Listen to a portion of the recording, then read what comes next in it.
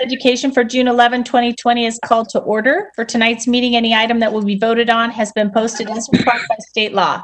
This meeting is being streamed live on Channel 28 and will be replayed throughout the next 2 weeks. Please check the district website for replay times. This meeting is also being streamed live on our PPS TV services website.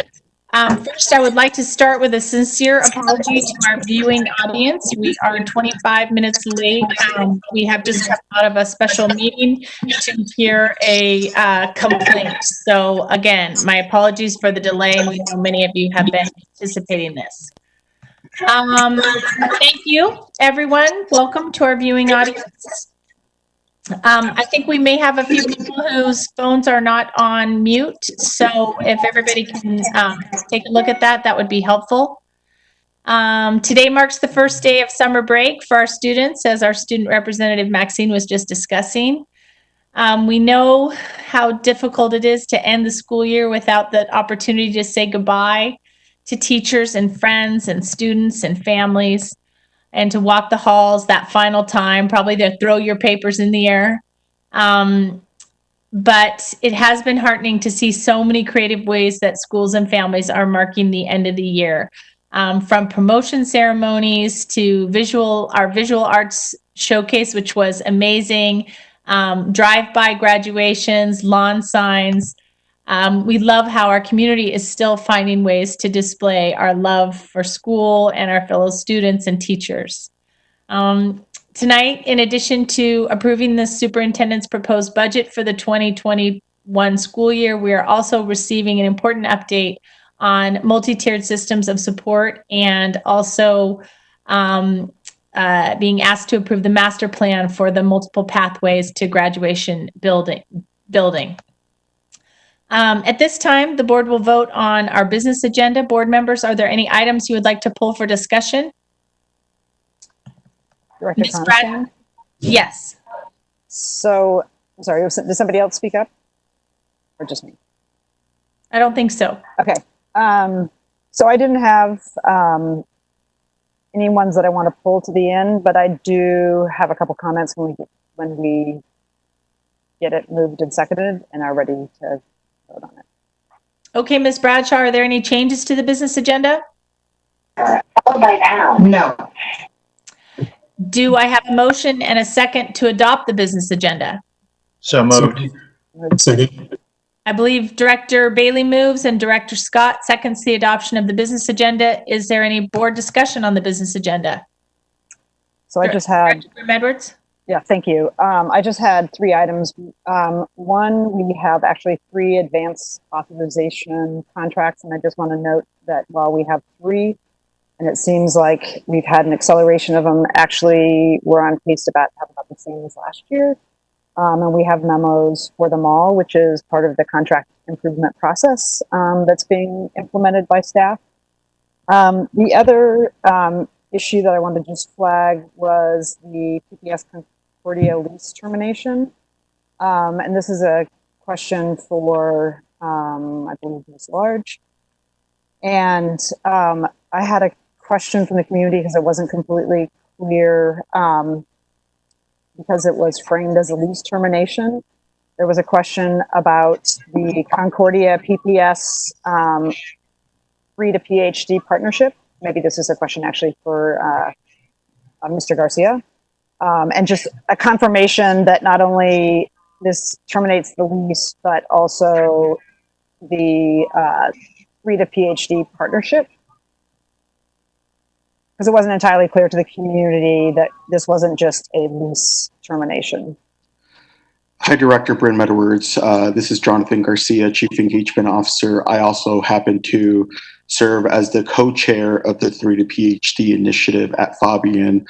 What I can say is that the official program or official initiative that is 3 to PhD, what is branded 3 to PhD is ending per these terms. However, we are very much looking forward to working with Dr. Williams, the principal at Fabian, to elevate the importance of community schools, which Fabian, as you know, is one of those here in our community. And so we look forward to working with her to grow that community school model there and potentially elsewhere. So again, yes, the 3 to PhD branded initiative is for now ending, and in its place, we're really looking to concentrate our efforts around building that community school model that the community has so envisioned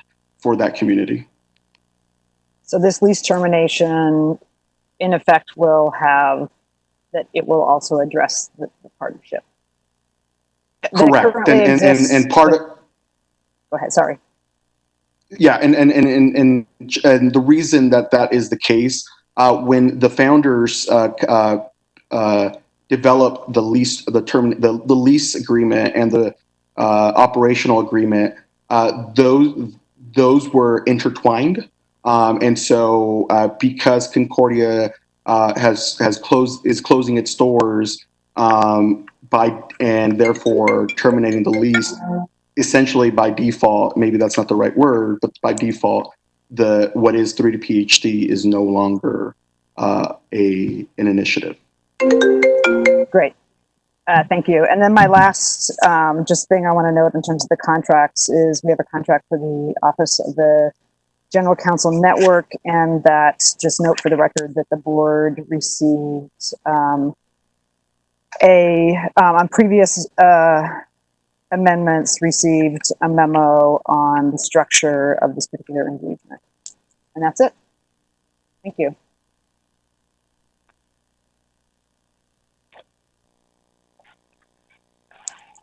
The board will now vote on resolution 6121 through 6127 in the business agenda. All in favor, please indicate by saying yes.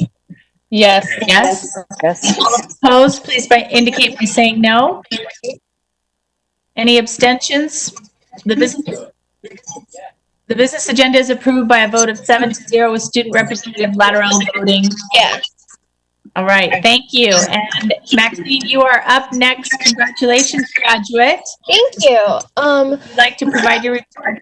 Yeah, so wait, can people put themselves on mute because I'm hearing myself like 4 times and I don't know why. We were clapping. Oh, okay, that's great. Thanks, guys. Appreciate it.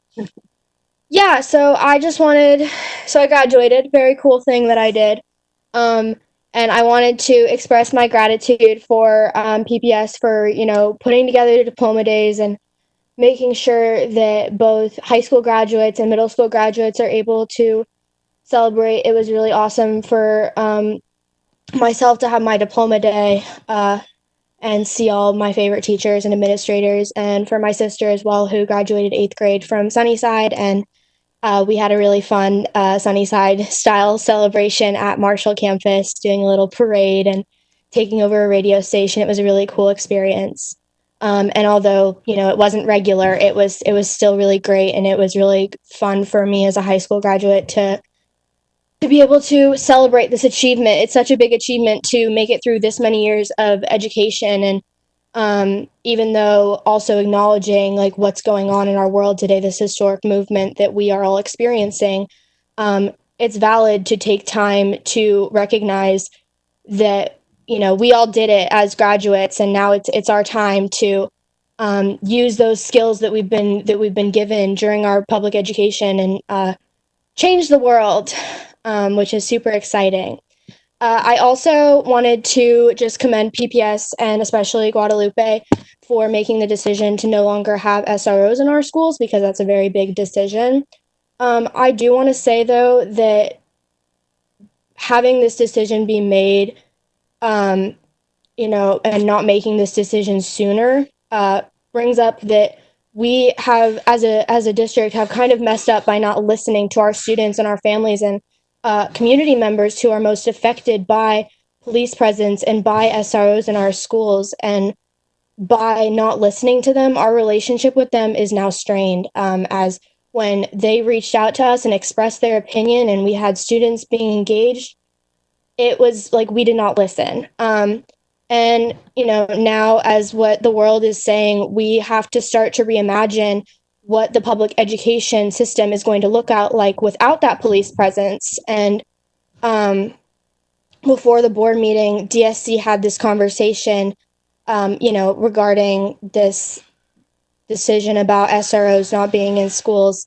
And students are glad that we finally have a decision that's been made and we don't have to keep asking questions about when SROs are not going to be in schools anymore. There's still that question that's in students' minds of like, why hasn't this happened sooner, when students already felt uncomfortable? But instead of looming on those questions that are still in the back of my mind and still in the back of many other people's minds, I can imagine too, I'm looking forward to the future of student leadership within PPS with what the DSC has become this year, which is such an amazing group of students, and only to become so much better with help from staff and gaining exposure through what work we've done so far. But as these conversations about police presence and about the events in our world come up, I just ask that stay engaged with what students are thinking and are saying. It's so important to listen and to just these are the people that we serve, and these are the people who are our future. And being one of them, it's really stressful to see these things happen and think about if they were to happen to people in my schools. This is really stressful for me to say, just because I don't have all the experience that other students of color who are students of color who have. I'm just a white chick who's middle class white chick. I go to a diverse school, and so I know people with diverse backgrounds, but I am not one of the students who would be affected by these SROs. And so as an ally, I just want to say thank you for making the decision to not have them in our schools anymore. So that's my piece. Thank you. Thank you, Rosanna. We want to say thank you for all the student activists who really led that process last spring. I'm sorry, Director DePass. I'm sorry I cut into you, but I wanted to just tell Maxine how proud I am of her and the job that she's done this year, just showing up, balancing your senior year with board service. And you brought up this idea of, I'm just a white chick. But the fact that you kind of come into this like knowing how you're showing up speaks really highly to what you've learned about being a student. I've also been thinking about the student leadership too, and wondering if there's some way to recruit leaders of color who might be more hesitant to show up and speak. This Tuesday, we heard from an amazing student who's a junior at Jefferson, I think this year going into her senior year, I believe. And I would love to see people like her represented on our student council, because if we want to see different outcomes, we need to have different people making decisions. It'd be great to have a student of color supported and represented, particularly in light of, we're in the post-George Floyd era of leadership. And so one statistic I'll leave you with is that women who run for office need to be asked 7 times from various people that they admire to run for office, on average. And so I don't know how the DSC system works, but if there's anything that you could do to advocate for a student of color to help them develop their leadership, maybe someone that doesn't, come from a middle class family, that would be really valuable to our work. And congratulations, by the way. You've done amazing things this year. Thank you so much. It definitely, for the future of DSC, I'm going to be gone, but I'm really hoping that it will expand, and it's really hard to know what DSC is going to look like with COVID going on. But through these conversations around the budget, other students have been engaged, and it's a very valuable, even though the budget, talking about that is a hard conversation too, bringing in those other students from organizations like Multnomah Youth Commission and with our DSC students doing outreach at their own schools, and especially a lot of climate groups that we have in Portland. There are so many students that want to be engaged with PPS, and so I definitely, you know, want more students of color to share their experiences with not only the DSC but with PPS as a whole, because those are so valuable, and there are so many takeaways from those students' experiences. So yeah. Hey, Chair ma'am. Constam, can I? Sorry. Go. You may, whatever it is that you're asking, you may.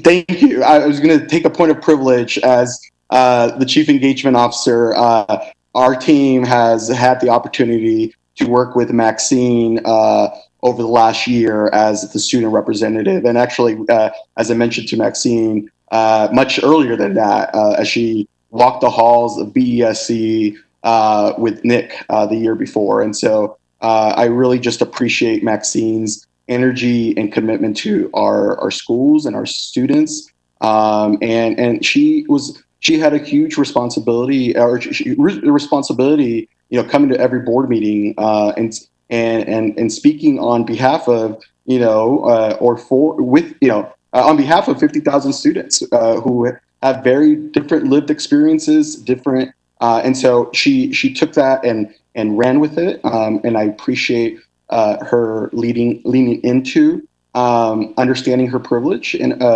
understanding the role that you can play in that. And then Director DePass, just, you know, part of Maxine's, I would say accomplishments is being able to diversify our DSC. So, you know, our superintendent, this is the first year we've had a student rep manager, if you will, overseeing our DSC. And so Maxine has been working with Deanne very closely. So again, just thank Maxine for helping us diversify our DSC. We have a lot more to go, as Maxine and as you suggested, but you know, but just appreciate our students really raising the bar for us as adults. So thank you, Maxine. Thank you, and we will have one more opportunity to fate Maxine. One more meeting. Yeah. In 2 weeks. Meeting is my last one. Nuts, but yeah. We're gonna miss you. Yeah. So this is the last one, or Although, it's not? no, next One on more. the 23rd is my last one. I am looking forward to having regular meals on Tuesdays, though. Me That is too. something I miss, but it's okay. You've still got some time, Amy. All right. Thank you so much, Maxine. Hey, Maxine. Loose thread via the Youth Commission. I met with them, 2 years ago, and they were trying to push for a later opening for high school students.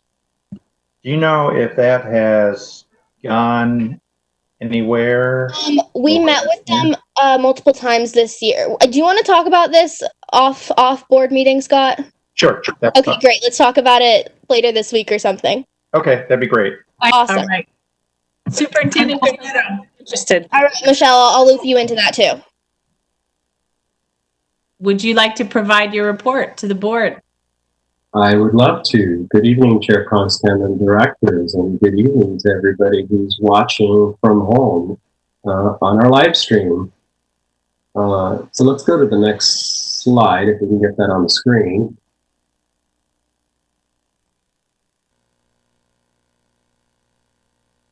So I'd like to start tonight by, of course, congratulating also our Portland Public Schools graduates. So the PPS class of 2020, it's been affected by this COVID-19 pandemic in some really unique ways. The milestones, the traditions that might have been expected were impacted and affected.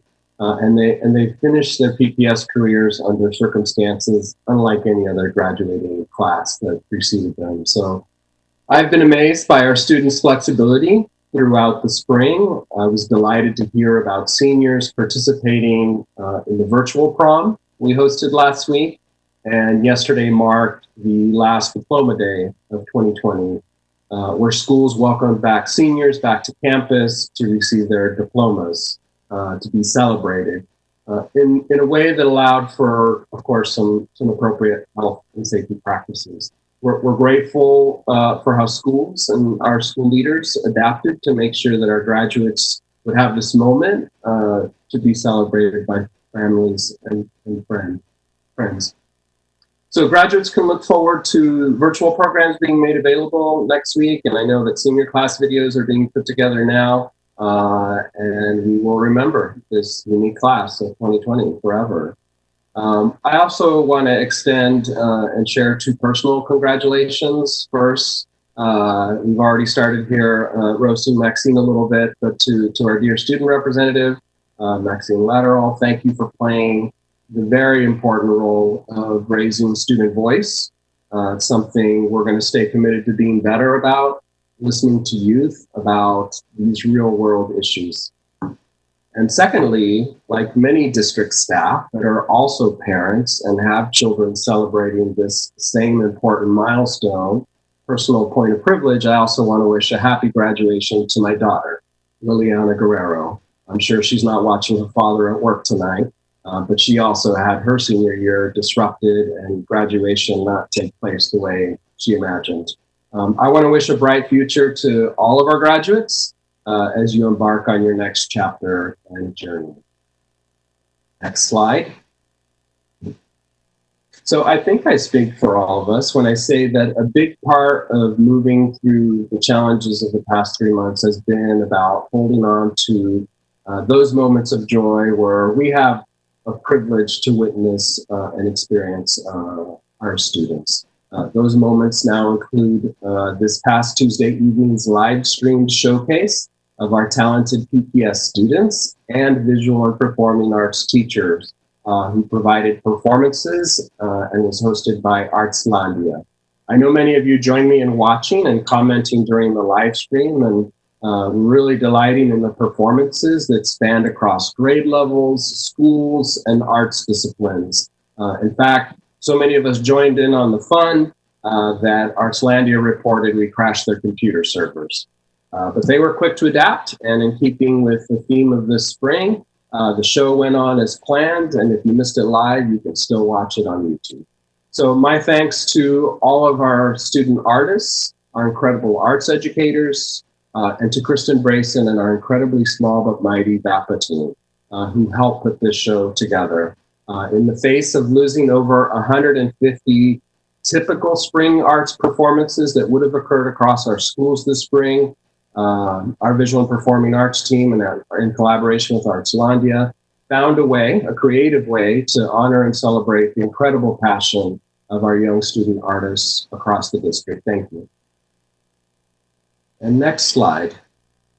So one of the entrees on tonight's menu, our staff recently submitted a full budget proposal to the board, like other districts, and it was pre-pandemic, so therefore not reflective of the new economic realities and shortfalls. The exercise we're working at now involves amendments that will surely need to be considered later. And PPS is running ahead of schedule relative to many of our neighbors. Staff has worked feverishly to address what started out as a massive $57 million budget gap. And I think we've made great progress in closing that down to about 12 million in reductions. That's focused as much as possible from impacting classrooms and direct services to students. My teams continue to examine every available source of funds to protect services to students. Later in the agenda, we're going to share with you a bit more about the iterative process of getting to a final budget for the 2020-21 school year.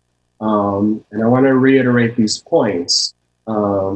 We've reduced a potentially devastating $57 million in budget cuts to 12 million and probably 10 million now, with some further proactive cost-saving measures and labor collaboration, even in just the last few days. And secondly, and importantly, we're staying true to our racial equity agenda, and we'll hold harmless the students and the schools who most need our support. So budgeting is only going to be more challenging a year from now in the new biennium. I think everybody understands that. I know that we're committed to staying true to racial equity and social justice in easy budget years. We also have to be committed to those values in difficult ones. We cannot continue to protect a status quo in our budget when we expect results to accelerate and improve for every one of our students, especially our Black and Native American students. So despite the massive budget gap, after much work over the course of many weeks, we have been able to restore some tentative reductions in a few areas. Again, prioritizing direct services to students. And given some unanticipated revenue, by identifying additional cost savings and incorporating further management level reductions into the new fiscal year, as a result of those actions, we're able to ensure funding to include restoration of the third day of general education PE in the limited number of elementary schools where there was an initial proposed reduction to the level of service there. Of course, that's assuming a traditional school opening and schedule in September. And then secondly, the restoration of every one of our adaptive PE teachers in the district. So I wanted to mention those two items in particular because I know that this will be welcome positive news to many of our educators and families. Rather amazingly, I think we've been able to contend with this massive budget hit caused by severely declining state revenues by acting strategically and with urgency, all in the attempt to preserve our ability to deliver on our stated theory of action, minimizing employee impacts, and minimizing the degree that of potential layoffs that there would have been at a rather unthinkable level when we initially began this work. And I also want to say up front that I want to thank the CBRC for their work and report, who also worked under a very truncated timeline, just like the board, just like staff. I appreciated the very thoughtful, deep, challenging questions and the conversation we had last week in the CBRC meeting about our strategic priorities and our aligned investment plan, which we've been sharing and discussing with the board as well. And our next slide. Finally, I know that families are eager to know what fall is going to look like at PPS.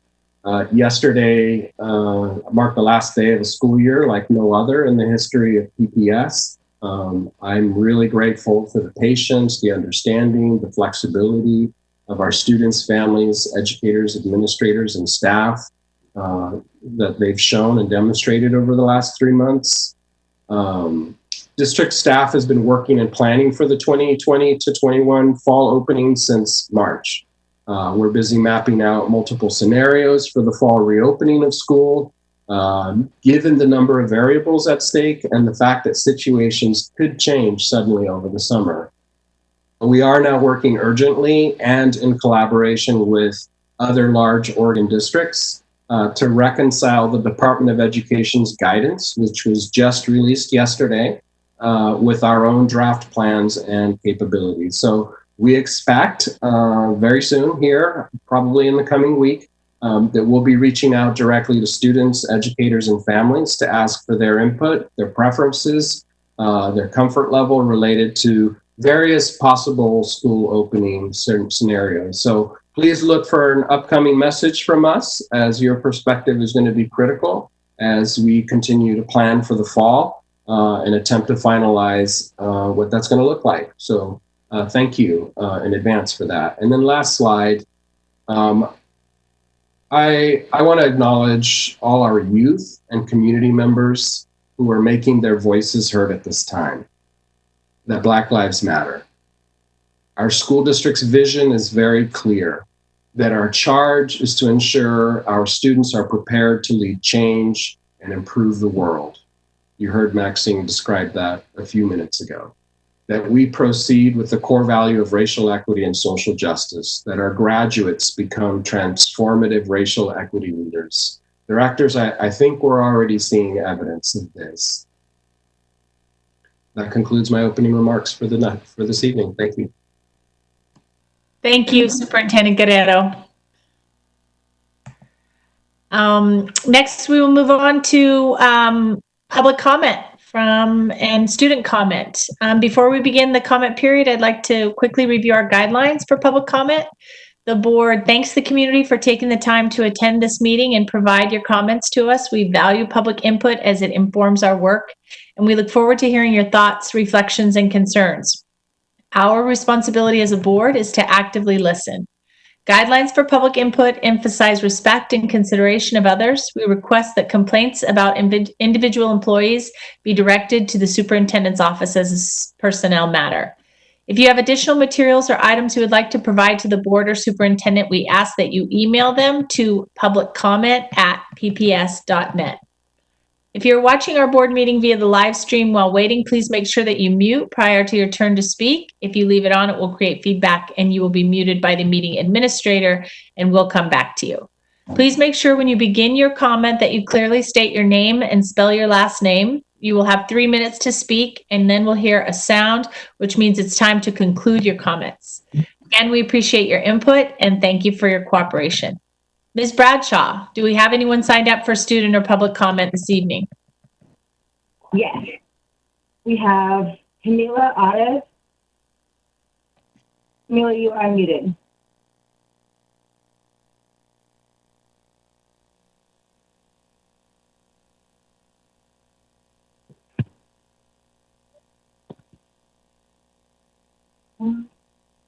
Hello, Camila? my name is Camila, ARZE. Thank you for your work around the budget that focuses on our students of color. As a Latina and Roosevelt teacher, I want to share the work that Black Roosevelt students have been doing. In 2017, they wrote demands for our school and district. They stated, "We are not high school students asking for simple changes. We are Black people demanding these necessities in order to survive." I'm here to amplify some of these necessities. Demand number 1, hire more Black teachers. Why do our students have to fight to be on interview panels for teachers and administrators? Why do they have to fight to have questions about Black Lives Matter be a part of interviews? We also need to fight to retain Black teachers that we have. For 6 years, I've seen Black teachers pushed out of buildings. They are asked to speak for their race, heavily relied on to create supports like affinity circles, and in the worst moments, asked to validate their presence in a white-dominated building. Our senior inquiry students stress the need for administrators and staff to be trained in deconstructing their whiteness and white fragility. This is imperative if we have a chance of keeping our Black teachers. And based on the last board meeting, where the one Black board member was home police without adequate resolution, I think some board members might need it too. Demand number 2, mandate Black history and ethnic studies. We cannot leave liberatory education and Black Lives Matter to a high school elective. It is tragic that when I asked my 11th grade ethnic studies students if they can name any Black changemakers other than Rosa Parks or Dr. Martin Luther King Jr., I met with silence. If we expand that narrative, it empowers Black students to see themselves as changemakers and to see Black excellence woven into the fabric of our society, not just in social studies classes. From what I've seen of the GBC so far, we need to do better. Demand number 3, end zero tolerance now. Funding culturally responsive supports is just the beginning. We also need to address the actively racist policies by holding administrators and teachers accountable for the way their racial biases show up in exclusion rates. We are operating in an educational system and school district that allows for students to be expendable. We cannot continue to feed the school-to-prison pipeline. Fund counselors, not cops, is demand number 4. I want to thank you, Superintendent Guerrero, for finally doing the right thing. But when you said the time is now, it was a slap in the face to those who pleaded and organized and testified for years. We were well past the time, and I wonder why you couldn't make that statement last year when students were here. Students deserve proactive leadership, not just leadership in the face of national crises. I'm tired of seeing our students of color in this district testify in front of the board, be met with smiles and applause and no follow-up. I'm tired of our students committing hours of emotional labor without seeing systemic change. I'm tired of having only 1 or 2 Black teachers at our school. I'm tired of seeing Roosevelt students on the PPS website without credit, reference, or action on their needs. And if I'm tired, I know my Black colleagues are exhausted. And if they're exhausted, our Black students are hanging on by a thread. Black students do not need a statement of solidarity, and they don't need white tears from administrators or teachers. They need real change now. The lack of urgency in our district speaks volumes. If you are not actively dismantling racist and inequitable systems, if you are not actively working on these demands, you are perpetuating racism and inequity. I urge you all to do something to be anti-racist, because students and teachers of color are tired of doing that work for you. Thank you. I didn't get your name, but thank you. Thank you. Thank you. Ms. Bradshaw? Yes. We have Anne Fong. Anne, you should be unmuted now. Yes, my name is Ann Huang, Hoang. My daughter Camille is a fifth grader in PPS. Thank you for hearing my public comment. Tonight you are going to see a presentation about multi-tiered systems of support and review the budget. Recent events have highlighted the importance of every voice in addressing systemic racism. I want to voice my support for the board's revision of the student conduct and discipline policy, including multi-tiered systems of support as a budget priority. My daughter is a student of color, and the disparity in suspension and expulsion rates for non-white students is particularly alarming to me. Last year, her elementary school suspended or expelled Black or mixed-race students at a rate of 5.8 to 12.1 times more than the general student population, respectively, according to your own published data. This is discouraging, to say the least. For all students, research shows that restorative justice and trauma-informed practices reduce behavior incidents as well as the need for suspension or expulsion. I ask that you eliminate suspensions and expulsions for K through 5 students altogether, as these children are in a critical time of needing behavior modification support. For all age groups, I ask you to commit to investing in counseling, social work, and teacher training rather than policing brown and Black students out of our lives. While we face unprecedented adjustments to school life and a decrease in budget resources, I urge you not to lose sight of the human faces of children who deserve equitable access to learning and a safe place to exist. Thank you. Thank you.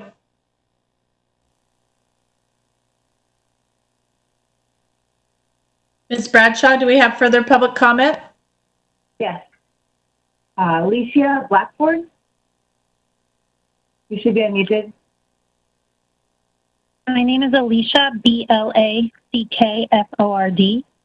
teach at Madison High School, and I would like to talk to the board about listening to Black and brown voices. When the superintendent tweeted last Thursday about removing SROs from our schools, he said the time is now. No, Mr. Guerrero, the time is long past. Black students have been coming before this board, sharing their lived experience and demanding removal of SROs since 2016. I'm extremely happy that armed officers will no longer be fixtures in our schools. And let's call this decision what it was, reactionary. Hey, it's great to react now. We have to react now. And the reaction every single one of us in this school district has to take is to go back and listen to what our Black students, staff, and families have been demanding all along and finally start acting. This largely non-Black school board and district administration has continually made it difficult for Black students and Black community members to have a voice and then largely ignored their voices. How many Black students, educators, and community members came before you and implored you to keep Rosa Parks' year-round schedule? What was your vote? How many Black students came before you to explain the importance of restorative justice to their school experience? What did you do with our contract with Resolutions Northwest? How many Black voices have demanded not only the recruitment, but the retention of Black teachers? What are our numbers? How do our Black staff in buildings feel? The superintendent tweeted on Friday that he agreed with Joanne Hardesty 100% when she said that, quote, now's our time to undo this historic discrimination and all the racially unjust policies that we have.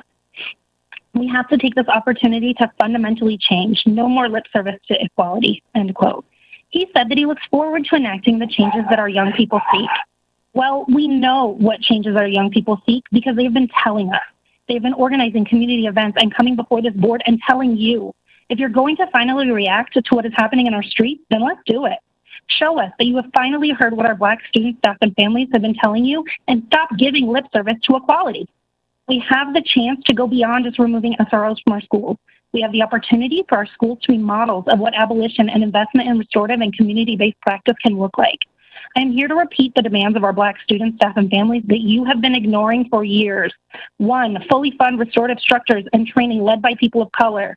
2, mandate ethnic studies in every subject and at every grade level. 3, give Rosa Parks their year-round schedule back. And 4, lead the work to change our buildings into a place that Black folks can actually see themselves wanting to work in so that we can truly recruit and retain Black teachers. This work needs to be decisive, led by Black folks, guided by student voice, transparent, and it needs to begin immediately. Transparency means that we will admit and repair the harm this district has inflicted and continues to inflict on our Black communities. It means centering and giving power to the communities that have been doing the equity work for us. It means giving time in each board meeting and each email from the superintendent for updates on what work is being done. This is a critical moment in history, and while I wish I could say I worked in a district that started the revolution, at least let me say that my district followed through with the revolution. Thank you. Thank you. Ms. All right, Bradshaw? we have, yep, Ken Gadbo. Ken, you should be unmuted. Great, thank you. My name is Ken Gadbo, G-A-D as in David, D as in boy, O-W. I have 15 years teaching social studies in Portland Public Schools. I teach U.S. history, criminal justice, and I am the sponsor of Madison High School's Restorative Justice Club. I'm also the father of 2 teenagers, one of whom will be a senior at Madison next year, and the other of whom will be a freshman. I'm dedicated to the Madison community and to Portland Public Schools. I'm also white, cisgender, middle class, middle-aged, able-bodied, native English-speaking, and male. I am aware, to the ever-evolving extent that I am able, of the privilege and responsibility of those labels. I'm going to say some things that are not necessarily my own ideas, but because I know that as a 45-year-old white man, when they come out of my mouth, they are given certain consideration that youth, women, trans folks, and people of color are all too often not afforded. School is not fair, it's not equitable, and it's not accountable. At its genesis, it was not designed to be, and in spite of the tremendous efforts of the advocates and allies that have come before us, as well as the ones here this evening, school continues to be a place of violence for so many young people, particularly our Black, brown, and Native students. We need to look no further than our graduation rates, our suspension rates, and our incarceration rates for evidence. So how do we capitalize on this moment to do what's right? What structures can we change to make school more equitable and more accountable? For my students and many of my colleagues at Madison, Roosevelt, and Jefferson, I have heard some common themes. Students need dedicated spaces and times within the school schedule to have their voices heard and taken seriously. Every PPS student deserves to have a staff member that is knowledgeable about their strengths and struggles. Every student needs an advocate. Students need mechanisms with which they can hold us teachers accountable. Students need equitable grading practices. Students deserve a course load and daily schedule that is navigable and appropriate even when life is unpredictable. And finally, students deserve to have teachers and administrators that look like them. As the state and district look to reconvene school in the fall in a way that is responsible to the current crises, I ask the board to prioritize these structural changes that support our students' voices.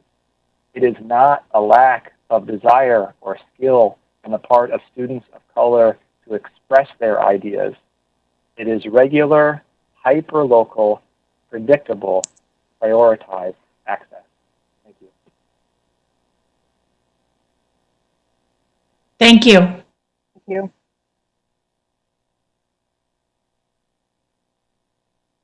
We have Jacqueline Bovey. Jacqueline, you're unmuted.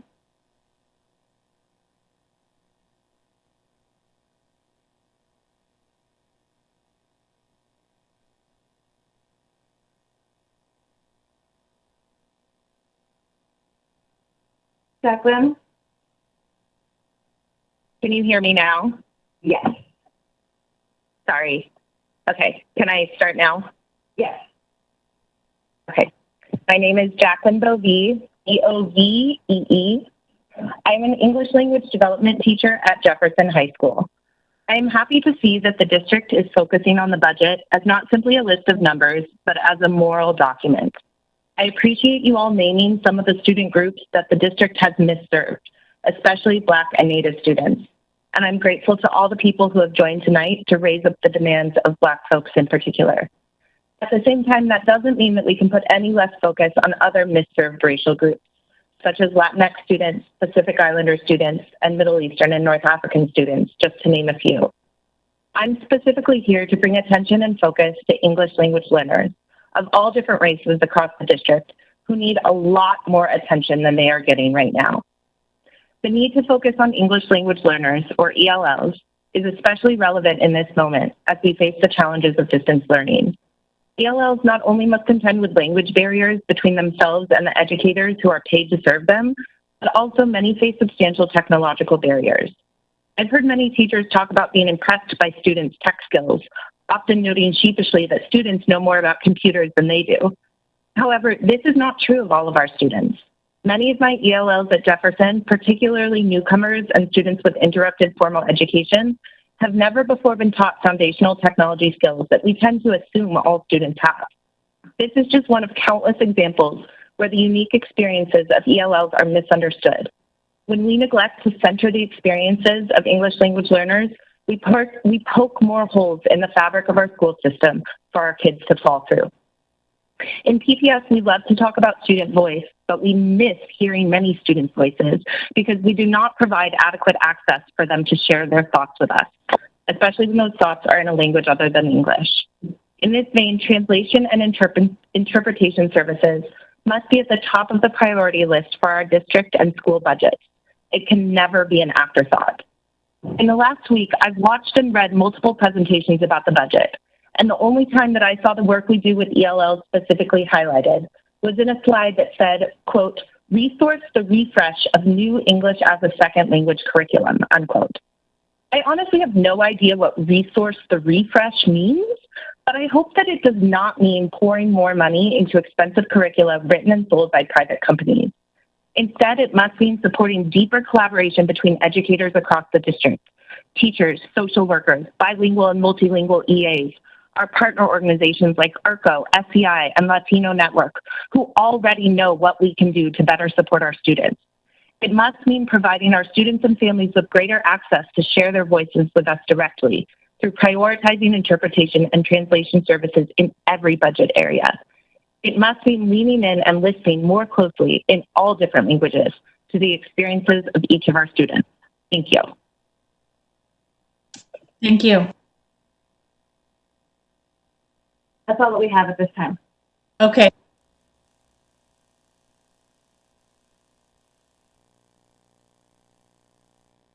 Director Moore, I'd like to call on you. I know you have a resolution that you wanted to bring forward to the board that pertains to many of the comments that we just heard, as well as Representative Lattarell's comments on the school resource officers. Yes, thank you. Can you hear me? Can you hear me? Yes, we can hear you. Yeah. Okay, good. Okay, thank you. I typically have technical issues. Yes, I'd like to offer a resolution in support of recentering the PPS student experience through supportive and affirming people, culture, and climate. I think it's important for the board to kind of speak to the moment. I'm hoping that some of the thoughts that I put in this will resonate with you all, and that we'll be able to make this statement to our students and families and communities. So it's fairly long, so please bear with me. Public education is the bedrock of American democracy, as it provides opportunities for everyone to transcend their circumstances. As the public educational system for almost 50,000 students, Portland Public Schools is the steward of this city's future and is responsible for providing a well-rounded, community-centered education that allows every student to achieve their fullest potential and thrive into adulthood. In 2011, the PPS Board of Education adopted the racial educational equity policy, which states, quote, "The Board of Education for Portland Public Schools is committed to the success of every student in each of our schools. The mission of Portland Public Schools is that by the end of elementary, middle, and high school, every student by name will meet or exceed academic standards and will be fully prepared to make productive life decisions. We believe that every student has the potential to achieve, and it is the responsibility of our school district to give each student the opportunity and support to meet his or her highest potential, unquote. In 2019, thousands of students, families, staff, partners, and members of the community helped Portland Public Schools formalize an ambitious vision for that education. It summons PPS to transform into a system grounded in our core value of racial equity and social justice that would equip students to, quote, lead change and improve the world, unquote, by nurturing both their intellectual curiosity and their humanity in supportive, engaging learning environments. Since its adoption by the board in June 2019, that community-driven vision of Portland Public Schools Reimagined has guided the district's efforts to improve its performance in service to our students and families. As elected representatives in our community, the Board of Education is the steward of our collective vision. We acknowledge that our district's persistent failure to serve Black students betrays our aspirations. Our collective responsibility is to uphold our commitment to center the experience of students in everything we do, to interrogate our decisions through a racial equity and social justice lens, to build authentic, collaborative partnerships with our students, our families, our employees, and the larger community. We must lead with integrity and boldness to fulfill this community's vision of what PPS can and should be. It is therefore incumbent upon us at this moment of national reckoning to clarify where we stand and what we intend to do. We affirm that Black Lives Matter. We choose to be a community that not only expresses but also lives a commitment to every person's fundamental right to human dignity. We believe that students, families, and communities have a right to respect, safety, and full access to schools that prepare students to be agents of change in their own lives and in the world. We commit to eliminating the racism and oppression embedded in PPS and rebuilding it as an educational system that affirms positive identities, nurtures a sense of belonging, and promotes the joy of learning. We will act to make schools welcoming learning environments that employ practices that are developmentally appropriate, trauma-informed, culturally responsive, and aligned with the principles of restorative justice. We support the superintendent's overarching strategic framework of targeted universalism, pursuing universal goals through strategies that are targeted, based upon how different groups are situated within structures, culture, and across geographies.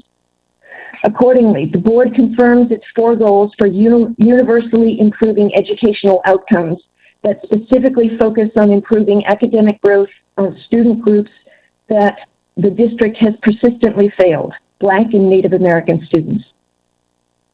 A growing body of research on the impact of the physical and emotional well-being of students on their academic outcomes and personal development reinforces the notion that PPS has a primary obligation to provide school environments that are healthy, affirming, and conducive to learning.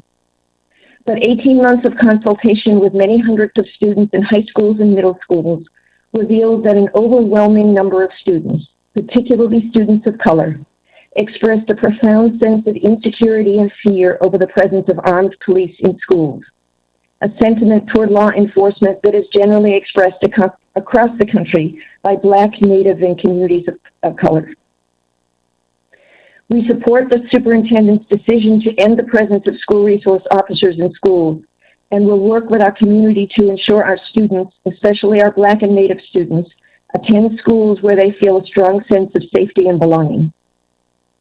Institutions, especially Portland Public Schools, have a moment, an opportunity to lead, not with race-neutral plans, but with an anti-racist agenda that begins and amplifies an intergenerational healing process among students, their families, and our community. Therefore, be it resolved that the Portland Public Schools Board declares that the lives of Black students and our Black community matter, and commits to working with the superintendent to create the conditions for every student, especially our Black and Indigenous students who experience the greatest challenges, to realize the vision of the graduate portrait.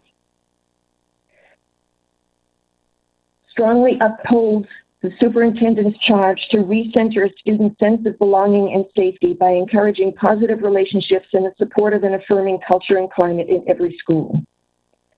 Endorses the superintendent's decision to immediately discontinue the regular presence of school resource officers on Portland Public Schools school campuses. Commends the superintendent and the district leadership for its bold commitment to center the lived experiences of our students and apply a racial equity and social justice lens to all decisions, and directs the superintendent to continue the work of building meaningful relationships with our students, families, racial equity and social justice community-based partners, labor leaders, and school-based staff to collectively dismantle systems of oppression that hurt our school communities, especially our students, families, and staff of color. Directs the superintendent to provide regular public updates to the school board on the progress made towards implementing the charge to school district leaders on June 4, 2020, to create and support affirming school climates characterized by positive adult-student relationships, student sense of belonging, cultural responsiveness, and overall student physical and emotional safety.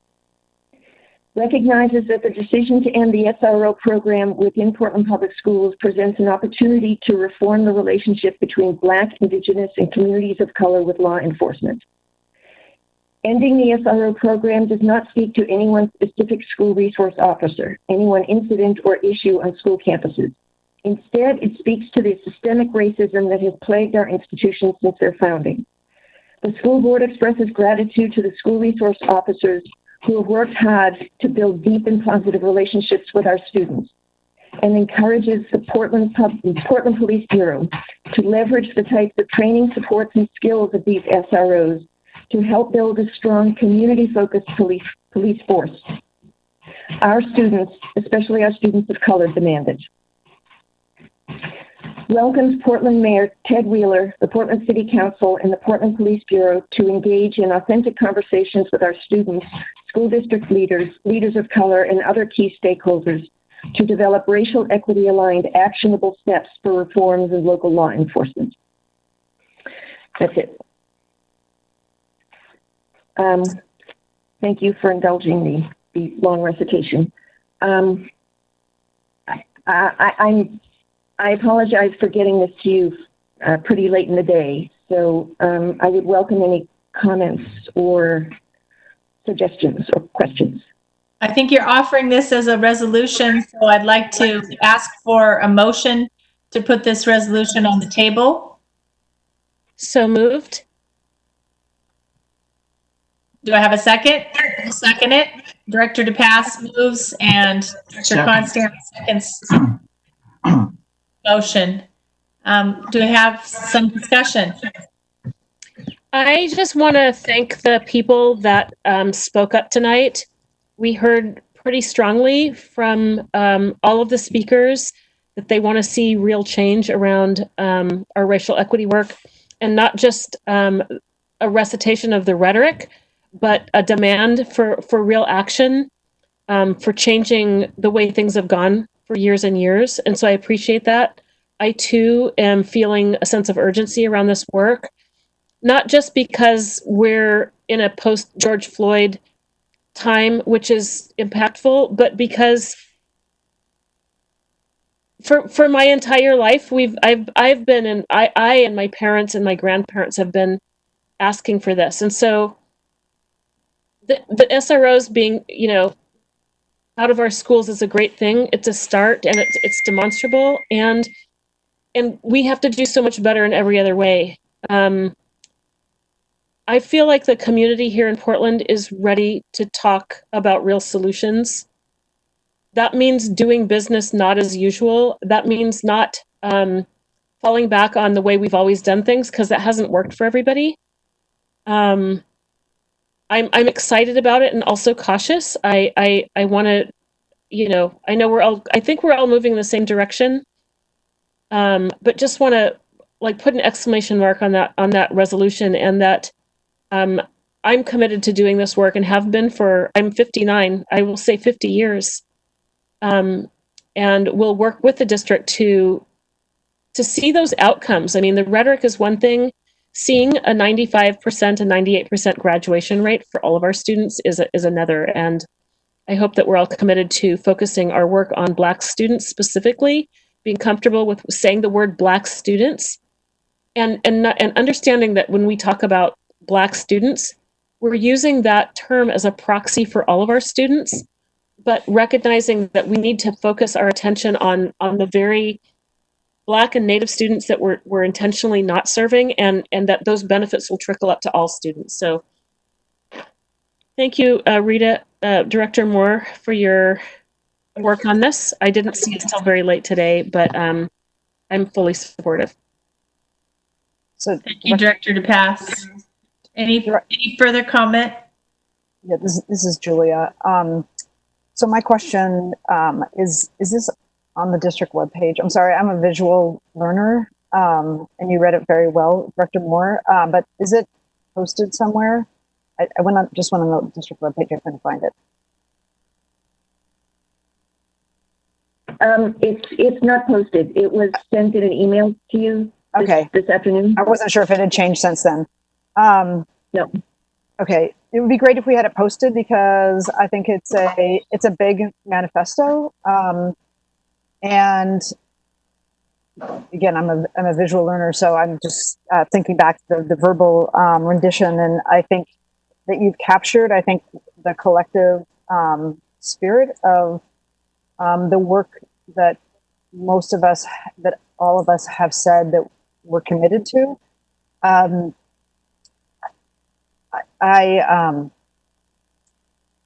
trying to think, and if I had the language in front of me, of like how we link it to actual action. I know there's the piece about getting reports, but I feel that, just having been around PPS for 30 years, that I believe many people are well-intentioned, but we need to make sure that we link it with action, because I don't want a year from now it to be that we committed ourselves, our hearts and a mind, but then there's not action behind it. So I just want to make sure that we have something that acknowledges it, that this will be actually linked to actions, data, and like robust conversations about our work and how it plays out. And I'm just going to go back up to the very start, Rita, so that's one, how do we for sure link it to action so the community can hold us accountable? Because they can't hold us accountable just for good intentions, but they can hold us accountable for what action we take. And then the second piece, go ahead.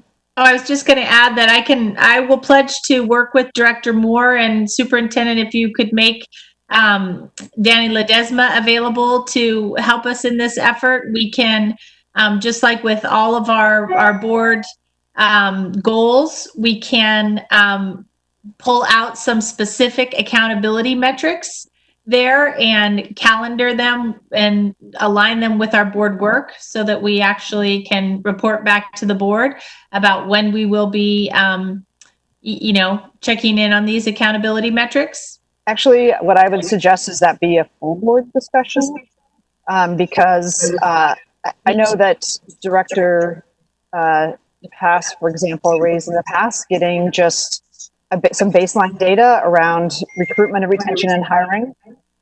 And so I think that would be a great discussion for the full board, because then we all will be in agreement on what the action looks like.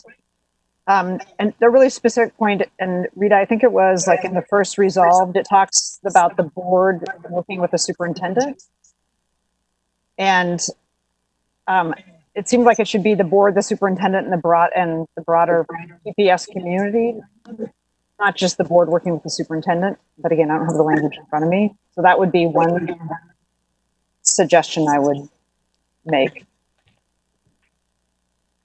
I want to say one more thing, and that's a couple of weeks ago, we had a conversation about safety, and I shared that we should be mindful about the word safety, because that word means different things to different communities. And so I'm grateful that we are expanding our own use of the word safety to encompass safety for Black and Brown students, and recognizing how they show up in spaces that haven't been safe for them ever. And we're expecting their brains to be open to learning, and they're coming in like scared animals, and from fear, from not being safe, and just out in society. And so I'm really grateful for that. And I also think, yes, I mean, we're talking about racial equity and how it ends up within our system with students and teachers and administrators, but we could also go kind of upstream and look at our operations and HR. You know, how are we recruiting teachers and administrators that are from Black, Indigenous communities of color? How can we report out on the data that we need when we're doing these bond projects? How do we know what the percentage of minority and women-owned contractors is that are working on these projects? What we know when we hire minority and women-owned contractors, that those dollars stay in the community for longer, which helps our community overall for longer, right? Our dollars aren't going out of state. And so I feel like this is a really great opportunity, and I'm also very interested, and we'll have a keen ear towards watching what's beyond the rhetoric and holding my own self accountable for paying attention.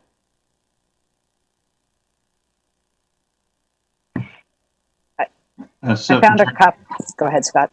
Director DePass, we do actually, our Office of School Modernization regularly reports and has metrics around the contracting contractors owned by women and people of color. So that's there, and we do a reasonably good job of hitting our aspiration, or being pretty close to our aspirations. I don't have any idea what our aspiration rate is. I have a really good idea what it is for the city of Portland and for Metro, but I don't know what it is for PPS. I'd like to know what the number is. There is an actual number, like sometimes it's 18%, and that's a nuanced number. But do you have any idea offhand what our goal is? Dan, I'll let you answer that question. It's on our dashboard for our quarterly reports. Yes, hello. Good evening. Dan Young, Chief Operating Officer. 18% is the right. That is our target for all of our projects, over $100,000. I believe it's the same as the City of Portland, but it may have changed over the years. Thank you.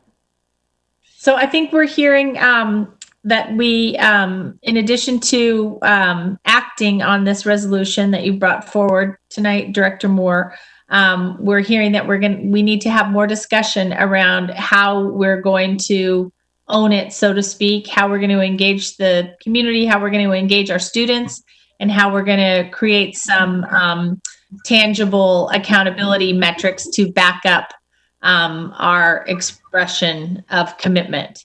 So we'll work together as a board for the next, figure out the next time we'll revisit this issue and try to get down to brass tacks on some accountability metrics. And Ms. Ledesma, can we, Superintendent, can we count on some assistance from Danny Ledesma in this effort? Staff is available to support the board as it desires. Chair Constam, can I make one more point? Certainly. As one of the senior people around, I was on a Close the Achievement Gap District Task Force in like 2002 as a parent, and it became quickly apparent it was just an exercise. Nothing serious was going to happen with it. And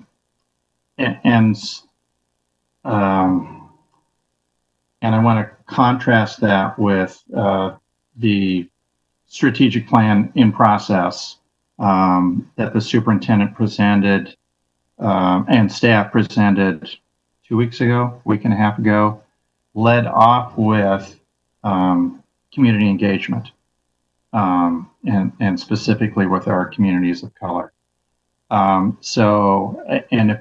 the budget that we're going to talk about in a bit certainly is equity through and through in terms of how we're spending our dollars.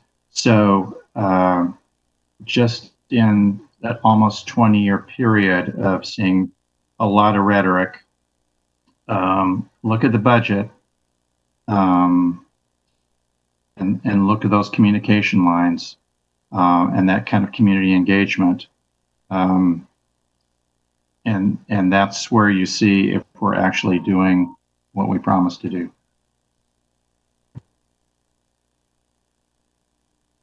Can I just say one final word? I'm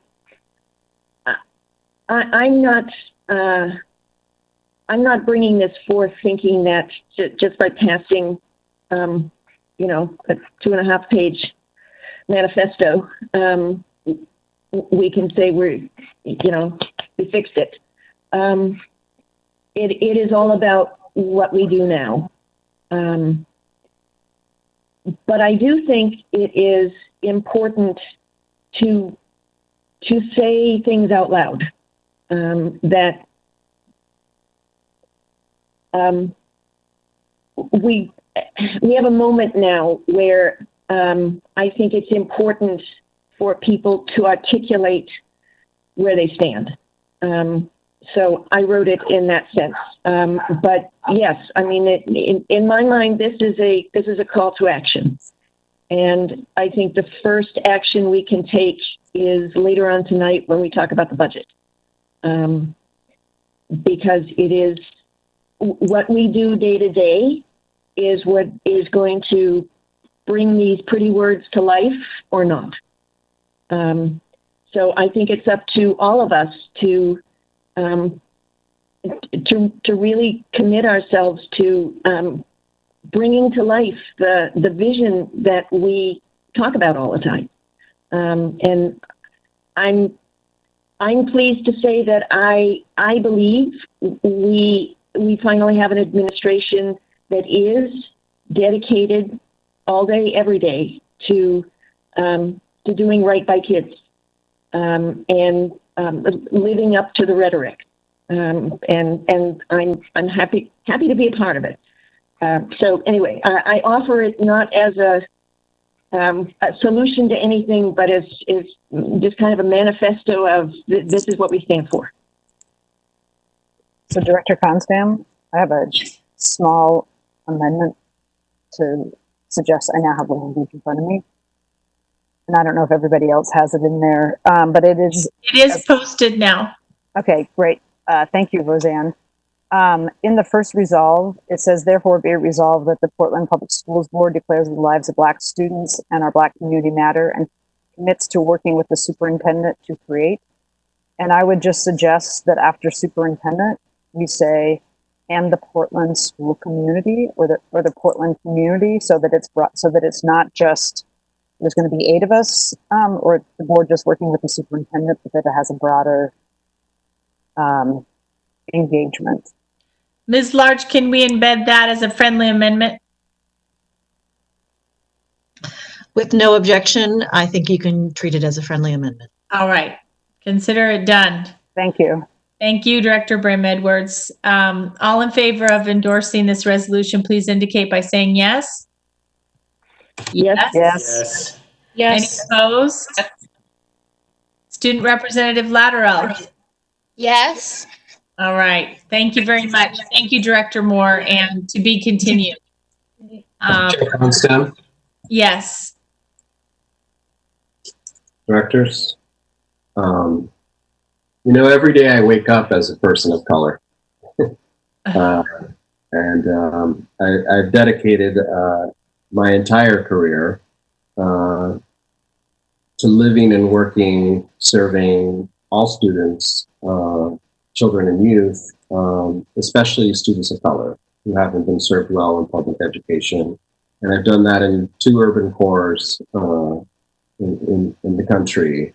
And for the last 10 years, on an almost weekly basis, I've spent an evening listening to boards of education conduct their business, introduce resolutions, and I've heard hundreds of them.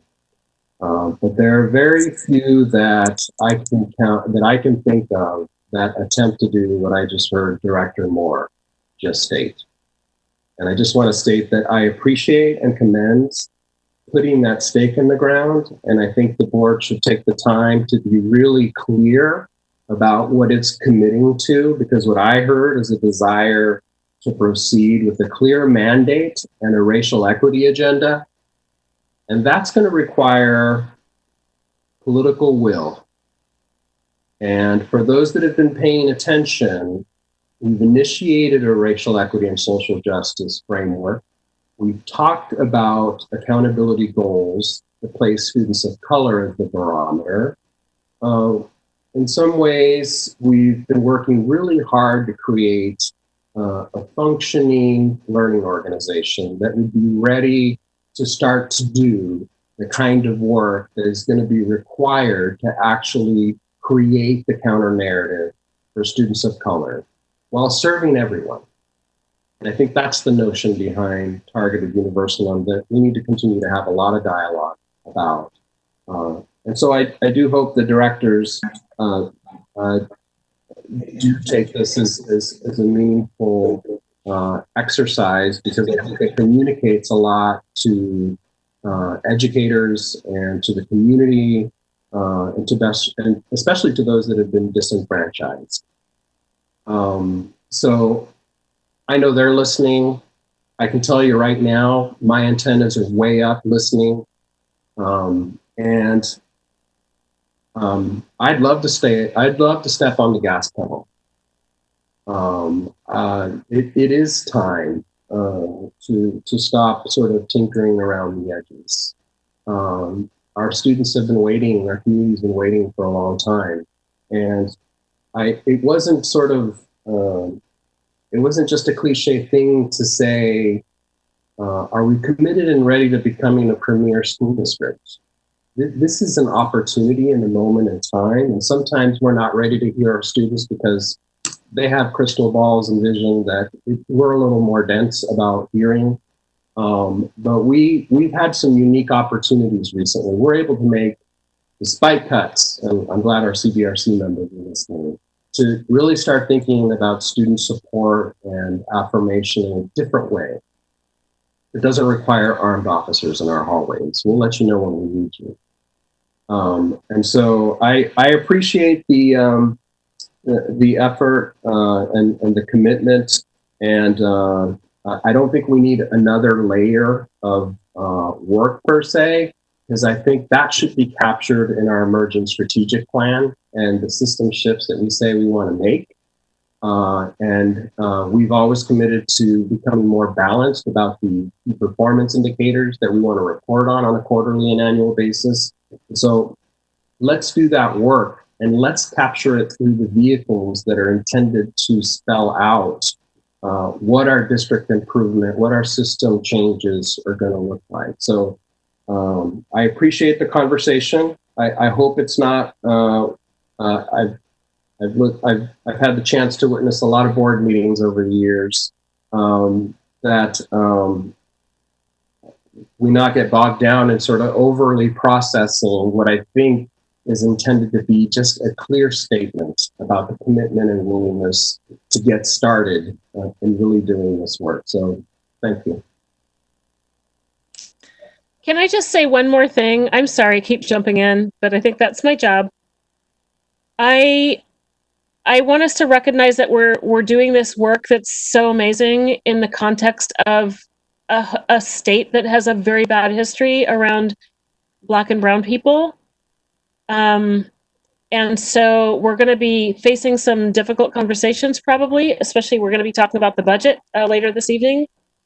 And we're going to be talking about resourcing communities that we don't and have not resourced before.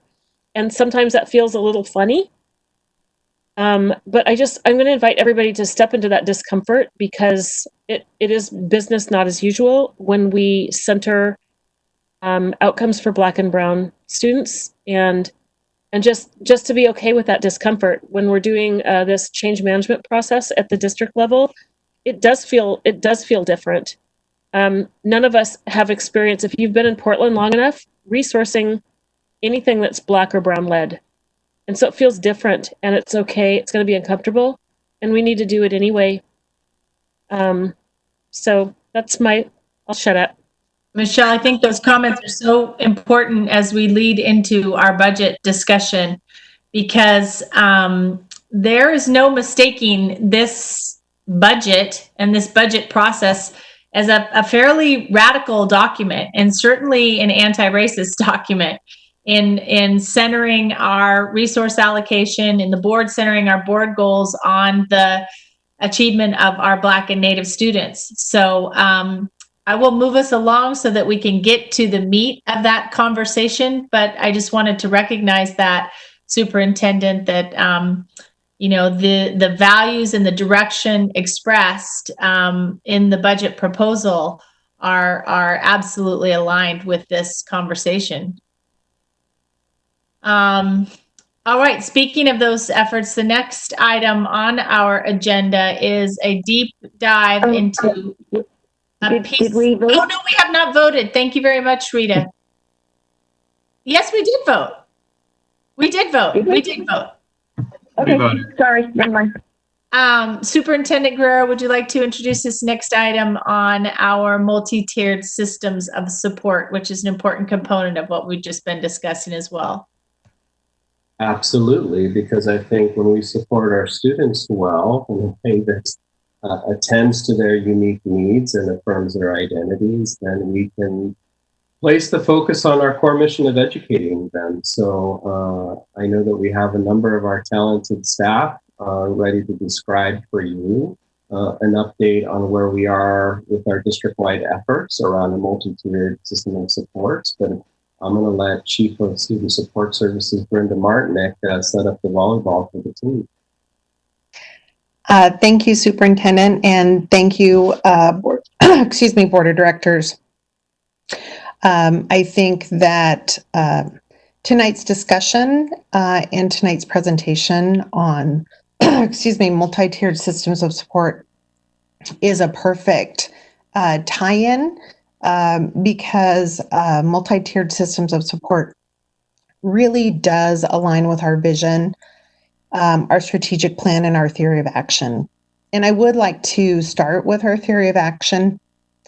It says, if we braid racial equity and social justice strategies into our instructional core, work with our students, teachers, and content, and build our organizational culture and capacity to create a strong foundation to support every student, then we will reimagine Portland Public Schools to ensure that every student, especially our Black and our Native American students, realize the vision of the graduate portrait. And that is huge. That's what we need to do. We need to take action. I think the superintendent, when he got here a few years ago and hired me into this position, it was my charge to create a multi-tiered system of support department.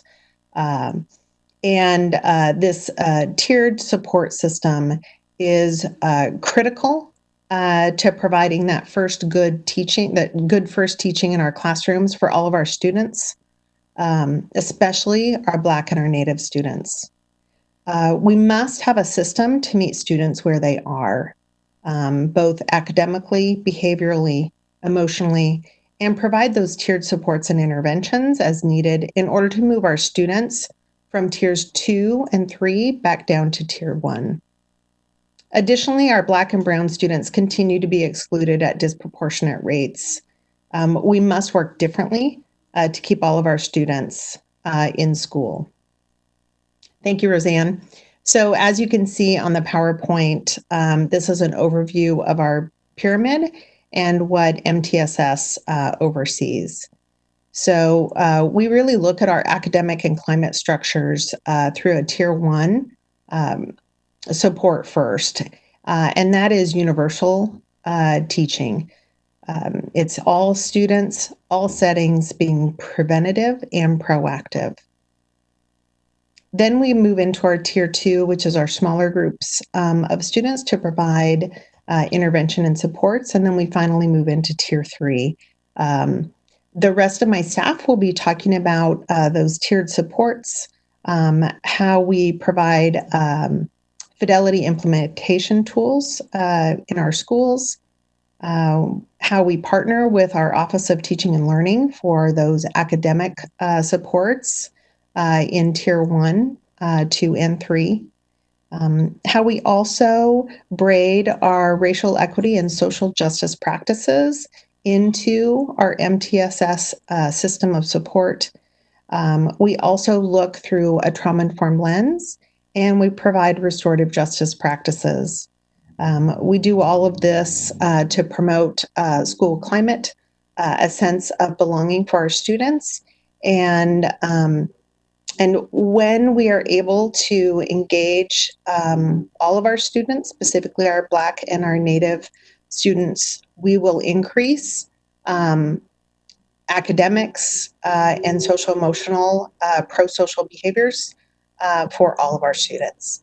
And so with that, I am going to introduce Chandra Cooper. She is our Senior Director for MTSS. Thank you. Good evening. Thank you, Brenda. I appreciate the opportunity this evening to be able to introduce my team. We have Shar Hudson with us, who is our Restorative Justice Manager. We also have Naomi Montalongo with us, who is a Program and Manager for MTSS. I'm sorry, Program Administrator. And then we also invited Myrna Munoz, who is the Principal at Wrigler. So right now I'm going to actually turn it over to Naomi, who's going to share a little bit of the overview and structure for our department. Roseanne, can you move it to the next slide, please?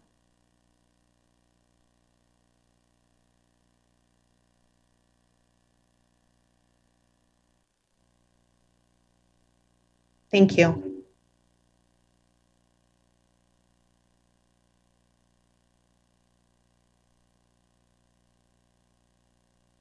Is Naomi on mute? Naomi, are you there?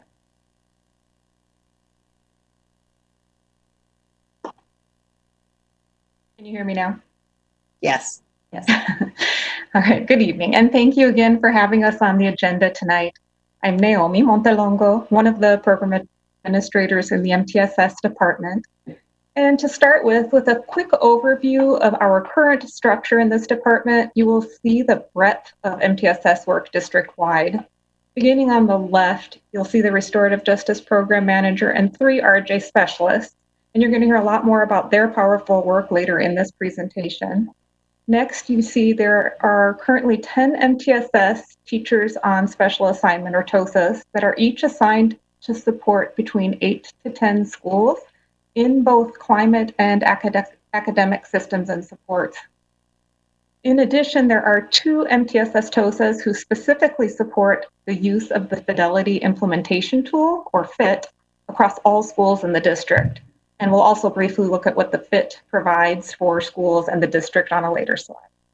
And finally, the MTSS department also has the District Student Conduct Coordinator, who supports and advises schools in the district, as well as the district expulsion officers and that process. Next slide, please. To give a picture of what our TOSA support in schools, the 10 MTSS TOSAs who directly support schools have a broad set of responsibilities and duties. They must have expertise in both academic and climate systems, as well as in providing professional development in many settings. As seen in the first column, TOSAs work directly with schools around specific team structures, and those are critical to best meeting the needs of all students. TOSAs can support instructional leadership teams with processes for creating a clear mission and vision, creating master schedules, and co-facilitating the Fidelity Implementation Tool, and using that data for school improvement. Student intervention teams are supported with the process and organization for tiered interventions for both academics and behavior. And climate teams are supported with data collection through the Culturally Responsive Tiered Fidelity Inventory, or CRTFI. They're supported in using the racial equity and social justice lens, in developing school-wide climate action plans, and continued strengthening of positive behavior intervention and supports. And finally, they also support the improvement of professional learning communities, or PLCs, at the building level. The second column describes the areas in which MTSS TOSAs provide professional development at various levels. At the district level, district-wide, TOSAs provide support for the MTSS coaching academies, and you're going to hear more about that in a bit as well. They also develop and provide district-wide professional development on many topics, and some of those are listed here, including their functional behavioral assessments and behavior support plans, student intervention teams, again, PBIS, effective classroom practices, job alikes for school climate specialists, and also MTSS 101. At the school level, they work closely with each of their building administrators and their teams to develop and provide personalized professional development at staff meetings. And at the teacher level, TOSAs can provide classroom coaching as well as direct grade level PLC support. The final column on this page is an overview of some of the work that MTSS TOSAs do to support system development. And this includes continued research on best practices, racial equity and social justice alignment within MTSS, further development of PD opportunities, and cross-department alignment and collaboration. To the next slide.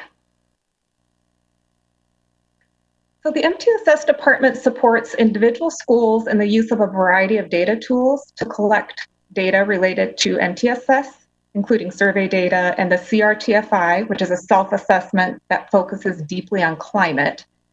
And in addition, the Fidelity Implementation Tool, or FIT, is being used district-wide as an evidence-based tool that measures the extent to which a school implements MTSS for equity-based education.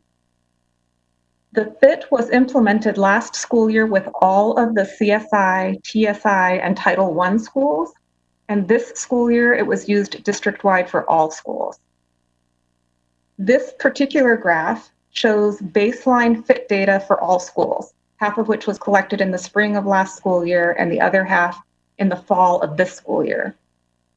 The items along the bottom of this graph show the features that are reviewed using the FIT. And then schools are provided with individual reports to inform school improvement planning.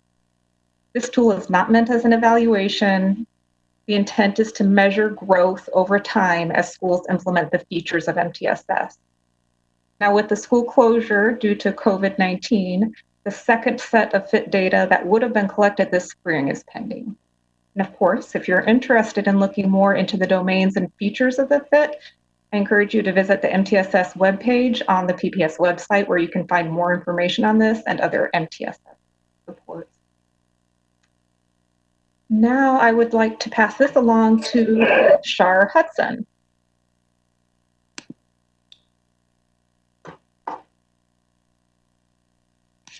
Good evening, members of the Board of Education, PPS community, and Superintendent Guerrero. I'm Shar Hudson, the Program Manager for Restorative Justice in Portland Public Schools. I'm honored to support students, school staff, and the PPS community. The roots of restorative justice, also known as RJ, stem from practices of indigenous people of North America, Africa, South America, and New Zealand. RJ is about building, maintaining, and repairing relationships to form healthy, supportive, reflective, and inclusive communities. RJ provides support for schools to maintain those healthy relationships and encourages equitable access to a culturally relevant and meaningful education. What is true about restorative justice is that unlike a typical discipline program, it is not a cookie cutter system with set steps to follow in every incident. When done thoughtfully and with meaning, schools that put restorative justice into practice and approach RJ holistically looking at how we are building relationships with our students, how we are preventing wrongdoing, as much as how to address it when it occurs, they will see a shift in school culture. Next slide, please. As a team of 4 mighty restorative justice RJ specialists, and I love my team, we have Sarah Home, who works with K-5 and K-8 schools, Keela Tillery, who works with middle schools and some K-5 schools, and Jasmine Spring, who works with K-5 and K-8 schools. And although I'm the program manager, I still do direct services, and I work with and support high schools. In the 2018-2019 school year, our objective was to provide restorative justice practices to all 91 PPS schools who requested an RJ process or needed staff training. However, as a small team of 4, that sometimes resulted in us overpromising and under-delivering. For the 2019-2020 school year, we all redesigned our school support approach by identifying focused and responsive schools. With our current model, we work with focus schools to build a multi-year district-wide implementation of restorative justice practices. Focus schools are intentionally building a restorative community with the commitment from school administration. Some of the ways we support our focus schools are providing on-site training for staff, supporting school teams and teachers with community building circles, working side by side with student success advocates, our school site RJ coordinators and other support staff, giving guidance and assistance, and working toward responding and repairing harm. We support our responsive schools by providing a Google screening tool used to request RJ services on an as-needed basis. To give an example, Sarah supports 29 schools. 7 schools are focus sites and 22 schools are responsive sites. Every week, Sarah visits half of her focus schools in order to fill the needs of each site.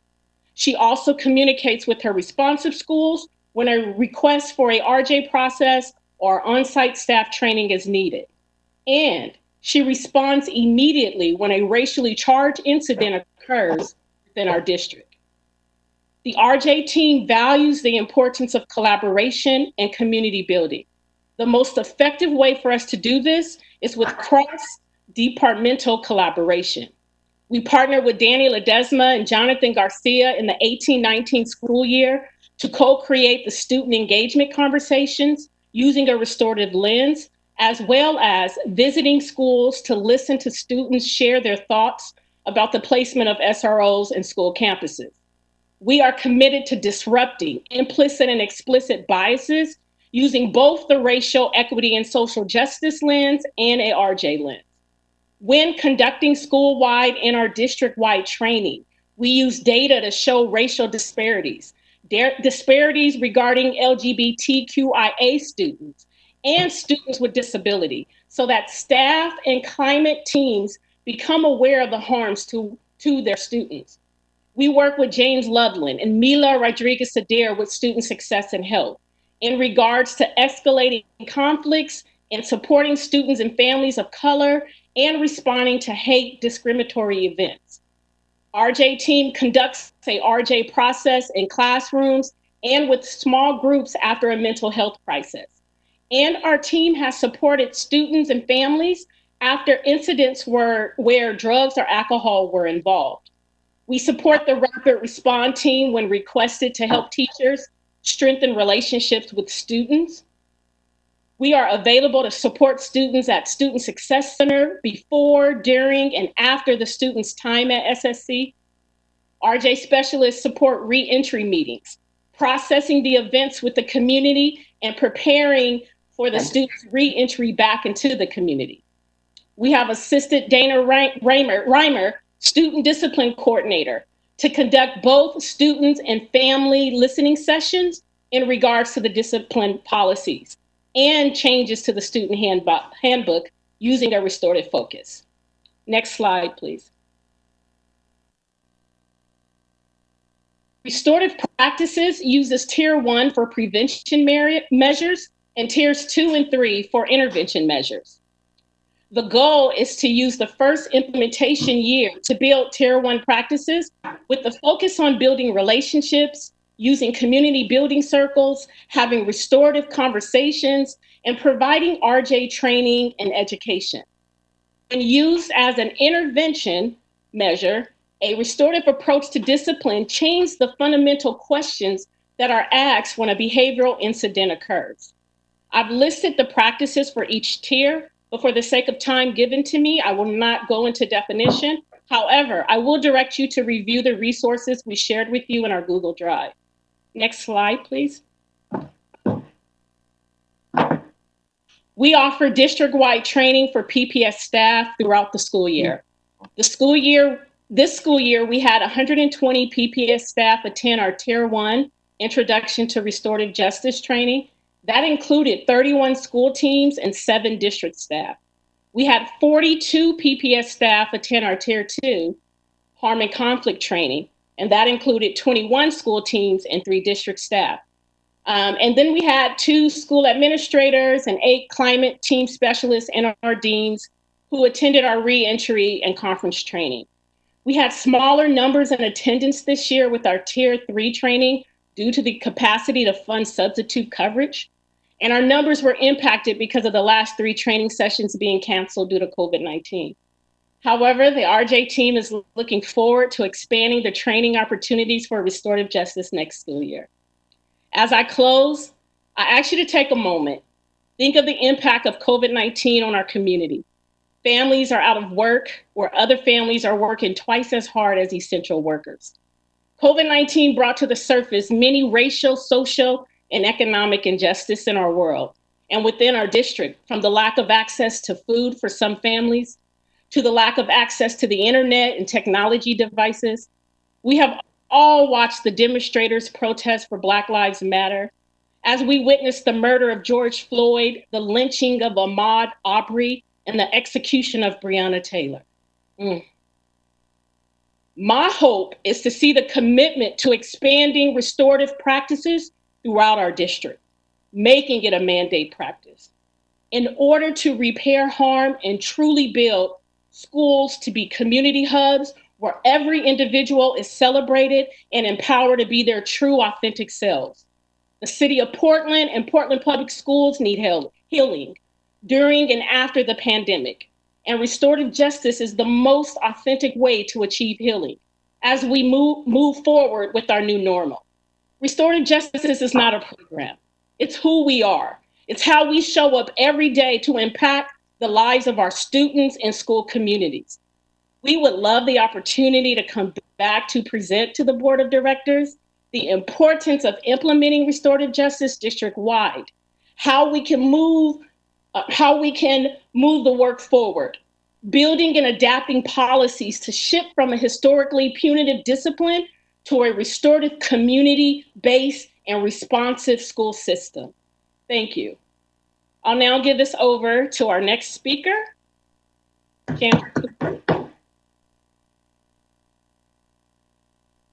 Thank you, Shar. That's going to be a hard one to follow. Next slide, please.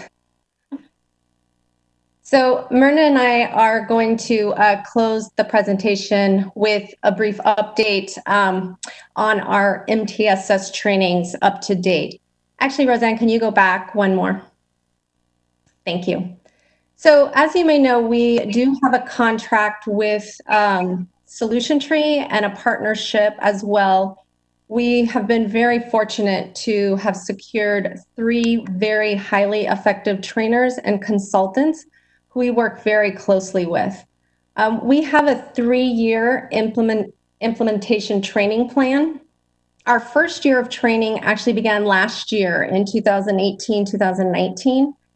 And it was intentional that we started with all of our district leaders, including central office administrators, all of our building administrators, and then we were also able to offer 2 days of training for all of our district TOSAs, coaches, and mentors. So the trainings last year really did emphasize the why and the research that supports MTSS implementation. And then it was also important that we established a common vision, a common understanding, and language around MTSS before we began the training at our school sites. So then this year, 2019, 2020, was actually our second year of the training plan, and we were able to start with our school teams this year.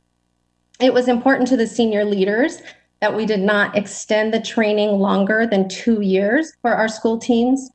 So in order to do this, we divided our district into 2 cohorts. Cohort 1 includes all of our CSI, TSI, and title schools. Plus we have 8 more schools that were either in those regions or they requested to be a part of cohort 1. And this made up about 41 schools who went through our training this year. And then this upcoming year, 2020, 2021, will be our 3rd year of training, and that will be all of our remaining schools for cohort 2. Next slide, please. So this slide is a visual to help show the structure of our training and how we were able to divide our 41 schools into 3 different groups. This also allowed us to have 3 different trainers, and it gave us an opportunity to provide differentiation so that we could have all of our middle school and high schools together. So you can see in group A, that's all of our middle school and high schools. And so their trainer, Luis Cruz, was actually specializes in secondary education. Our sessions are actually called coaching academies, and they're scheduled in 3 two-day sessions for a total of 6 days. So each school that you see on the slide brought a team of 6, which included the building principal. And then the principals did have flexibility on who their team was that they brought to the trainings, but most of our principals brought their instructional leadership team. So the concept of our coaching academy is really similar to a trainer of trainer model, where school teams will attend the 2-day session, and then they're expected to go back to their buildings, apply content learned, as well as share the content with the larger staff before returning for the second 2-day session. So you can see by the scheduled training days at the top of each group that the sessions were scheduled 4 to 6 weeks apart, which was intentional to allow time to go back and apply. The MTSS team also attended these sessions. You can see towards the bottom of the slide, the MTSS TOSA, Teacher on Special Assignment, is assigned to their schools, and they actually attend the sessions with their schools. Naomi and I also attended all of the sessions for all of the groups. And so with that, we were able to create summary slide decks after each of the 2-day sessions. And these summary slide decks were really intended for the school teams to go back and use the slide deck with their larger staff. We just realized that when teams come together for 2 full days of content, it wouldn't be realistic for them to go back and try to replicate those 2 days with their staff. So the summary slide decks that we've created are actually in 90-minute modules to be able to fit into staff meetings. So lastly, if you look at the bottom, you will see the outcomes or the focus for each of the days and sessions.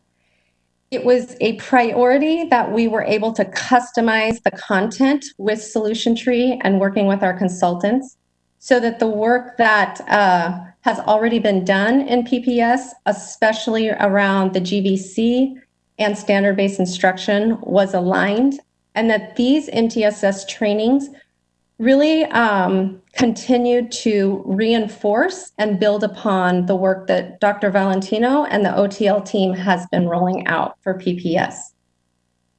So as Naomi shared, we were not able to administer the FIT assessment, the Fidelity Implementation Tool, this spring with these schools due to the extended school closure, which is unfortunate because this would have been our first year of growth data or implementation data. However, I can share with you that we do provide a survey or an exit ticket after each day and each session. And I can tell you right now that 100% of the schools in cohort 1 that you see on this slide are reporting to have regularly PLCs, professional learning communities, scheduled on a regular basis. So that is a huge win for us. PLCs are a significant component of MTSS and of our training. So with that, I'm actually going to turn this over to Myrna, who has attended our trainings, and she's going to talk a little bit about the MTSS work at Rigler. Evening, board. What a pleasure to be here. It is my first time addressing you, so I am excited. And I'm excited to share with you what this training did for our team. So the very first time we did the training during the 18-19 school year, it was after Janelle Keating came to talk to us. She kind of talked about how important it was for kids not to be pulled out of their main class in order to get their interventions. And it kind of was like, oh yeah, like if I'm getting pulled out of math to do reading, how do I do this? So the first step that Ethan and I, my AP and I took was to make a schedule that had additional time and support for every grade level of at least 20 minutes. And then in that schedule, what we created was the opportunity for the ELD teacher that was assigned to that grade level to be able to push in and do interventions, the SPED teacher that was assigned to that grade level to go in and do push-in interventions. Our interventionist to be able to do push-in intervention. So it was our first try, and we made lots of mistakes in that, but it was kind of how we're arriving at a refined understanding of what Tier 2 supports are and what Tier 3 supports are. And it also brought our whole staff together in agreement about the fact that Tier 2 needs to kind of be handled by the classroom teacher, and then Tier 3 needs to be an outside source that's closely documenting and closely checking in on interventions with kids.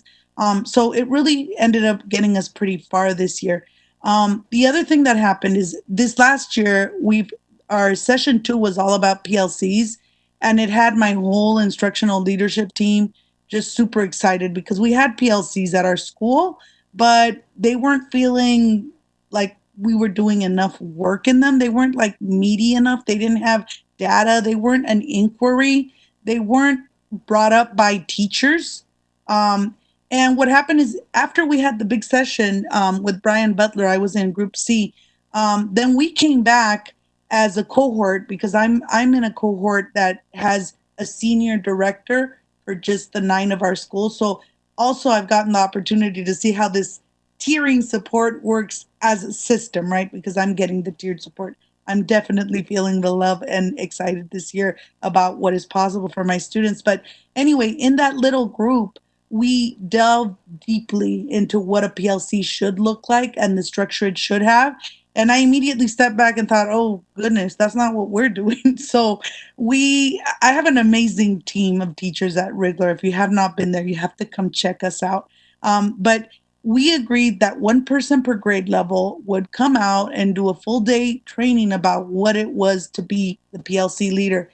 And I added links on here. If somebody could help me click on the kindergarten PLC 5.5 link. I'm particularly proud of what's happening now because what's happened is my teachers are leading their PLC, and then it's a data-based PLC. So when they go look, if we don't have time to do it now, you can do it later. But if you go look at that PLC, there's actually data that we looked at. We first agreed, what is our biggest concern during this pandemic with students? And it was engagement, right? So then we went right to engagement and we said, where do we want to analyze our engagement? In Google Chat or on the platform? And we agreed Google Chat. So we took careful data about who was engaging and who was not engaging. And we were able to see pretty clearly like who the kids were that needed tier 3 interventions, which while we're online was me giving the family a call to find out what was happening, what was needed. If you could scroll up, please, I could show you where to click so people can see the data. But this is just an example of an agenda that one of the PLC leads created. And if we scroll down on it, there's a link to the data that we created, but it's basically the attendance for Google, and then a plan for what are we going to do for the kids that, that were able to engage at core. What are we going to do with the kids that need a little more? And what are we doing for the kids that are not engaging at all? So you can go look through this later if you want to. I just wanted you to have an example of what that looks like, of what it means for us to have like a meaty PLC. It's database. We're discussing solutions and who's doing what on a team. The other thing I linked on here for you to review was how it changed our direction of our whole team as a leadership team. So I shared the leadership team agenda that now regularly starts in our school with looking at which 3 parts of our PPS vision our teachers all hooked into and felt like were essential for our school. And it was I think it was day 3 of Brian Butler's piece that we talked about what leadership is meant for, like making the big umbrella. And then we went back and redid our vision, and it truly made a difference for us. I also linked in where our tiering work has taken us during this pandemic. I feel like that training was essential in helping prepare us to be powerful teachers with data while away from the kids as a team. So that last sheet, if you go look, is just a tiering of like who needs what and in what order, in what area. Is it in hyper and distance learning engagement? Is it in math that people need more support? And in closing, I wanted to be a little bit of a show off and show you what we're able to produce with a base like this. So if somebody can help me click on that 57 2.53 and go to that part of the video, it's the 30-second moment in time from yesterday's 5th grade promotion that kind of shows you like how we're delivering our mission in supporting all students via our work. So it looks like nobody can click on that, but later if you want, go click on it, go to that second and be ready to be impressed with what we're creating: bilingual, bicultural, confident, strong students that know that they matter. Thank you so much. Brenda, I believe I'm handing it back to you. Thank you, Myrna. Thank you, Chandra and Naomi and Shar. I know that we went over a little bit, but we're very excited about this work, and we really appreciate you taking the time to listen. I think that this is a perfect example of the ways that we are leading, doing the work of our racial equity and social justice, and weaving that into action. So thank you very much, and that's it. Thank you, Brenda. This is Rita. I am stepping in. Director Constam had to step away to deal with a family emergency. So I want to open the floor to board members. Do you have any questions?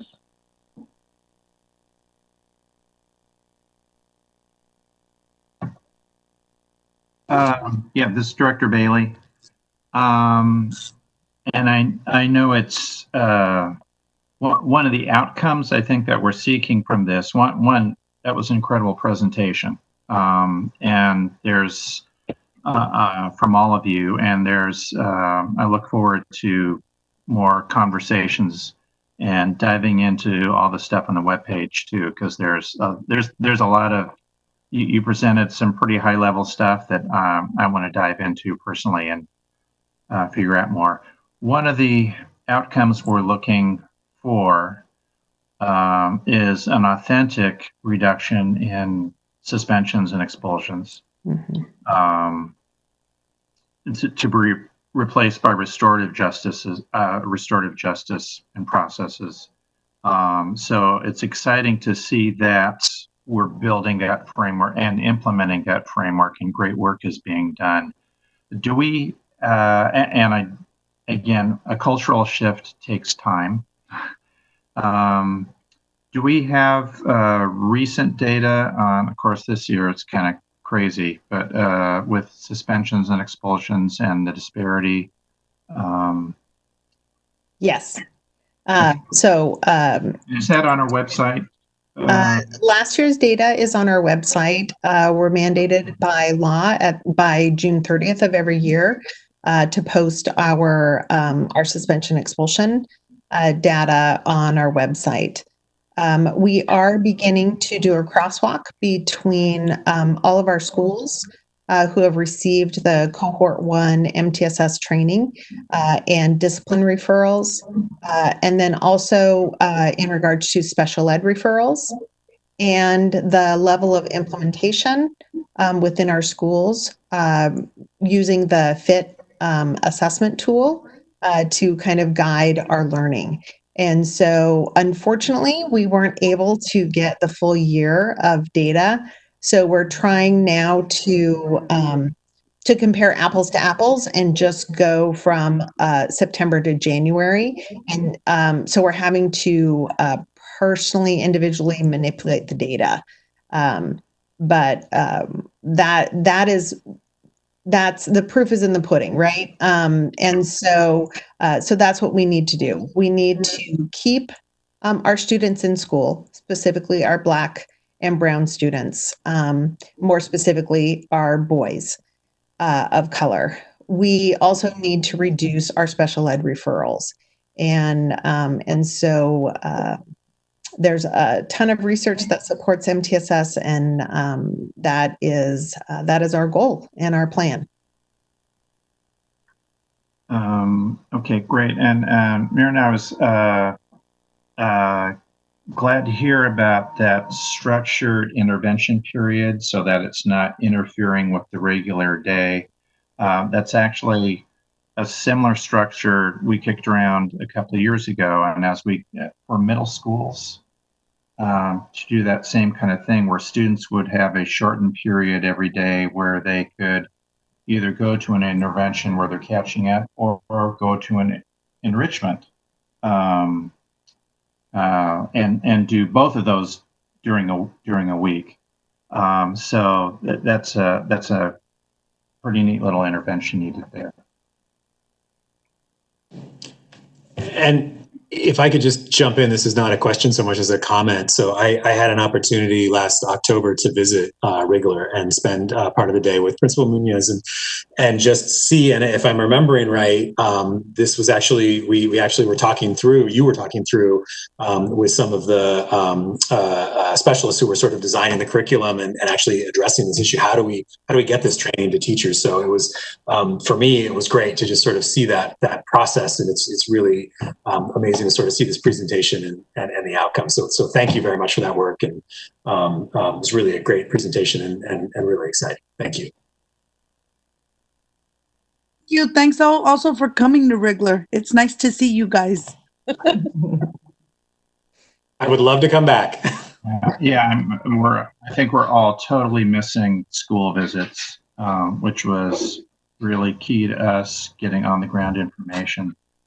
The other piece I want to ask the team is, again, thinking of us as a learning organization. And you mentioned one of the feedbacks you got was that 100%, yeah, we're trying to implement this. What's the other methods of feedback that you get to say, yes, teachers are integrating this, staff are integrating this into the day-to-day work of the school? Chandra, would you like to answer that? Sure. And maybe we've got a couple of different answers from, or one from each of your team members. Oh, sure. Yeah. So if you remember Brenda sharing, our department really oversees all of the school climate and PBIS and discipline and referrals, as well as the academics. So on the academic side, we are looking at that FIT, as we talked about, the FIT assessment. And so right now we have the baseline, but we'll have our 1 year of growth data next year. Besides the academic, or besides the FIT, we also rely fairly heavily on those survey and exit tickets, because it's a team of 6 that's completing them. So it's not just the building principal, or it's not just one person from that school. So it's fairly reliable. On the school climate side, we also oversee the Successful School Survey. So we use that data pretty heavily to look at how that can inform school climate plans, as well as the Culturally Responsive Tiered Fidelity Inventory, which is also a school climate assessment that we use. So with all of that data, it kind of helps us inform not only where schools need support, but how we can also tailor our professional development to help schools. We are really looking forward to having that fit assessment and to have that data, because that will be the beginning of showing our implementation growth. And one reason we hired the superintendent was because during an interview, he showed us this incredible display of a data dashboard that just knocked our socks off.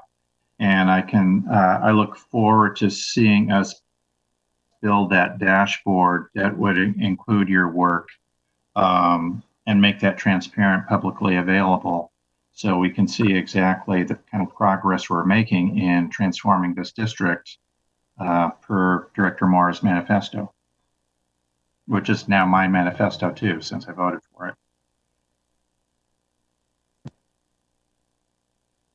Thank you so much. We've been waiting for that deep dive into all the work that's been going on with MTSS. Do we have any further discussion, board members, before we move on?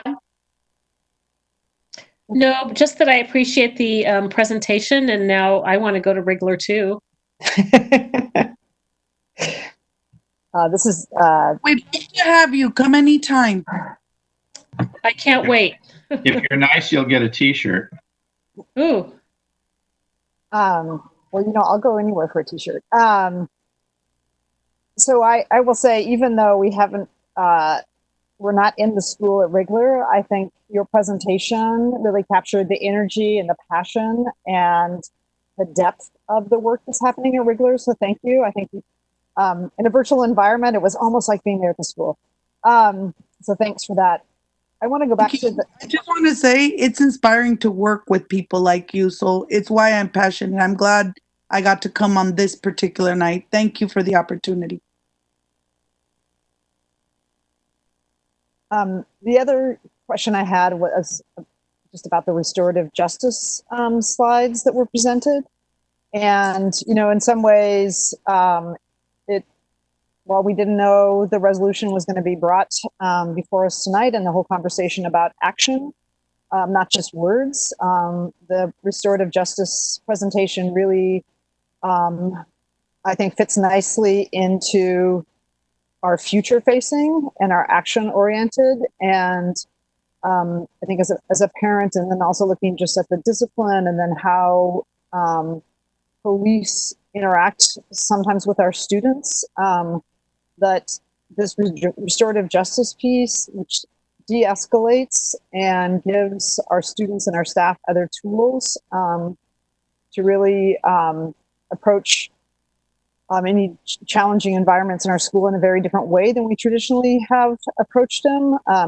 So I just wanted to say to the team, I'm really excited. I'm going to be interested in how it gets rolled out, so that everywhere in our district that we all have that's anchoring our work. And I really applaud Brenda, you and your entire team, and everybody who presented tonight in sort of leading the way and sort of our new practices, especially as we sort of close the door on some practices that we've had historically for a long time with school resource officers, and sort of engagement with law enforcement and pivoting forward. So thanks for the presentation. I really look forward to how it's going to continue to cascade out into the district.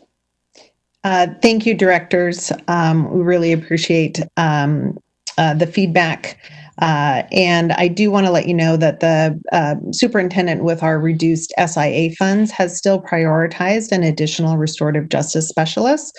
So we will be adding another FTE of an RJ specialist for next fall. So it's really awesome to have that addition and to be led by Shar and Chandra. So thank you.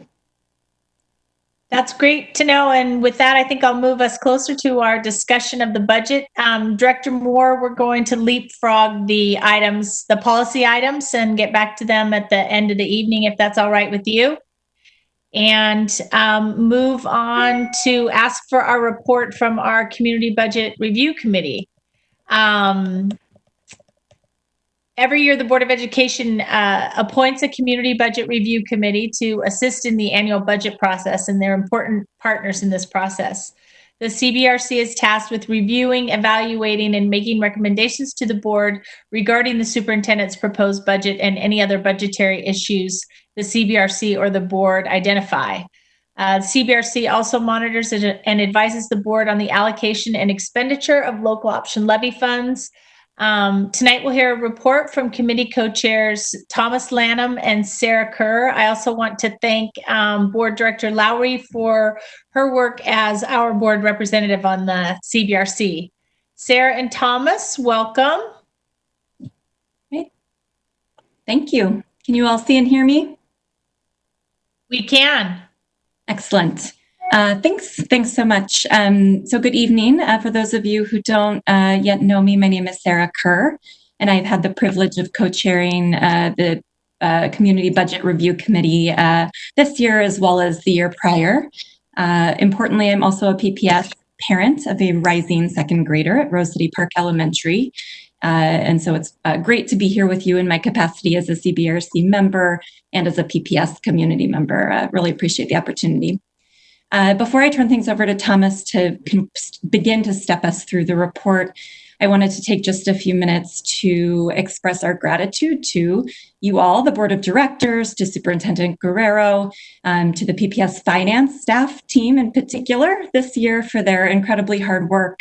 It's been, I feel like the word complex is an understatement. It's been a really complex and difficult budget year and just climate in general. And so I'd like to particularly appreciate that team, Deputy Superintendent Hertz, CFO Cynthia Lay, and their teams for supporting us while also juggling the really difficult work of developing a budget in this climate and supporting the entire PPS staff to really support the immediate needs of students and their families during this, COVID-related school closures and all of the impact it's had on our students. I'd also like to appreciate Director Lowry for her support of us and our committee.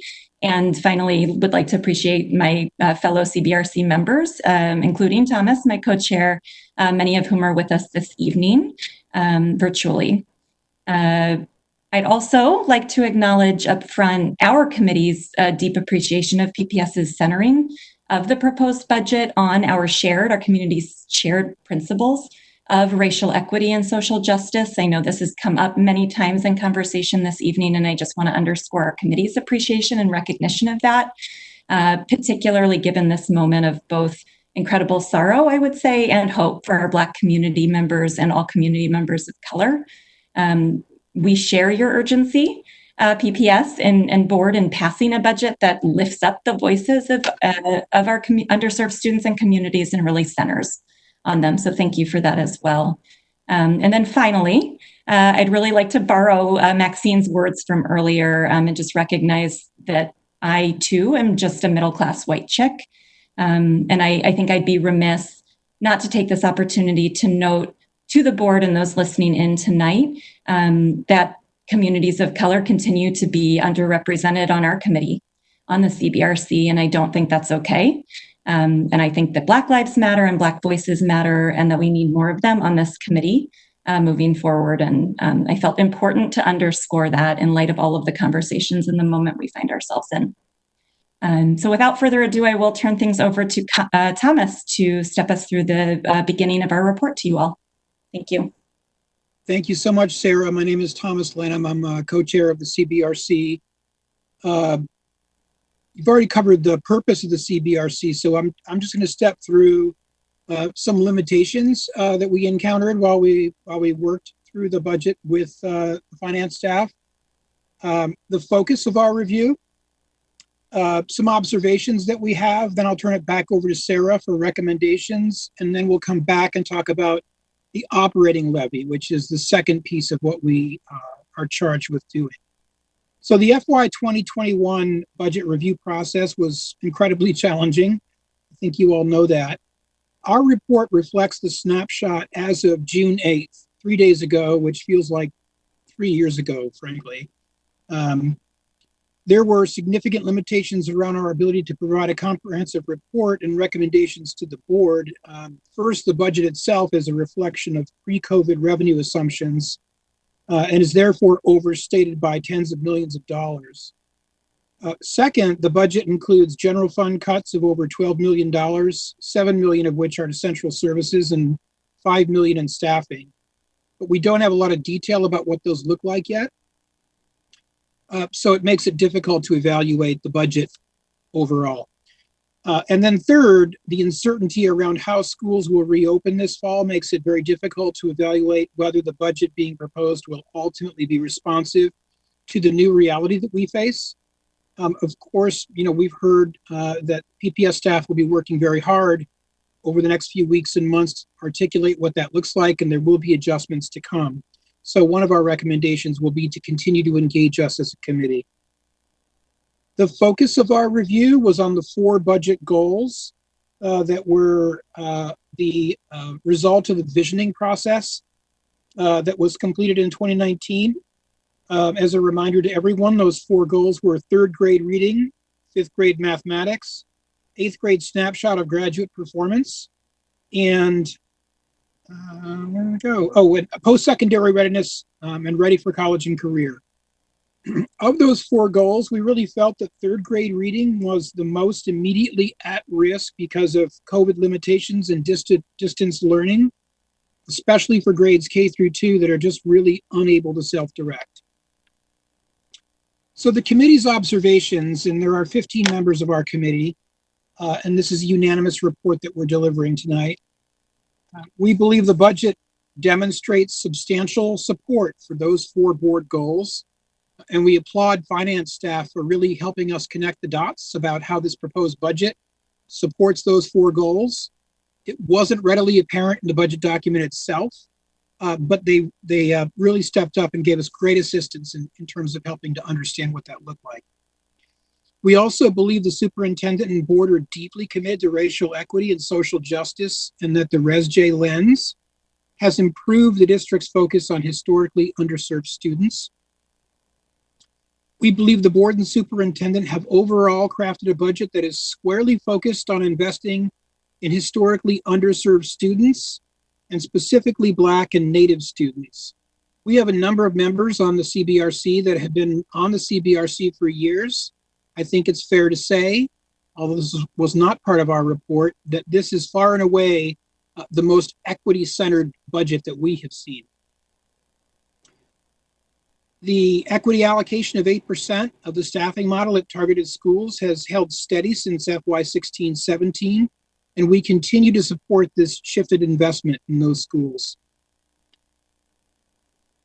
We do have concerns about proposed cuts to pre-COVID investment account investments in the multi-tiered systems of support, MTSS, that we just heard about, and school counselors. In K-5 and K-8 schools that receive federal Title I funding or were identified on low student performance for comprehensive support and improvement, or CSI. We also believe the $7 million in cuts to central services may be untenable.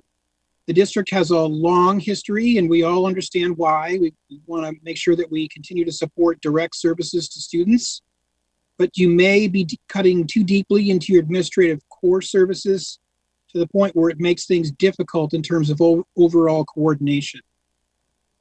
And so that sort of wraps up the observations that the committee had, and I'll turn it back over to Sarah for recommendations. Great, and I think we agreed we'd be glad to take questions, but that it made more sense to hold them until after we deliver our recommendations. So we'll look forward to those once I share the following recommendations. So we had a number, and I think you'll find that they tie to our observations pretty closely. So to start, we recommend additional investment to the extent it's possible in supporting K-3 literacy. While, as Thomas noted, we recognize that all students have been impacted by the incredible limitations of distance learning, we're particularly concerned about younger students who are often unable, as Thomas noted, to self-direct based on research done just, right in our own backyard about estimates for learning loss. Projections suggest that students may lose up to 70% of typical learning gains in reading and 50% in math by next fall, and those estimates are typically much starker for our younger students in lower grades. We are all, I think, well aware that states are shifting literacy policies to really, implement the science of reading. We know a lot more about what it takes to provide explicit, high-quality instruction in reading, and we know that more resources are needed to really assist PPS if we're to stay on track to meet that first board-adopted goal of 60% of third graders reading proficiently by the end of the 21-22 school year within this particular either virtual or hybrid distance learning context. Second, we recommend that PPS continue to advocate for protecting and enhancing the K-12 budget for Oregon school districts writ large. Class sizes, despite efforts to date and the passage of the Student Success Act investment, remain unacceptably high in the state and in our district. The Oregon Department of Education, QEM, recommended funding levels has still not been achieved. I think everyone on this call is aware of that. And while the SSA was a big step in the right direction, we note that the overall investment in Oregon students is still not adequate. So this is really a call for more advocacy on behalf of PPS at the state level. Third, we recommend that when clear guidance for opening schools is available, that the board sort of revisit and revise the budget to address whatever that new reality is. And I very much think that this is the intent of the district, but we wanted to underscore the importance. And in particular, note the massive variation in distance learning that has played out across the district by school and even by grade band within a school. I can attest to that personally in my own child's experience. And in some cases, that variation just isn't acceptable. And if we had the data to tell us, I think we were certain as a committee that it would reflect variation broken down along racial and income demographic lines. Again, unacceptable. So if schools are allowed to open on a limited basis with low student density, though through, for example, block scheduling or hybrid blended learning, the district's budget should reflect a move towards standardized approaches to distance learning, teacher training and support for these new systems. These budget revisions should be operationalized through the RESJ lens that we know the district is committed to ensure that blended learning offerings will not exacerbate inequities regardless of how instruction is delivered. So this is really reconsidering the budget in light of whatever the circumstances call for as we get new and more information. Fourth, we recommend increased investment in recruiting, supporting, and retaining teachers of color, even as the district faces budget constraints that could lead to teacher reductions in force moving forward, perhaps less starkly this year, but next year as we anticipate further cuts. We cannot afford to lose ground on the early progress we've made on this front as a district. And to be clear, our Black and Native students will stand to lose the most if we back off of those commitments. Fifth, we recommend that the district protect or increase funding for services to support students with disabilities. Next year, special education leaders and teachers will be challenged to provide supports within a continuum of teaching and learning models, through distance and or brick and mortar schooling. And it will be imperative even more so that they have adequate funding to address critical decisions about whether to provide services in separate settings, how to support parents now responsible for more services at home, and the complication of following compliance. Sixth, we recommend maintaining support for diagnostic assessments such as the MAP and adding student and school-wide measures of social and emotional learning supports to more nimbly and effectively understand students' needs and progress, now more important than ever, we would argue. We know that assessments alone won't result in increased support and outcomes for students, and so we're also calling on PPS to make sure that we're adequately resourcing teachers and preparing them to be more data literate and be able to use those data that we are collecting, both in terms of academic outcomes and health and mental health and wellness outcomes, that they're able to really use those to make more and better informed decisions on behalf of their students. And finally, we recommend that the PPS board continue to engage us, the Community Budget Committee, for the very substantial budget amendments that we anticipate to come over the course of the next several weeks and months as the budget is reconciled to final forecasts. Thank you very much. Appreciate that, both of you. I'll start out with one kind of high-level question about your recommendations, Sarah. Are your recommendations really a statement of principles that the CBRC is expressing, or are they directly related to gaps or perhaps deficiencies that you noted in the budget framework? That's a great question. I'm happy to field it first, and then Thomas, please add on. I think probably a mix, to be honest. I mean, in part out of necessity, because we were reviewing a budget that doesn't reflect reality, and so we wanted to focus in particular on the alignment of proposed expenditures against the 4 board goals. So we looked at that in principle, and then, to the extent that we had accurate information available that was more reflective of what we are anticipating having available budget-wise next year, we did try to connect our recommendations to observations specifically, or specific line items within the budget. So, the MTSS one is a good example, and actually might reflect, potentially misunderstanding, which would be good to unearth over the course of the discussion that you all will have. A spreadsheet that we saw pretty recently as a committee, our understanding was that the original budgeted amount, which was close to $1 million for MTSS, was reduced by nearly $867,000 in the revised budget. And so to us, that our understanding was that was sending a signal of a cut in services, or maybe not a cut of services that hadn't been offered, but a delay in implementing some of that. And so that was an example of us, making an observation about MTSS, or expressing a concern that was directly tied to a line item that we saw that was shared with us.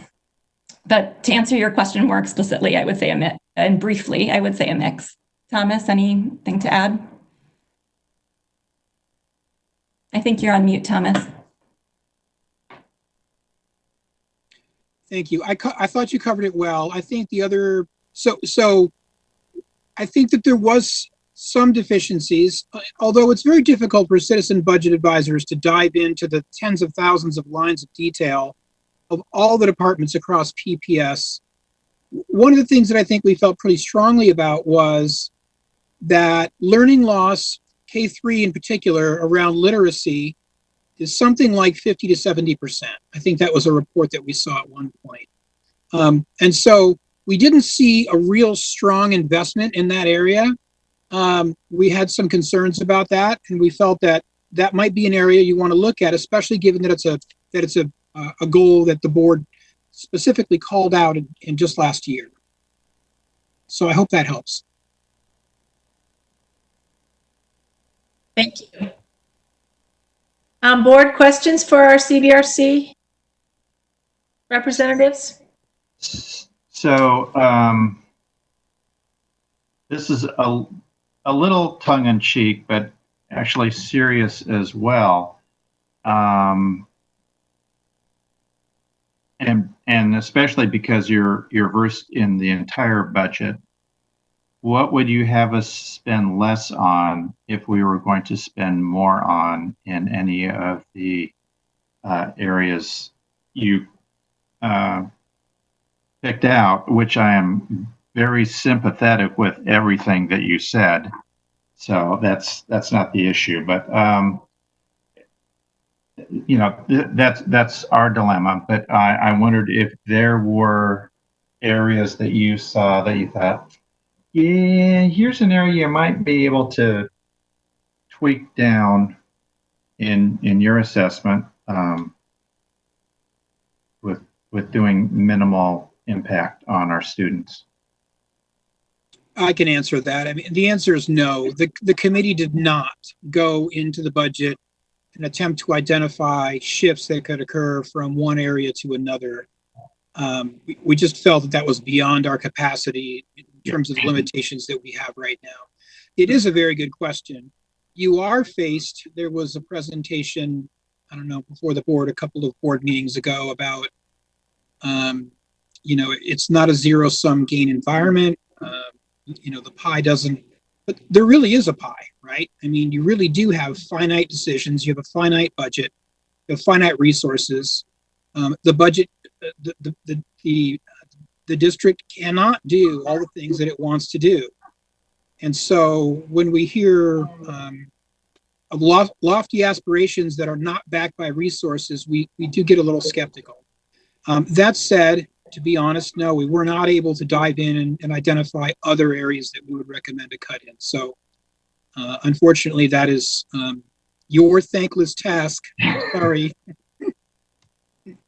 Yeah, no, and again, partly that was tongue in cheek because I know. Yeah. It's why we get paid the big bucks, though. This is just more of a sort of a comment.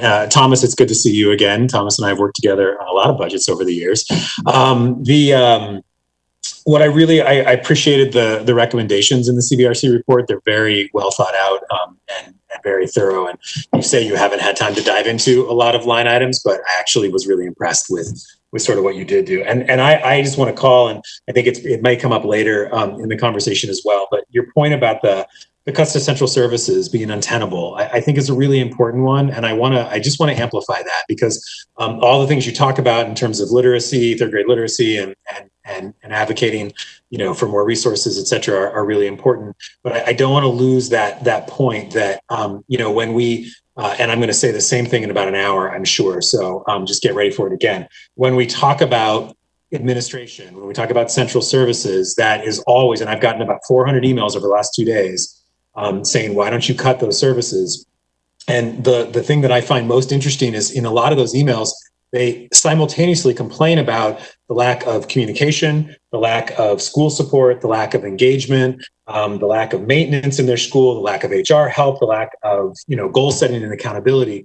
Every one of those things they're complaining about are administrative costs. And so I think as we look at this budget and we go into this conversation, and we have been over the last few weeks, and as we go into it and we go into those cuts, it's not that we shouldn't cut administration. It's going to have to happen, but being really, really careful and thoughtful and conscientious about that, because those are the things, and those administration has this bad rap, but it is actually incredibly important to a successful school system. So I just really appreciate that the CBRC included that in your report. So thank you.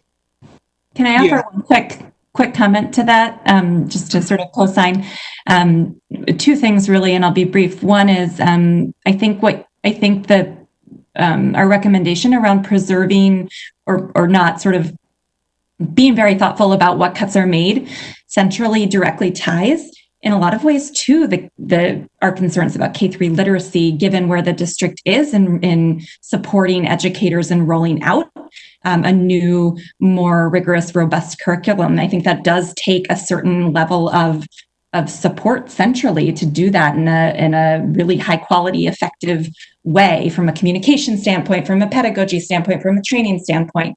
And so I actually see those things directly connected. And I think that's I wanted to underscore that. And secondly, I think it ties to the point we tried to make around variation being unacceptable. I'm not someone who wants to go in and tell, I think every school has its own rhythm and rhyme and culture. And I don't think we're suggesting to take away from that, but I think the degree of variation that those of us on the committee those of us with students in Portland Public Schools experienced over the last several months, and the possibility of that continuing over the course of the coming months is concerning. And part of that, I do think, ties to the level of support, common expectations and support that a school system is setting and then following through on. And so it's sort of a question about, are we a school system implementing something, or are we a system of individual schools that are sort of their own fiefdoms and going their own way and making choices? And again, it's not that one is right and the other is wrong, but I think as we're trying, in this whole new world, implementing some sort of distance learning or hybrid next year, it's going to be increasingly important to have support centrally to do that well and measure it and continuously improve.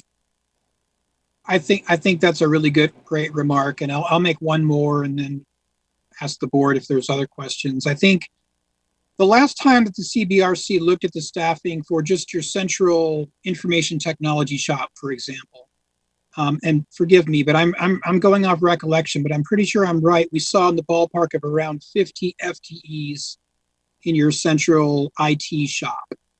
An organization of similar size and complexity. The city of Portland has, I think, north of 200 people in that same function.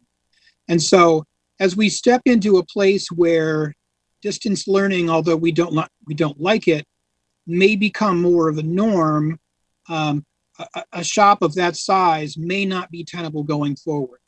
Now, let me be clear, the CBRC is not recommending specifically increased investments in the IT shop. It's just as simply an example of one of the areas that may be cut as a result of the budget being proposed, when really an investment in that area would be smart if it was possible. And we understand the very difficult and almost impossible trade-offs that are before the board. But I thought I would just highlight that as an example. We do need to also cover at some point here briefly the levy, but there may be other questions about our budget report itself, so I'll stop. Thank you, Thomas. Board members, do we have more questions about their recommendations before we move on to their levy report? First of all, just real quick, I should have led off with a big thank you to you and the committee's work. And I would have to say, this is Director Lowry. I served in CBRC, as did Director Moore back in the day, and I just really appreciate both Sarah and Thomas's leadership and the way that you have worked really hard to try to make sure all voices are heard. And they do this cool thing where you have to like move your name tag if you want to speak. So they're making sure there's room for all voices. And I want to thank you for your impressive leadership this past year and the hard work you've done. Ditto. Thank you. Here. And I'm going to Chair, since we're giving accolades, go ahead. I also just want to say thank you to the CBRC as well for their commitment. They asked great, challenging questions in their last meeting, which I had a chance to dialogue with them about. I really appreciate the report. And I appreciate calling out that our primary grade level students really do need access to high quality literacy materials.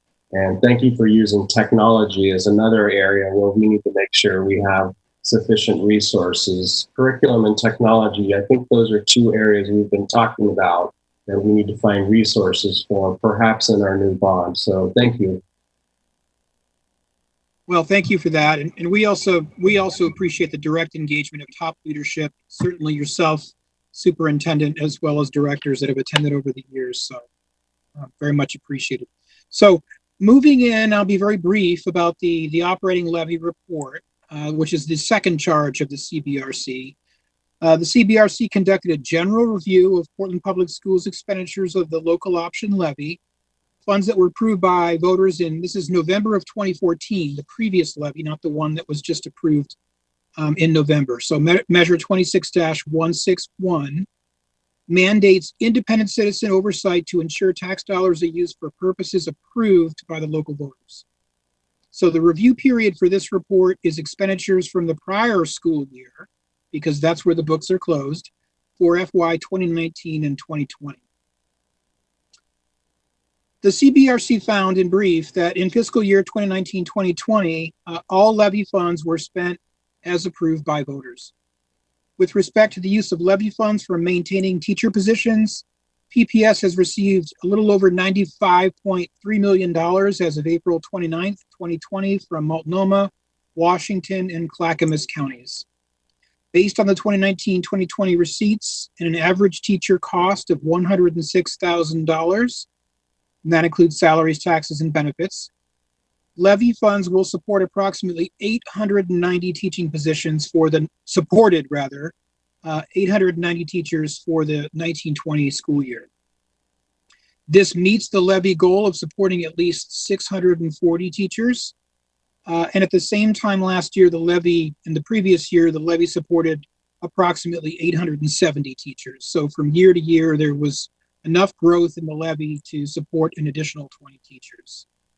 So we would be very remiss as a CBRC for not thanking voters for that very substantial contribution to PPS. Without that contribution, there would be absolutely untenable cuts to teachers in the district, and also a similar increase in the student-teacher ratio. So it's absolutely critical to the success of the district, and it is being expended the way that it was intended. Thank you. Thank you very much. And it is unfathomable to think about what our district would look like without that continued generosity of our voters. All right, so without any further ado, I think we will move on to our primary discussion of the budget. Again, I want to recognize to the CBRC, we feel your pain about this difficult process this year. There's a lot of things difficult about this year for our school system, but the budget process is just as challenging and confusing for us, given the constraints and the unknowns as it was for you. So thank you for persevering, and thank you for your good guidance. And we absolutely will be back to you when we come to the discussions around the amendments. And we look to your guidance through that process as well. Thank you. All right. Superintendent Guerrero, tonight we have your proposed budget for the 2021 school year coming to us for approval. As we heard on May 26th, when you first shared the budget proposal with us, it's focused clearly on our core values, our theory of action, and concepts outlined in our community-driven vision for PPS.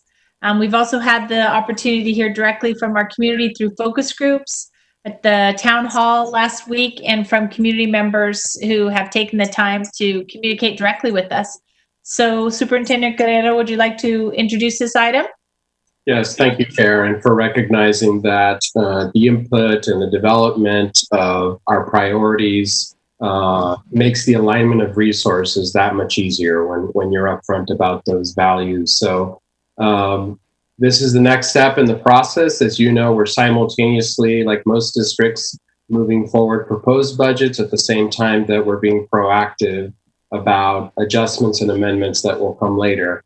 But I'm going to turn the reins over to our leader in this effort, who's really been quite the taskmaster with all of us, our Deputy Superintendent Claire Hertz.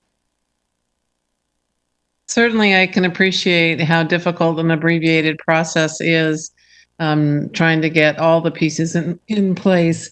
And I too want to add my congratulations on an excellent process for the CBRC, for Sarah and Thomas.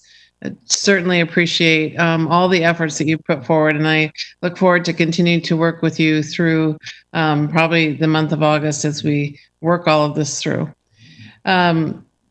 And so for tonight, you have before you a resolution, and we are asking you to approve a budget of $2.7 billion and 2.725.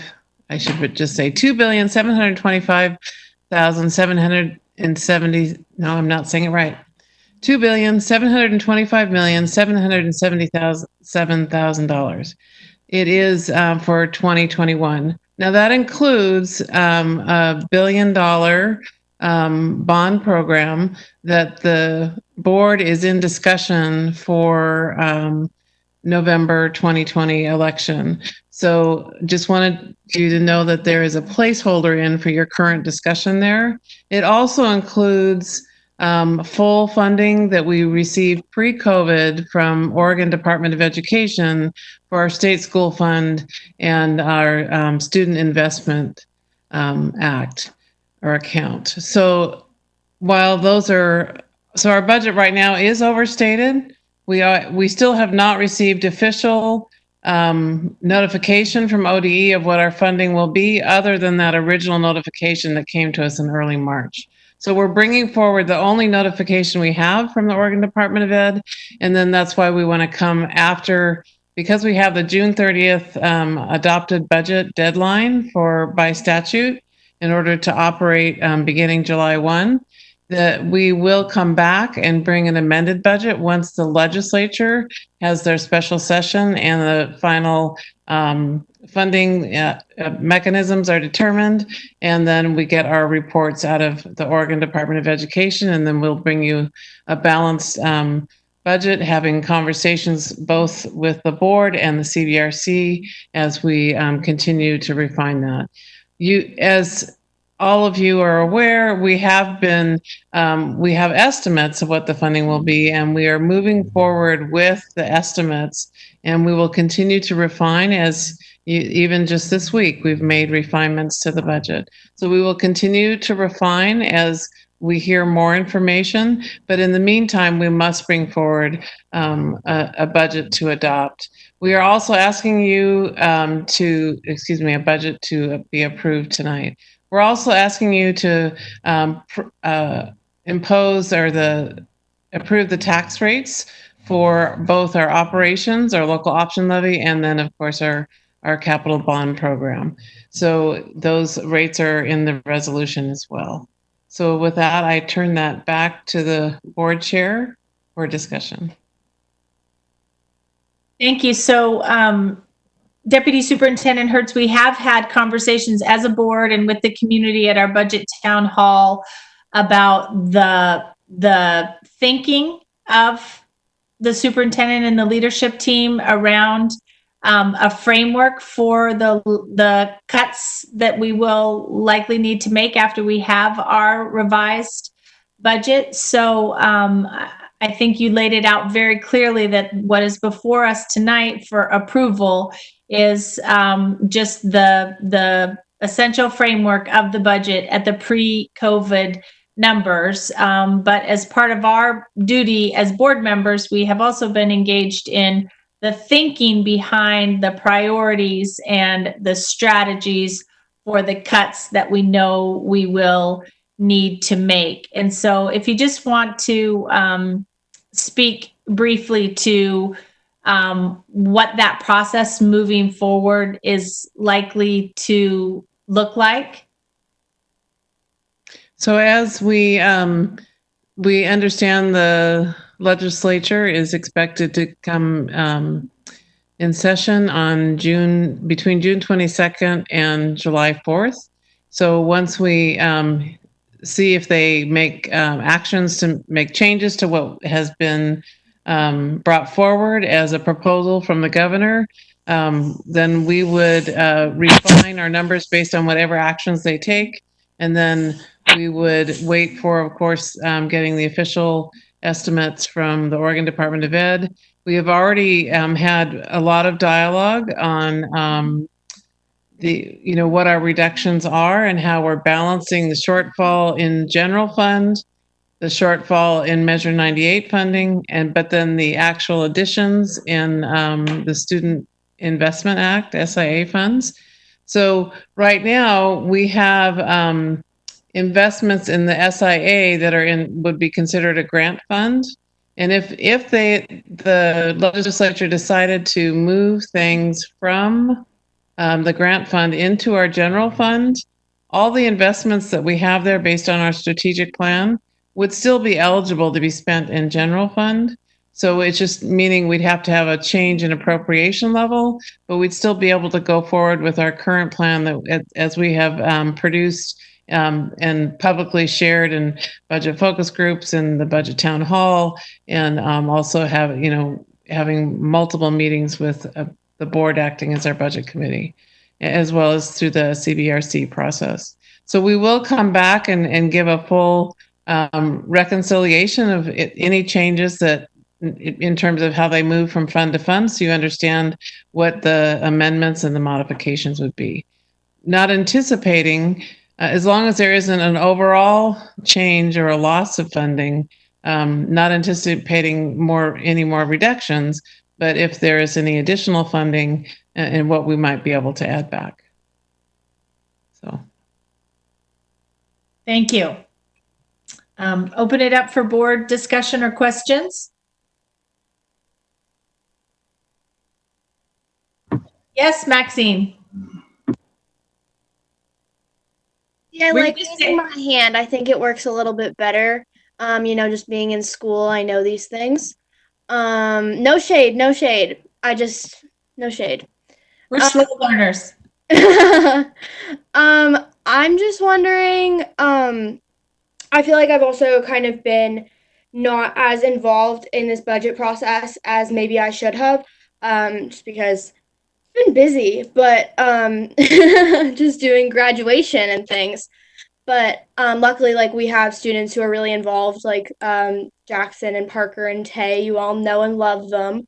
As our little, yes, we love them, who are very involved in this process, which I'm very appreciative of.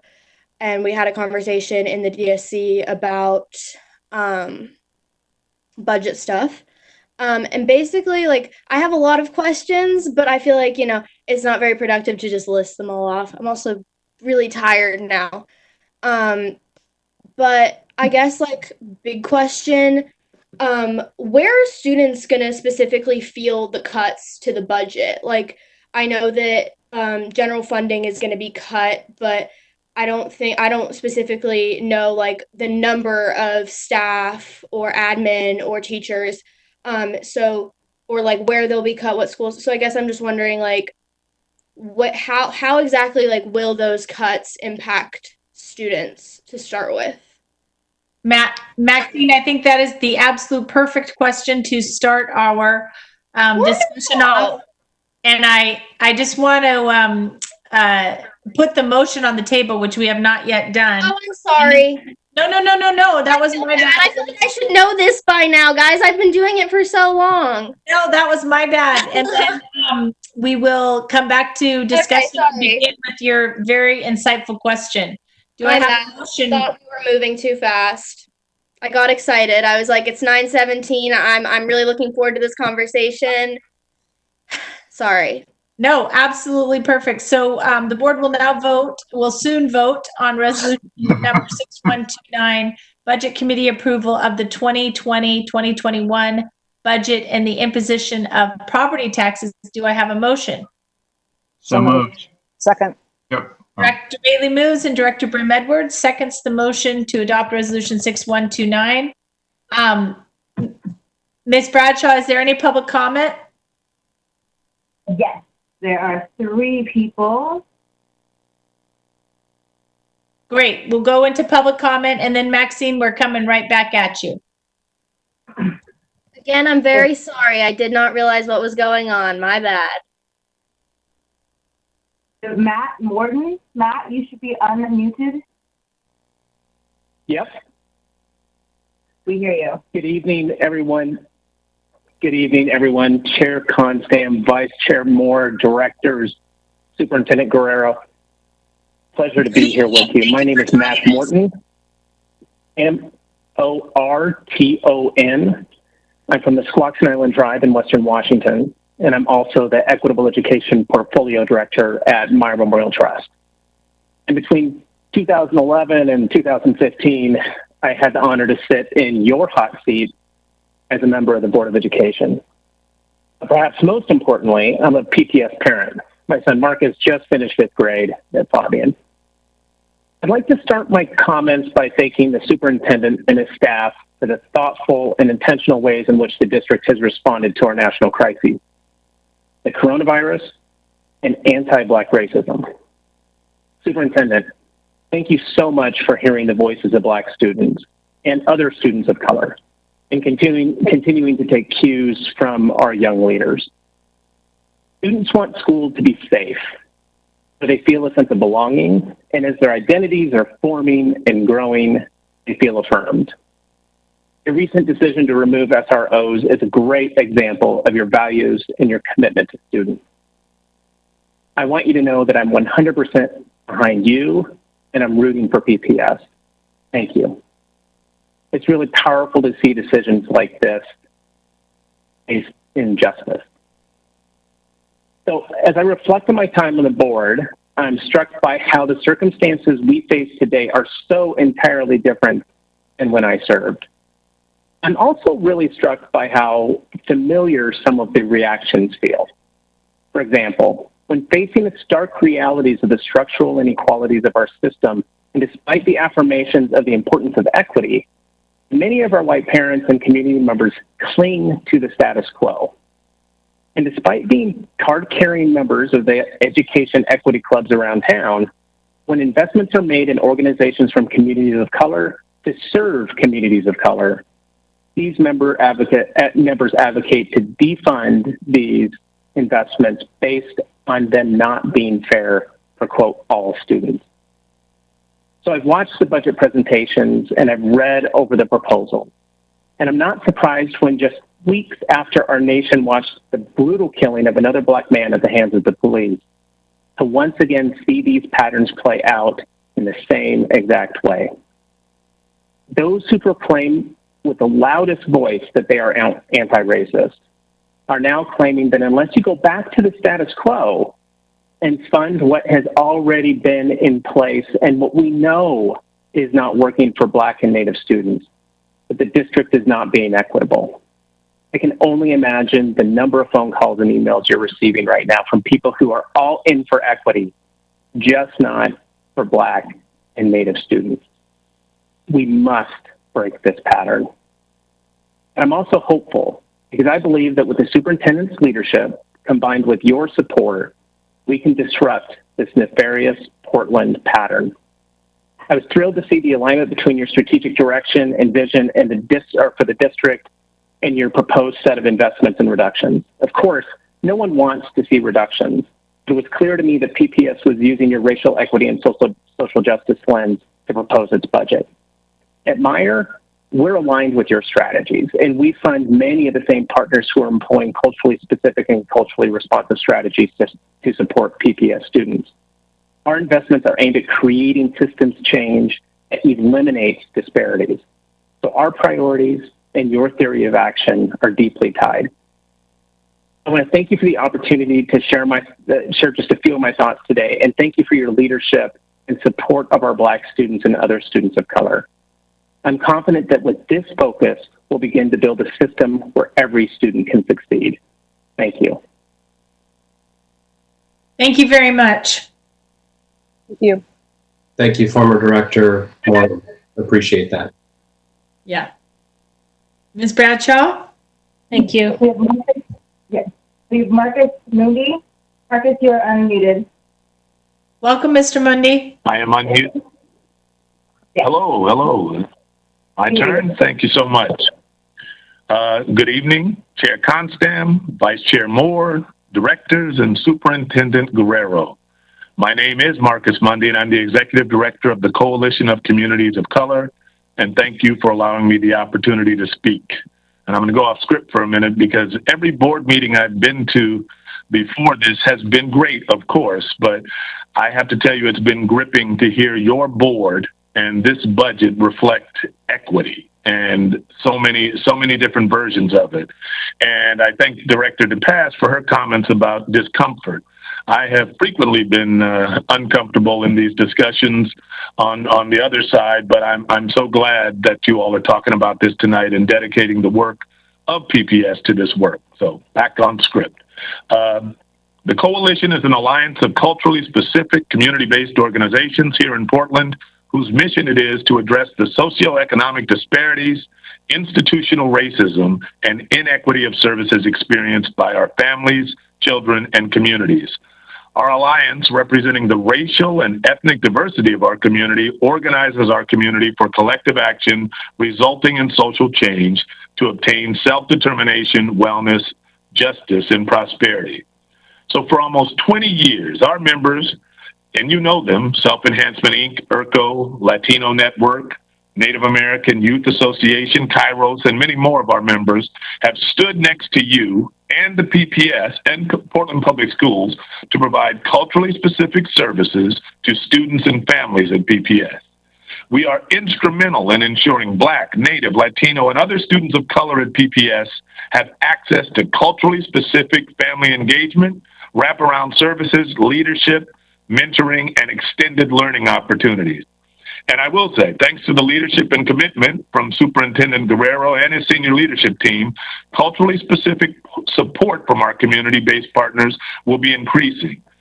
You all just approved the budget. This is the right call and in full alignment with the district's newly articulated vision, which I support and which I was thrilled to participate in and contribute to over those long sessions last year.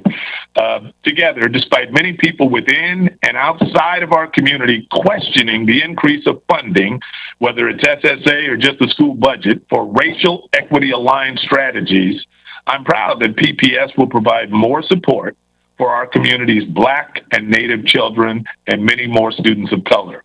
That is absolutely the right leadership move, Mr. Superintendent, and thank you for recognizing and being about a bold anti-racist agenda, one that centers the lived experience of our young people and makes change. I actually encourage you to be a bit bolder, but maybe that's for the next budget. I had previously written to the community that I, my brothers, my son, my cousins, and my friends, all Black men, watched in abject horror a few weeks ago as yet another Black man died at the hands of yet another policeman in yet another video broadcast to the world as if it were some rerun detached from reality. It was not detached from reality. It is reality, our daily, inescapable reality as Black men in America. And so when I heard the superintendent, his call to eliminate SROs, I know that he wasn't calling out any one individual. Instead, Superintendent, you were calling out the structural racism that continues to create gaps for Black students and students of color. We support that. Let me be honest. As a Black man in America, as a Black man in Portland, I am, as Fannie Lou Hamer said, I'm sick and tired of being sick and tired. And that is why I'm here today, almost at 9:30, thank you, to speak to you. As a Black man in America and as the executive director representing this diverse group of Black, Native, and community of color-led organizations, I would trade a million lawn signs stating Black Lives Matter or In Our America for a single day of those epigrams being realized through action. So how do Black Lives Matter at PPS? What political maneuvering, policies, or side conversations are you having that do not center the lived experiences of Black and brown lives? And I'm talking to board members and staff and anybody that deals with this system. What voices are you listening to? These are the questions that we have to ask. What priorities are you ignoring when you succumb to public pressure from communities with privilege? What does that say to Black and brown children in this district? Look, this isn't about taking from someone to give to another. As Mr. Lanham, I think, said, this isn't a zero-sum game. But as you know, this district, like every public institution in Portland and Oregon, was founded on the idea that Black lives don't matter. So while I know that the public pressure for systemic change is being carried out by voices on the streets of American cities, and protest and agitation is a tool for change, I ask that institutions, this institution, and leaders like you to truly double down on your commitment to Black and Native children. I commend and am cautiously encouraged that Superintendent Guerrero is proposing a significant increase to support culturally specific work in this district, one that centers racial equity. This commitment, reflected by increased funding to culturally specific community-based organizations, shows me that this administration, that's a tough word, that this administration is making strides to listen and truly partner to right historical and current wrongs. There is more to be done. But as you consider this budget, I ask you to join our table. Sit with us, continue to call us. Our members can help your overwhelmingly professional and yet and still overwhelmingly white staff build real relationships with Black, brown students and their families. We also know a secret or two about hiring people of color. And the next time you're approached by stakeholder groups who are trying to influence you with a social media post, a call, or even attempting to speak for me like a white woman did the last time I was here before you, call me or my members directly. because it took us 401 years to get here. And it's only been a mere 3 weeks since Brother George Floyd was killed. We have a long road ahead together, but we are your community. So thank you for letting me speak this evening. Just a regular black man in America who's seen enough. So thank you very much for your time. Mr. Mundy, thank you so much for joining us tonight. And I also want to just thank you personally for your letter that you wrote on behalf of the Coalition of Communities of Color, but your letter after George Floyd's death, your We Can't Breathe letter, and specifically for the very local and immediate calls to action that you included in that letter. So thank you very much. I appreciate that, and thank you all for bearing with me. Board, when we hear commitments like that from someone who represents our communities of color and the organizations that serve them in partnership with the district, so much is possible. Thank you, Mr. Mundy, for your remarks tonight. Absolutely. Thank you.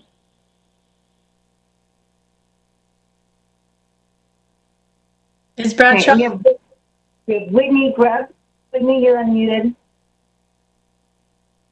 Great. Can you hear me? Yes. Yes. Great. Good evening, Chair Constam, Vice Chair Moore, Directors, and Superintendent Guerrero. My name is Whitney Grubb. I'm the Executive Director of the Chalkboard Project and Foundations for a Better Oregon. I am also, as of Tuesday, the proud mom of the Jefferson High School graduate. Chalkboard Project is a nonprofit organization jointly led by a coalition of Oregon's largest philanthropic foundations. Working primarily at the state level, we collaborate with impacted communities, educators, and policymakers to analyze, develop, and advocate for policy changes and public investments that ensure every child in Oregon can learn, grow, and thrive. For the past year, we have been deeply engaged in implementation of the Student Success Act as a critical lever for advancing educational equity.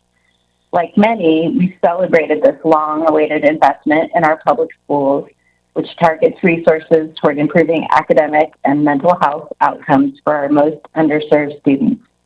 With the COVID crisis and resulting revenue shortfalls, our efforts at ensuring the Act is implemented have shifted to ensuring these critical investments are preserved.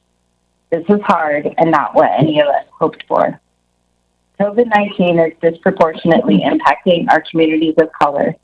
When coupled with the violent attacks on our streets and in our schools and communities, the sustained trauma that our Black, Indigenous, and children of color have borne for centuries is being compounded. In late April, we at Chalkboard Project joined over 20 partners in a letter urging Governor Brown and the legislative leadership to put children first when mapping Oregon's road to recovery. Since sending the letter, we've been convening with state and local leaders, education associations and unions, community-based organizations, and policymakers like you to find common ground. We have been energized by the alignment across different groups and inspired by the commitment from local leaders like Superintendent Guerrero to making racial equity, targeted investments, and partnership with culturally specific organizations, making sure that they are not just nice to have when times are good. What has emerged are some clear priorities across the state, which are represented well in your proposed budget and emerging strategic plan. First, in the short and long term, we must invest state and local resources with an anti-racist lens. We must continue to partner with trusted community organizations like the ones Marcus mentioned to support the academic and social-emotional needs of every child. And we must invite and accept the wisdom of the families and students who are currently not being served. Second, we must support our educators, and especially our educators of color, who are uniquely positioned to support historically underserved students.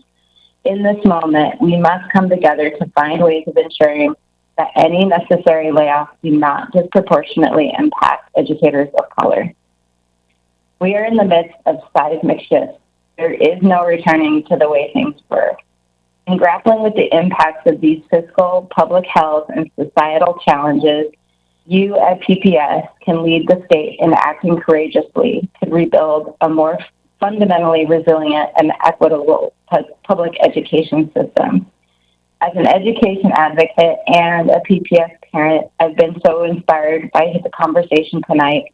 Thank you so much for your leadership, Superintendent Guerrero, and for you to the board in adopting this racial equity-centered budget. Thank you. Thank you very much. Ms. Bradshaw, do we have any further public comment? No, that's it. All right, fantastic. Are you still with us, Maxine? Yes, barely. I could fall asleep at any moment. We hear you. So the question you posed, I thought was using WebEx. Visit our website at www.webex.com. A short commercial break. Yeah, maybe we should just all take a quick stretching commercial break. You know, it is 9:36. Everyone reach your hands up. I think we all really need this right now. Come on, everybody. I want to see everybody's hands up. Come on, get that blood flowing. Let's go, people. What do they call it? What is that noodle thing? I don't know, but we all need a stretch break. It is late, and I know Andrew wants to be asleep because he always likes to get these things moving. So, Superintendent Guerrero, all these jokes before I leave. Superintendent Guerrero, do you want to circle back to Maxine's question, which is? You want me to repose my question? Do you want to rephrase it? Or I don't care. I'm just asking if anyone needs a refresher. Go for it. Okay, my question, sorry, now I have to go back through my documents. I'm wondering how the cuts are going to impact students, like how are these cuts going to affect students directly? What will it feel like for students, whether it be admin or staff or specific teachers for certain programs? What exactly will it feel like for students to experience these cuts? Well, I could give you the technical answer, and people could go to our 2-volume proposed budget, and you could go school by school, and you could see exactly what the budget proposes in the way of resources for each site. And if you wanted to apply an equity lens, you could start by looking at the per pupil average, school by school, and you could ask yourself, is the funding equitably distributed, particularly when you think about underserved community school campuses? And what kind of an experience is that going to be able to ensure for students when they come to school every day? So the challenge in school systems, Maxine, is always how do you provide the best possible high quality day for a student who walks through any one of our schools? And I think what we've proposed to do rather miraculously, even with a sizable budget gap, is to still move forward things that we've said are important, things that were actually the intention behind things like the Student Success Act. So even though our general fund took a big hit given the economy in the state, we still had revenue. We had revenue because the good taxpayers of Portland said a levy is important for preserving over 650 teachers, which keeps our class sizes and other professionals serving students. But the Success Act has permitted us to really invest in a way that we haven't been able to before. We did hear students early on, but we didn't have the capacity to ensure that every school would have access to a social worker, a counselor, and those additional interventions that made us even more comfortable that our first line of defense didn't need to be an armed officer in the hallways at lunchtime. So that's what's going to be a little bit different for our students. If you're a high school student and you're attending a school like Jefferson or Roosevelt or Madison, and you were interested in the arts, and maybe you had a chance to do that in middle school this year because we scraped up the money to add arts there, you don't have to find yourself unable to sign up for band at Jefferson, because now it's going to be possible because we've invested in closing pathways for the arts starting in those clusters. And the same thing, we've for the last year and a half, thank you Aurora Heimel, who she inventoried along with our high school team where the gaps were for technical education pathways, and there were gaps there. And so we've been filling those in and adding courses as well. So for a high school student, that's another way that the experience is going to feel different. You have expanded CTE offerings available to you. But we also, know that the biggest difference we can make is to make sure we have well-trained, supported professional educators who can provide the most differentiated, personalized day, hour to hour for our students. And so we've continued to incrementally make investments that chip away at keeping the adult-student ratio as ideal as possible. And those were class-size goals that we arrived at in partnership with Portland Association of Teachers. And so each year we've continued to make investments to make sure that for students, the daily experience is that the classroom isn't as crowded as perhaps it was in years past, and particularly at the younger grades. And even though we weren't fully funded with Student Success Act, and I hope that our elected officials are listening, we know what it takes resource-wise to provide a quality educational model of the school day, and we're trying to provide it, but just without the QEM level of funding.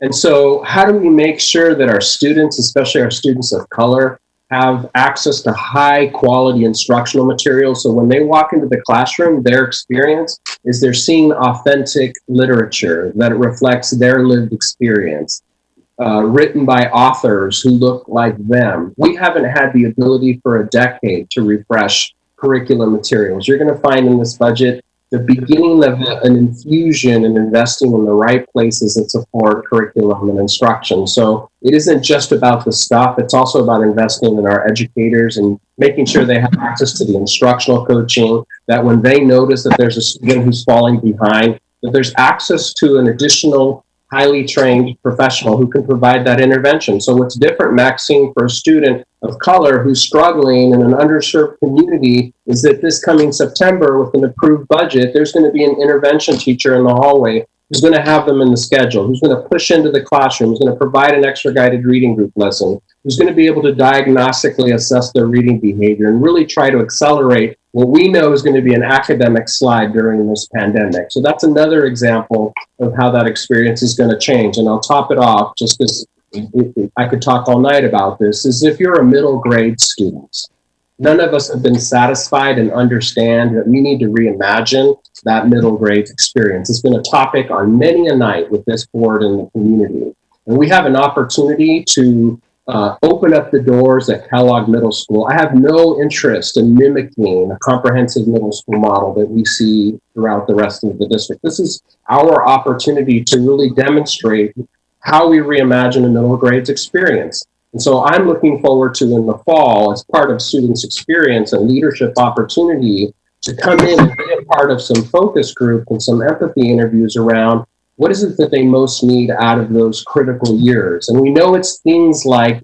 identity development, it's health and wellness, it's beginning to discover your passion and what you might be interested. So by the time you transition to 9th grade, you have a pretty good idea, and you've chosen a school that hosts a program that fits your interests and your future post-secondary goals, that by the end of the 8th grade, that your family and all the adults that supportive adults, those educator essentials who've had a chance to work with you, that they're going to hear you publicly present how in those 3 middle grades years, you've grown along all those essentials, those skills and dispositions that we talk about in the graduate portrait.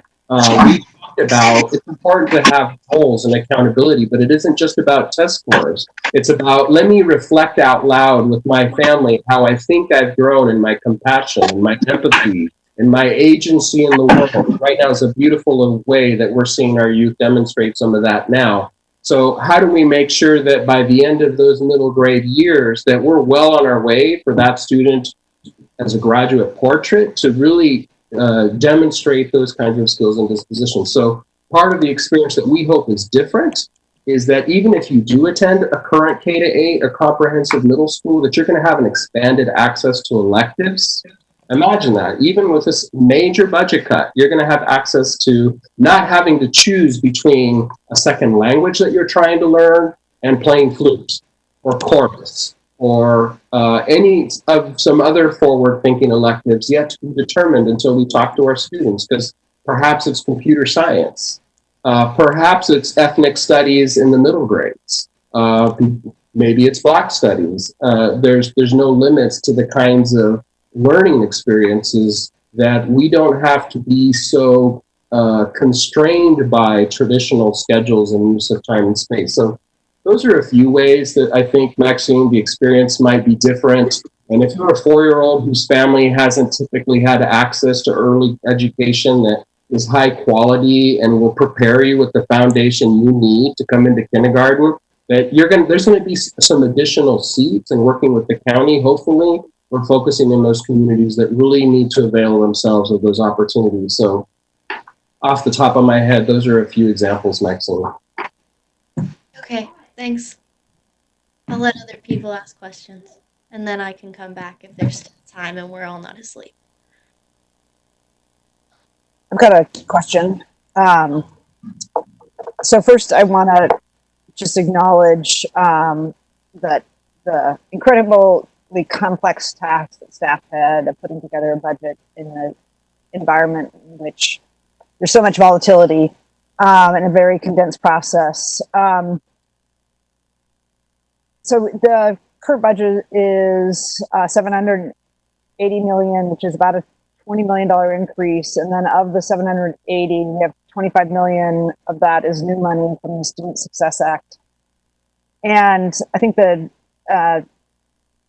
superintendent staff have done a great job of aligning it behind our vision, the board goals. The community helped inform both our budget priorities through the shaping the vision and also the SIA funding, strategic investments.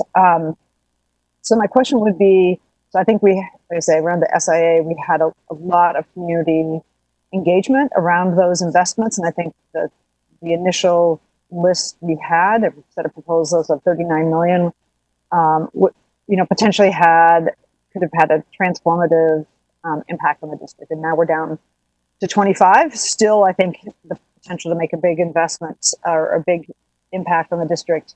But as we head into, potential, probably like both ups and downs, and ups are always easier. You end up getting more money. It's always easier to figure out what to do with more money. But in the case in which either our base budget or the amount for the strategic student investment account go down, what's the process going to be for the adds or deletion? I know we have already some SIA funds that have been set aside, 13 million that we'd like to invest, but how would we decide to pick what off that list? How would the community be informed? And then same thing if the legislature comes in and ends up cutting, X amount of dollars out of our budget. It sounds like there's a process, but we also have a lot of community invested in the vision and the investments. So let me speak a little bit more about what that might look like. So it's still aligning to our strategic goals and, the district goals and the strategic plan based on our vision. We'll still invest in our Black and Native students. So we have additional things that we have put on hold. And so in the SIA, you have 39 million to start, 25 million we are bringing forward, and then we have another 14 million that we would like to invest. So those are things that we would turn to first, is things that we've already prioritized and gone through a whole community process in order to determine what was important to them, listening to everyone, and then also aligning around our theory of action, supporting our Black and Native students. So we would continue to roll out that same plan. It's not where we need to do a whole nother process. We've had very extensive, a year of visioning and another year of, reaching out with needs assessments and discussing with the community. So I think we've had a very extensive process for 2 years to narrow our focus onto our Black and Native kids.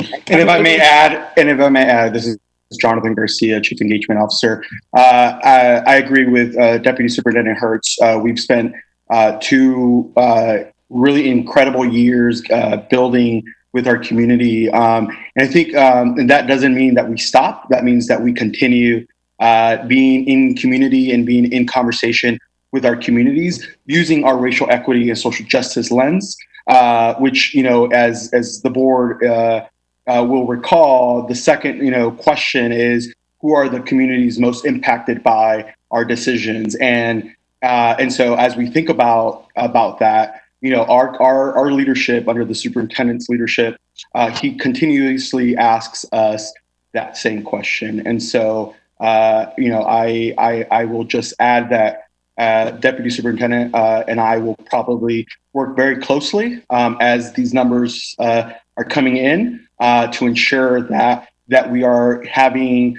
a feedback loop with our community, especially our students, especially our Black and Native parents who we have prioritized in our strategic plan and in this budget. So one thing that whoops. Jonathan?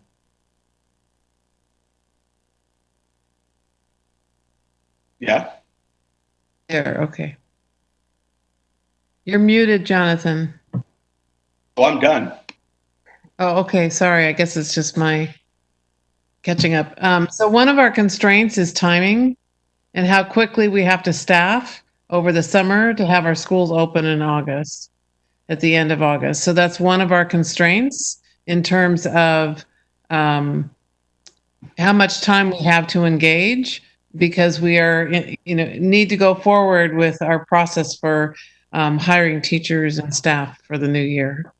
Right. So, for example, say if we get some windfall, like another 5 million on top of the 25, it's just using the existing $13 million, which we had set us that had already been selected, and just moving it into the process quickly. Is that how you envision it?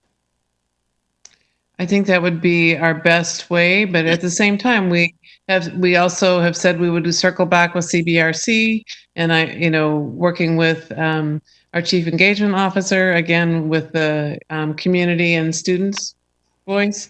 But it will have to be a very shortened process because of the need for staffing to finish for school to start. I think we also, I would hope, would save some room for considerations around additional expenditures to accommodate what the school year is going to look like that is unknown to us, whether it's cleaning or virtual learning or whatever, but that should be a category unto itself. Can I follow up to that? I completely agree, Amy. I think we have, well, I certainly have only a very dim understanding of what the reopening of school is going to look like. What I think I know with pretty good certainty is that our expenses are going to vastly increase, and we're going to have expense lines that we've never had before. We're going to have to be providing personal protective equipment. I don't think we've ever done that before. So, I'm concerned about the unanticipated expenses that we may be looking at. But beyond that, I'm wondering how we're going to be looking at any new money that might conceivably come down the pike at some point. And are we considering a longer time frame? So I just want to say I am pretty flabbergasted that the staff has been able to whittle down the $57 million shortfall to $12 million. And that they have not only held harmless most of our programs, but they've actually managed to increase investments in the highest priority items. I think that's a minor miracle. What concerns me is that if the projections for the this economic downturn play out, we're looking at a budget shortfall that's going to be 3 to 4 times worse next year. And it's highly unlikely, I assume, that we're going to have the benefit of COVID-related relief from the Congress. We're not going to have the work share program with the $600 benefit that we used this year. The state resources are going to continue to decline. I mean, there are a lot of things that have allowed us to kind of mitigate the damage this year that are not going to be available to us next year. So I'm a little nervous when I hear that we're going to start spending any new money that comes down the pike. I'd like some reassurance that we're filling up the piggy bank a little bit. And I know we already have some reserves in PPS, and the state has a rainy day fund. But if the projections are accurate, the reserves on either our reserves or the state are going to pale in comparison to the level of the shortfall. So, can you put this in a big picture over the not just next year, but 2-3 years down the pike? So the state economist has made it clear that the revenue shortfall in the recession is, in terms of job growth, getting back to where we started. It's estimated to be a 4-year process, and with 2021 being our first year. So we do expect the next biennium to be a shortfall through both years, and then the beginning of the next biennium. So there is certainly, I think I've been a broken record about saving our reserves and making sure they last over the 4 years. And so that is certainly a possibility. Addressing COVID pandemic needs to reopen schools, and leaving something for reserves, because next year we will have used some of our one-time money that won't be there in the following year. So if you're asking me as a financial professional, that's what my recommendation would be. We've made it through this year and really pretty good shape. And my real concern is the next biennium. So Claire, we'll have 63 million. Go ahead, Rita, with your follow-up. I'll go after you. Well, I just want to clarify. So, as a finance professional, would your recommendation be that any new money that happens to come down the pike in the next, 4 to 6 months, we start whittling away at the wish list, or we put it in a piggy bank? Oh, and the piggy bank, other than what we need to respond to reopening during a pandemic. Yeah, so just to follow up, I should clarify, when I was talking about the additional funds, the SIA funds, that my expectation is the legislature gave us more money in that account. Their expectation would be spend it, not save it. But going to the reserves question, Claire, I think we'll have more reserves at PPS than we've had in probably in 25 years, to have 9% or about $63 million, which is a great place for us to be. We look at the potential volatility. Just so I understand, the approach would likely be to keep that in reserves, manage through this year, and when we get to the next budget cycle where the drop in state revenue is supposed to be even larger, that's the point in time that we use reserves, or you have a different approach. So I just need to clarify. As of June 30th, 2020, we will have 9%. We have said we will spend the work share dollars next year, and we'll spend this from the hiring and purchasing freeze from this year, another $9 million. So there's $19 million of that 9% ending fund balance. So we expect to use 3% here. So the 9% will not be there at June 30th, 2021. It's there at June 30th, 2020. And we are using some of it. We said in the spring when we did these quick things to get money to carry over into the next year. So we are using part of that 9% that we're accumulating by June 30th of this year to get us through next year. But we'll still have 6% at the end of next year. So we'd have mid-40s heading into the 21-22 school year, which is still a lot, but probably not a lot in comparison to the potential goal. So we're always going to try to manage our budget throughout the year to save as much as possible. Especially, we're going to spend some time next year. It'll be an important year for us to have a good understanding of what it looks like to get through a 3-year recession. So we're going to spend some quality time with our board in the fall, just doing a little bit of planning and thinking about how do we get through and having those discussions before we build the budget for 2021. And I just want to jump in quickly on this point. 9% may be a large amount for PPS, the largest amount we've had in 10 or 20 years. It's just slightly more than half of what the recommended reserves are for government agencies.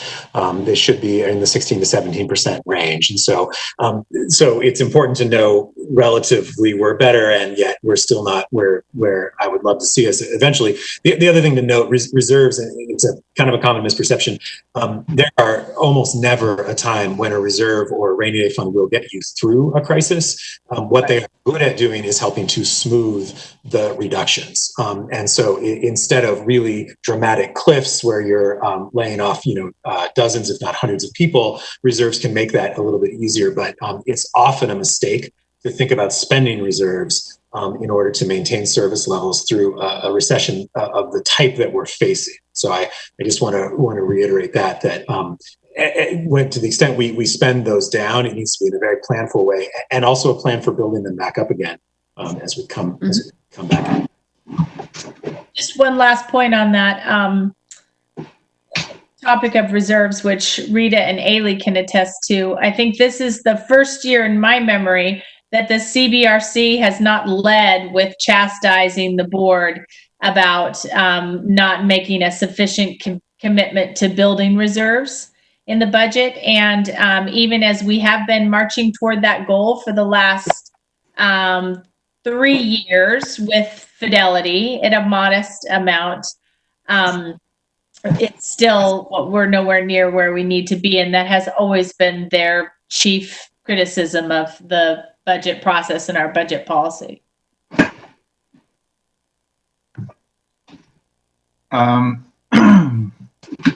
So this is a great discussion to have, and as we get better information going forward on revenue projections, you're right, in the fall it will be a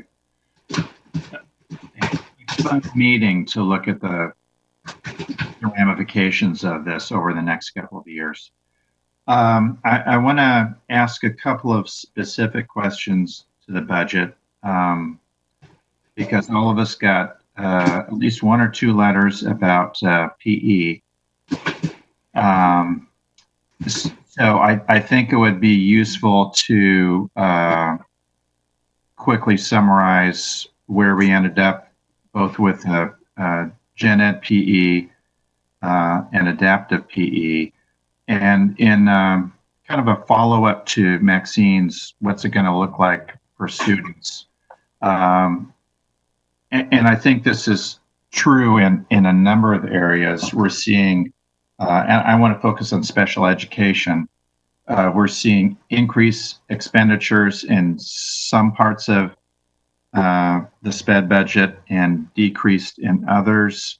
So I just would like a little more flavor of how, what's caused some of that shift. Are we getting less in terms of federal budget dollars for special education, for example, or is this a general fund issue? And what kind of shifts are going on? So that's kind of three questions in one. And the adaptive PE is also an opportunity to talk about where we want to go longer term with that program. So all good questions, Director Bailey. And as you know, we shared with the board earlier a letter co-signed by our Chief Academic Officer and our Chief of Student Support Services. So I'm going to let them explain it because these areas definitely fall under their direction. And I think we have an interesting sort of development moving forward. But Ms. Marnick. Thank you, Superintendent, and thank you, Director Bailey. So what we are doing is we are in special education, we are continuing to align our practices and really our philosophy around service to students with special needs in a more inclusive way. One way that we're doing that is through the implementation of our tiered supports through MTSS.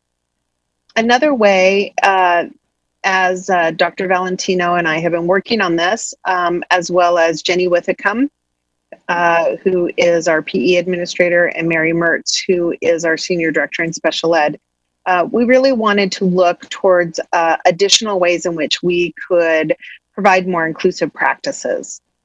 And what we believe is moving adaptive PE into the PE and health department will allow that training, the cross training that will be afforded to our PE teachers and our adaptive PE teachers as well. And then really focused on starting to be more inclusive in our physical education classes, both socially and in the physical manner that PE provides for our students. So I'll go ahead and turn any additional comments over to Dr. Valentino. Thank you. Good evening, everyone. The only thing I would add, thank you, Brenda. That's exactly what the work has been. The only thing I would add is one of the things that this does is the fact is that it strengthens both efforts. It's been a consult model, but by actually blending both the adaptive PE and the regular general ed PE, I think both benefit from that opportunity. And what it does, it aligns with the provision of a more integrated service model that actually aligns with both the vision and the emerging strategic plan that addresses equitable access to all of our opportunities. And in this case, it's to a comprehensive PE program. So I'm hopeful as that's developed that parents and our adaptive PE teachers and our gen ed PE teachers will all be involved in that, so that so that the approach is not a surprise, but that it's also informed by our parents and families and university services. Yeah, and I do want to be clear because I know that I have had a number of questions from parents of students with special needs in regards to if services will look different next year. Our adaptive PE teachers will continue to provide the same supports that they've been providing as per a student's IEP. What we will be doing is really working this year on some more inclusive practices, really including parents and students and PE teachers and adaptive PE teachers into that conversation and how we really start to move more inclusive practices forward. This is a good conversation in terms of being a microcosm of, what we were looking at with MTSS and what we're looking at in terms of our ability to differentiate in the general education setting for all of our students and their various needs. Mm-hmm. Yeah, so I just want to say thank you. That's, I think, a great direction to go in. We're behind where I think all of us would like to be in terms of inclusion, and this is a nice step forward. And again, doing it in this way over the next year, there's been some history of in this district of trying to implement inclusion for all the right reasons, but not doing it well in ways that actually backfired. So I'm all for doing it well, and we've already seen that this year with the the development of the family-friendly, in many languages, basic information on special education for parents was again a really nice collaborative step forward. So I'm confident that this is again one piece that will implement well, and it'll be a great thing for our kids. And just parenthetically, Dr. Quellar loaned me his dissertation, which looked at the effects of inclusion on general education students. Right. And while it was a small sample, it was just pretty much across the board positive impacts in terms of attendance was higher, student achievement was higher, behavior issues were lower for the general education students who were in an inclusive class as opposed to those who weren't, in terms of the two groups that he followed. So this is again a win-win where we focus on our neediest students and can get outcomes that affect all students. It's that targeted approach that we talked about. So thank you.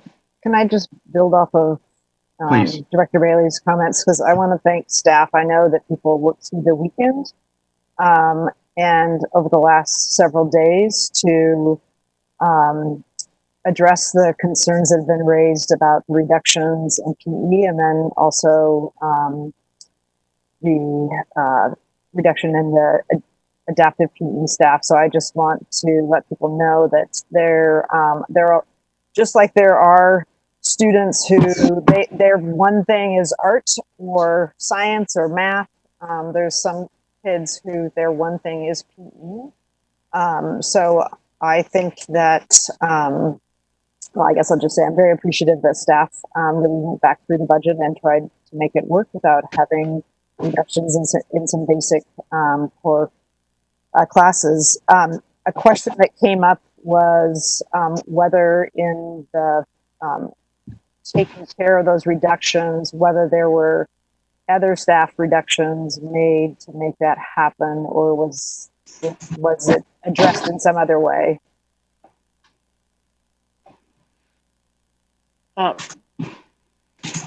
In regards to special education, there were no additional cuts that were made in order to restore the adaptive PE staff. Thank you. Mm-hmm. Dr. Valentino, you also helped in large part to identify some additional resources in your department. Can you talk about any impact to staff? Sure. So I went back to talk to some of the senior members of my team about how we might be able to support this, because one could see that the set of lemons given could possibly turn into some amazing lemonade. But it required some conversation late at night, and then so I texted the superintendent early in the morning and said, I think we might be able to help. And so by talking to them, we identified certain pockets. And so what we decided to do was to sort of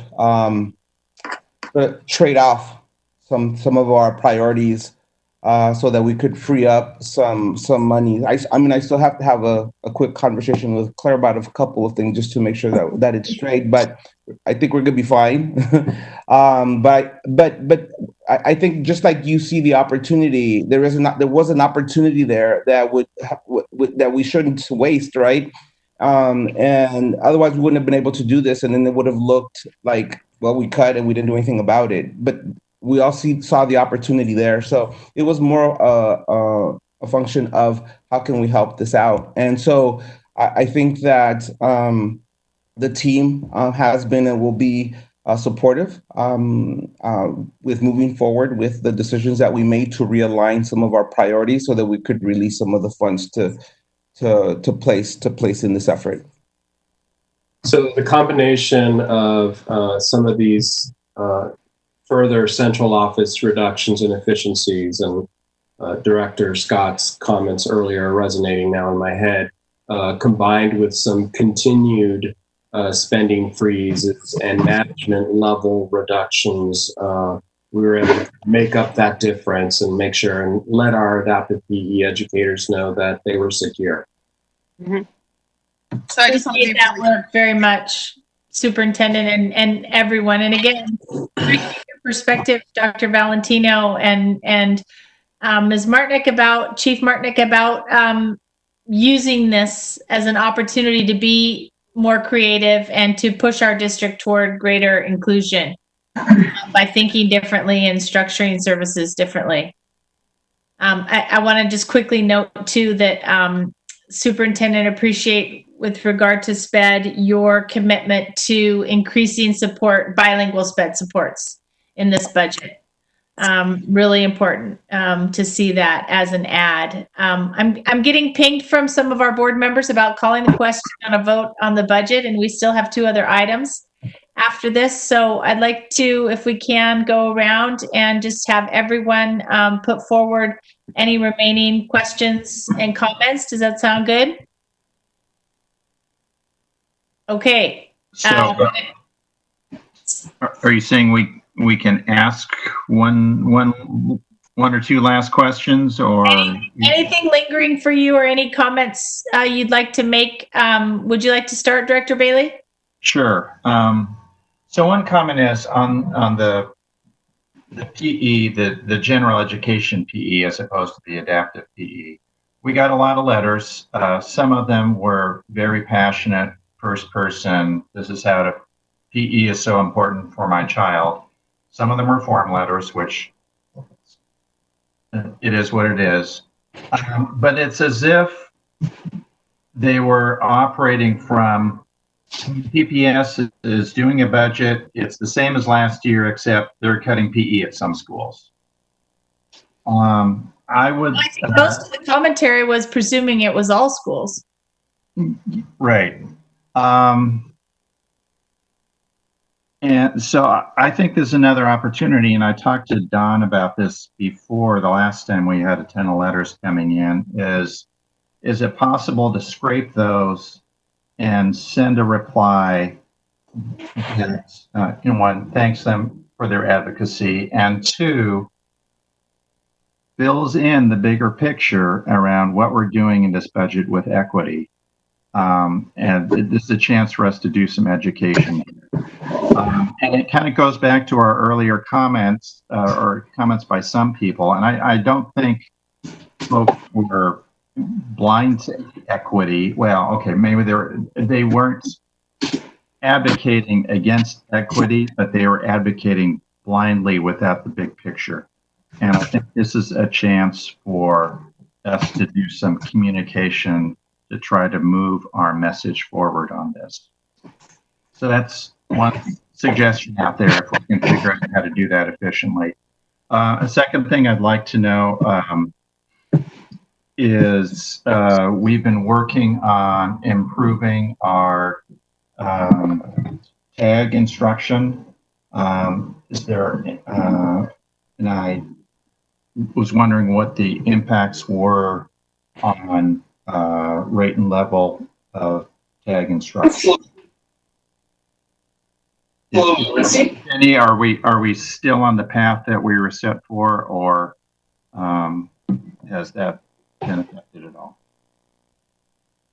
So regarding this is Luis.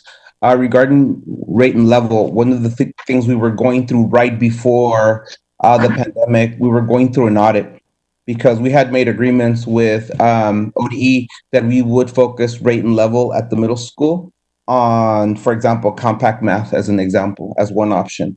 But the agreement we had also made at the beginning of the previous year was that we would continue to provide professional development for our teachers on rate and level. And that was going to be ongoing for the next 3 to 5 years until we were done. And as new teachers came in, we would add them to the rotation. Then at the same time, they were going to conduct an audit because, as you know, there was a level of discomfort by the TAG committee on what we had agreed on. So they filed the formal complaint with ODE.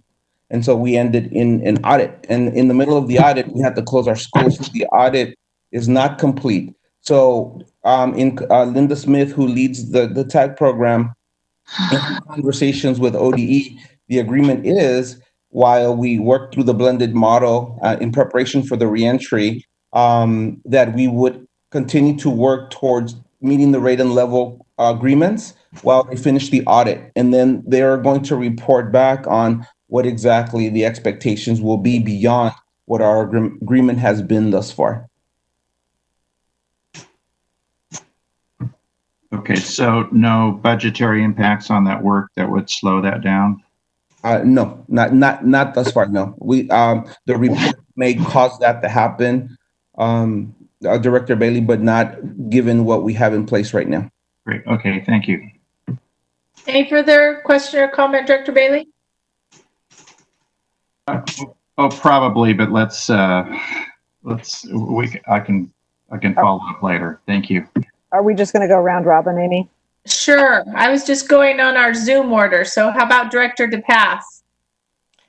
I don't have any big questions. I want to appreciate the staff for being creative. And I know you don't like to use creative and budget in the same sentence, but it's really challenging to come up with where we're going to do these cuts this year. I guess my only question would be, the city of Portland, actually, when they asked staff to furlough, they initially came out with everyone in the city needs to take 80 hours of unpaid furlough, and then rethought that strategy. And so put out a directive for employees that are making, I think the cutoff was like 85,700 comes to mind. People that are earning over that, need to furlough at the full 80 hours, and people that earn less than that, newer hires, younger staff, less experienced staff, more staff of color, would have a tiered approach to the furloughs, so that people at the bottom of the pay scale, whatever that is at the city, it might be like $15 an hour, had to take no furlough. And I'm just wondering, moving forward into next year, if we need to consider that.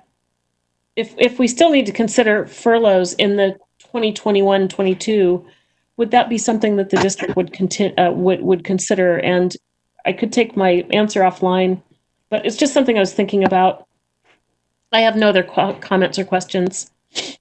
Of course, ironically, our lower wage workers in this part of the time period who can get the $600 a week add-on from the feds. Many of them are making, I think, more money than they were working their job. I remember that in the future. Yeah, after that, it's like July 25th. After July 25th, when the CARES Act, runs out, then it's like into next year is what I was curious about. Yeah. So exactly. Also, just the mayor also what's the word? He's not taking salary at this point either. So I'm not suggesting that's a great strategy for everybody. But I just want to put that on the table, not for this immediate time right now, but for in upcoming budget years. I think on that same note, I think Dr. Valentino was being particularly gracious in response to the direct question about where they sourced the money to restructure and reemploy the adaptive PE and the PE teachers. And we do know that some of it is coming from some some cuts to management pay in the central office and to specifically, I believe, cost of living increases. So we can call that out directly and say thank you and recognize that that's baked into a lot of these cost savings. Is that right, Deputy Superintendent Hertz? Can I get my first answer first there, Claire, before you correct whatever I say? So this is a proposed budget, and there'll be some amendments and changes, but we'll proceed with viable fiscal year 21 budget. And the way that we're doing that is because we shared with you a few examples of some of the continued freezes and management level efficiencies, we'll call them that.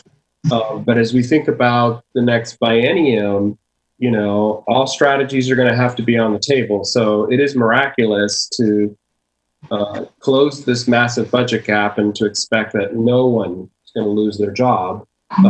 We've come close to doing that.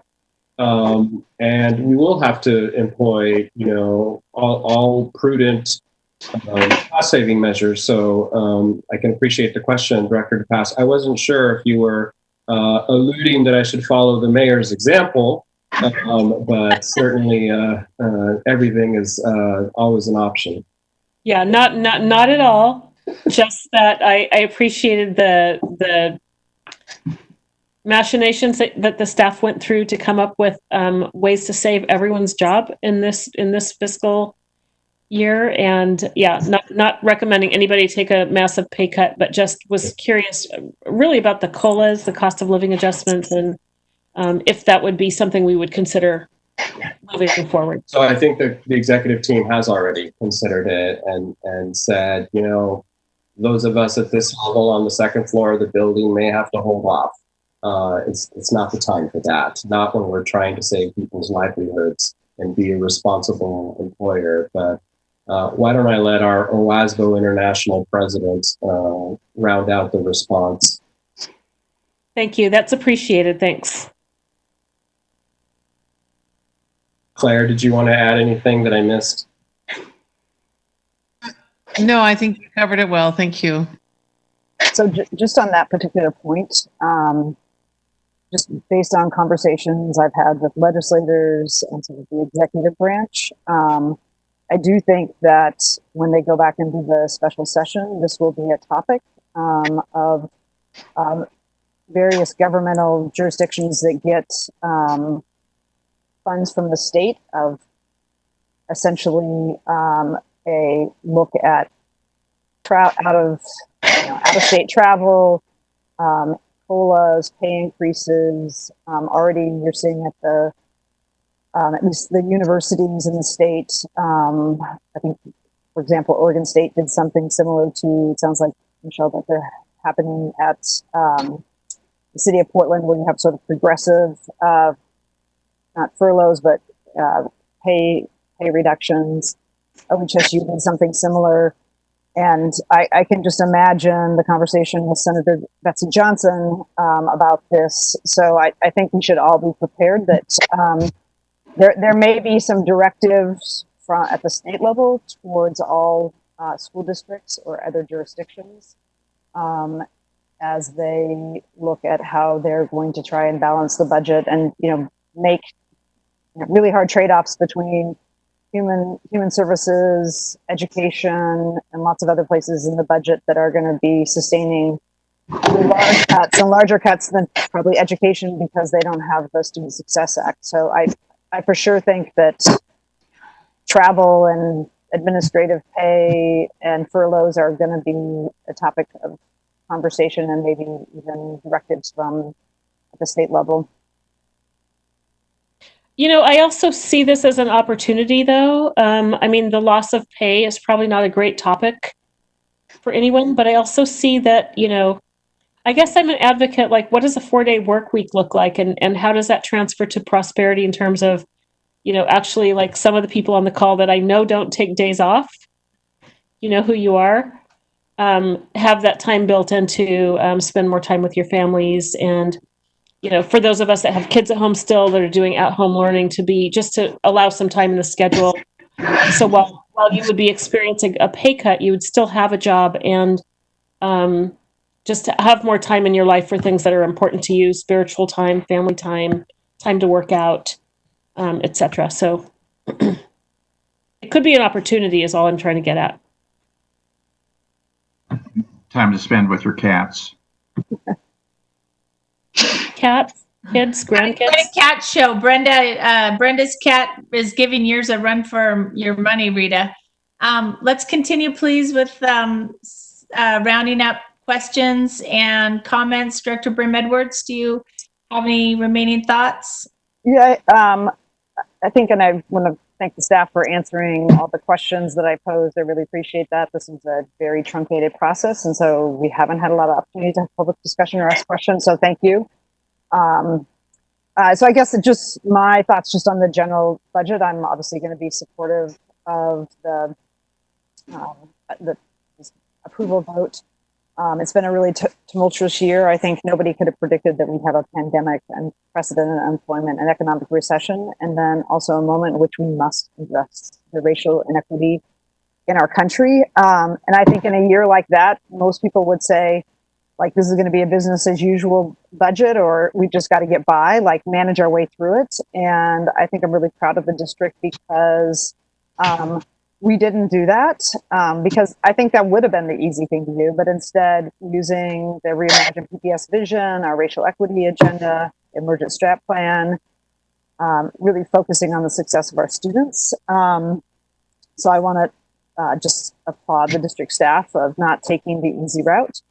And it was all very compressed. I also want to just recognize the Portland community because, as was noted earlier in the CBRC presentation, this community voluntarily adds an additional tax onto their regular tax burden up to the tune of $100 million in our local option. And as CBRC noted, that was 890 teachers. So thank you to Portland voters. If we didn't have that 100 million, this would be a super painful meeting tonight. Also, the new business tax that, pre-COVID, and I think we'll eventually get back there. We had the largest new business tax in probably the last 15 years. It should be over $1 billion for education, and it will come back. So while we're getting less than we thought, I think we should recognize that we're on a path to a three-legged stool and a better funding model. I also want to just maybe go back to the comment that Director Moore stated about about COVID and the expenses. Right now, based on the questions and answers we had, there's about 8 million dollars for COVID-related expenses, and the complexity of reopening this fall, I don't think can be understated. And just this evening, while we were sitting in this meeting, the governor announced that she's pausing any counties going into their next phase because of the uptick, a pretty significant acceleration of cases in Oregon, and this is actually true across the country. So the ODE guidance, if you read it, I think will give anybody a true understanding of how hard this is going to be. So we're heading into a really, really difficult time period, and I think we should, still get a strategy that around what Director Scott suggested with the city, but also dial up our federal advocacy, because the expense to run a school system in a hybrid, a regular, or a distance learning is going to be more than our regular state. And I think that it's also going to be even more important than ever, just back to the individuals who provided public comment tonight, is going to be more important than ever if we're in a hybrid or a distance learning model, that we have community partners that can reach and support all of our families, especially those that don't have the privilege of having fast internet, parents that can, that are available to start up the the lesson during a particular time. And so I think we really have to be mindful of what the cost is the additional cost is going to be to deliver an equitable model of whatever that may be. And it's probably going to switch. My guess, we'll go through all of the 3 stages at some point next time, from distance learning to hybrid to regular. Hopefully we'll get to regular. So I guess I want to just put a sort of fine point on that. Is to me a potential huge category that we don't have enough money set aside to address. And then the last item,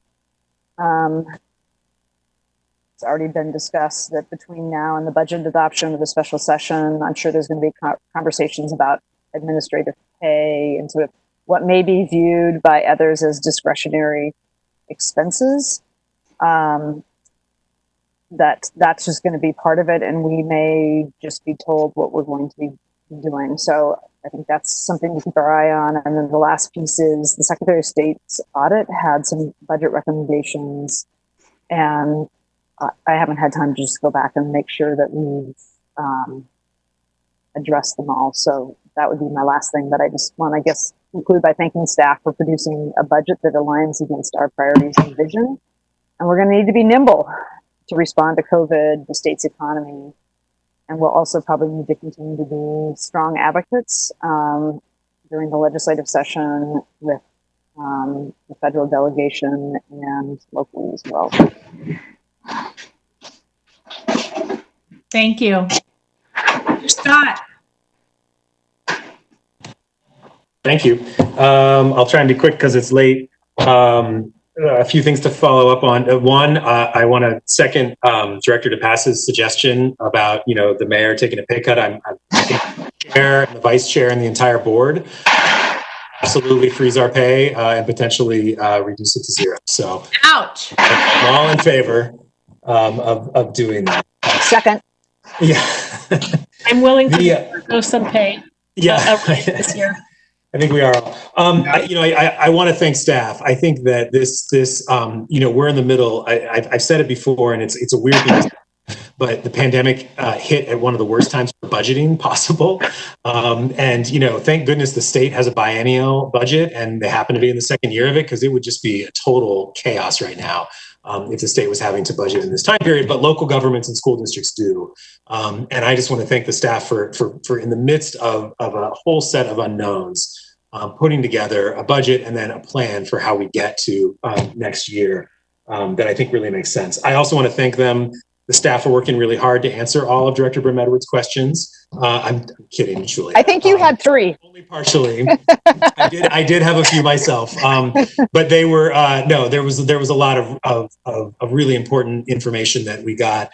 And what I really want to thank staff is sort of responding to community concerns and parent concerns over the last few days around PE and adaptive PE in particular, and finding some of those additional offsets to restore that. I do want to stress, and I'm sure I hope we've lost all the parents off the call because it's already 10:40, but those things aren't costless. And while I really support the decisions to make those changes, that is also, and I think the changes we made, I think those saving those programs for now makes more sense, but that's also flexibility that is no longer in our budget. And so things that could have been used to pay for coronavirus expenses or additional unexpected things or additional programming or just offset future cuts, we've now used that. And that sort of transitions me into, I've been thinking about how to say this in a way that is even remotely politically astute. So I don't think I'm going to do it. The 400 plus emails that I received over the last 2 days, all of which are heartfelt. I got very few form emails. Almost everything I got was personally written, emotionally invested. I mean, these are parents who really care about their kids and the district and the education that they're getting. But what it made me realize is the lack of understanding of what we're in for over the next few years. And the reality is that saving, sort of PE in the elementary school, saving the adaptive PE, that's great. But sort of how do we reorient our entire community for this 3 to 4 year ride that we're in? And it's going to be unpleasant, but it doesn't necessarily have to be all negative. And if everyone sort of accepts where we are and works collaboratively to figure out how do we really come together as a community and as a district to figure out the best way to get through this and preserve the things we have, I actually think we'll have some success.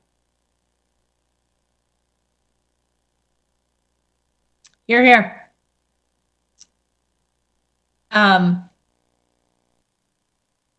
Looks like you just faded away, but I think you were done. If you were, we can come back to you. That was a hasty exit. Director Lowry. I just want to again thank staff, and I think to take what could have been a $57 million shortfall and work that down to 12, and then to be responsive to our community when we did get those overwhelming number of emails from PE folks to listen to that as leadership and to adjust to the expressed needs of the community, I think is a huge amount of work. I am deeply troubled by the fact that a lot of that has been done in cost of living increases not happening. I know how much our senior staff has worked. I know how much you already all have sacrificed with the furloughs you have done. I know that many of you have taken those furlough days and held those with good boundaries. And I know that many of you have not been able to do that simply because of not just the pandemic, but wanting to be responsive to the unrest that's happening and the protests and the huge need in this moment to be leaders for racial justice and equity. And so I'm worried that we're going to lose some of you. I'm worried that some of the remarkable leaders who are forecasting this incredible vision are going to burn out and be tired, and that if we continue to ask you to sacrifice in such ways that's going to have a cost that ultimately will cause suffering for our students.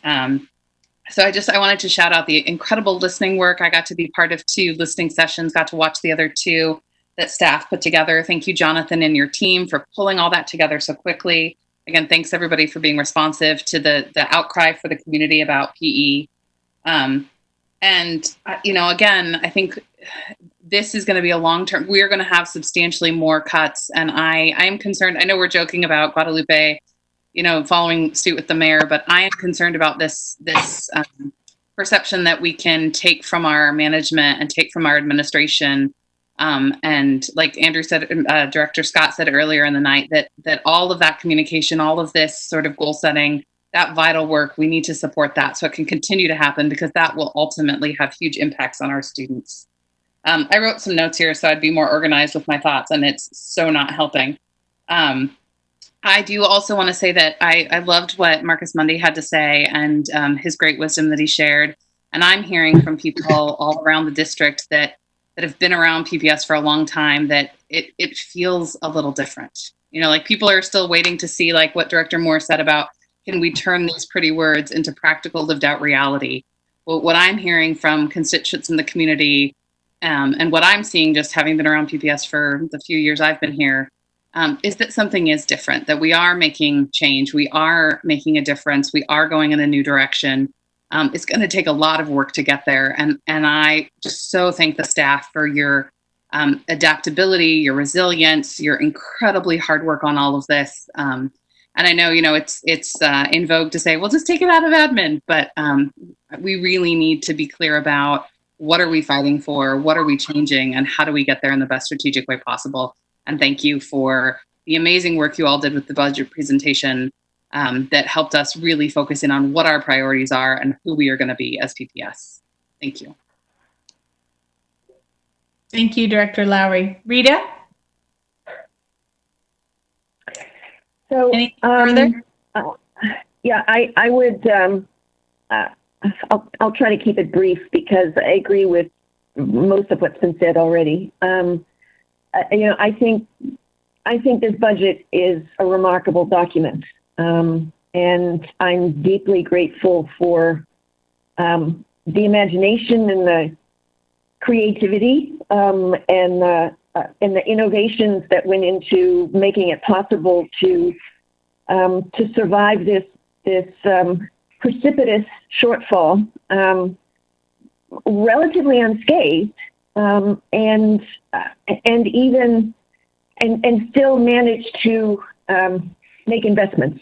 I'm especially grateful that we have a strategic plan and a vision and an administration that I think knows what needs to be done and knows how to do it. And I think that's going to make weathering this economic storm much easier than it would have been, if this had happened 5 years ago. I'm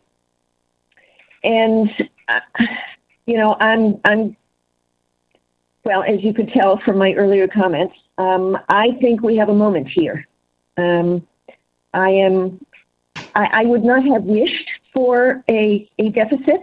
I think we could have made amazing progress if we actually had if we actually got the money that we budgeted for. But nevertheless, I also believe in the trite phrase, never let a crisis go to waste.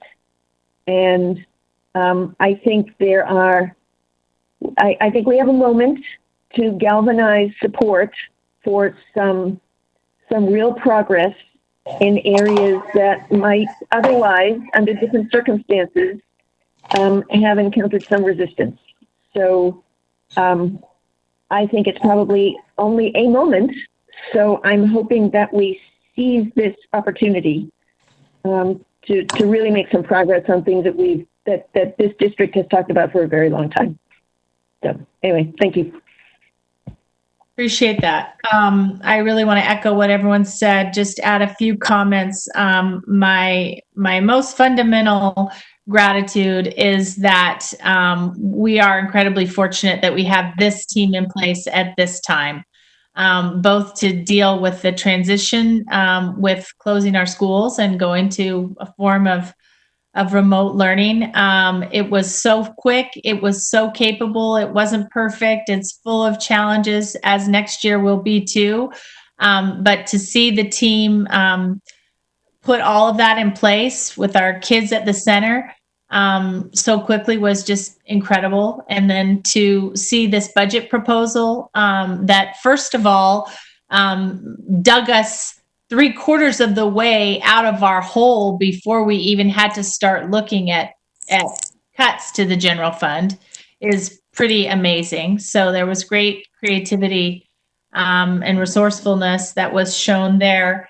And just to, go back to our efforts over the last 18 months on really improving our governance, the fact that we have board goals in place, the fact that we have our community-driven vision in place, the fact that we have a strategic planning process that is well underway, the fact that we have a really clearly articulated racial equity and social justice framework that we're staking our decisions on makes all the difference in the world. I have to say, I have been in this position of making budget decisions in the absence of those. And Superintendent Guerrero, you refer frequently to the lack of systems that you discovered when you stepped into this place. But we've made just tremendous progress in that way. And it makes the tough decisions so much easier because we know what we care about and how we're going to prioritize things. So to me, that's what's most important here, and we'll follow that through in the years to come. I do think it was interesting to hear the comments from a couple of the people in public testimony that regardless of what our community often says about a commitment to racial equity and social justice, it's hard for people to deviate from the status quo and what they have expected in their institutions and what they've expected to see in their school buildings. So we need to really keep engaging our community about why it's important to stay true to those values, even when we have to make significant changes to the status quo. And I think that's it. Director Scott, you dropped off precipitously. I think you lost your internet, and I'm not sure if you were done with your comments. So would you like to close it up? Man, I went 5 minutes. It was the best speech I've ever given. No, I'll just wrap up. I'm not sure where we left off, but thank you to the staff for all the work they did. I think it's a great budget. I said my comments earlier about central administration and being very cautious there, so I'm going to keep an eye on that as we go forward. But I really appreciate the racial equity focus in the budget and the attention to our goals. And I'm not looking forward to, moving forward with the reductions when we get the final numbers and what goes on next year, but I'm confident in this team that we're going to do the job. Final word, Maxine?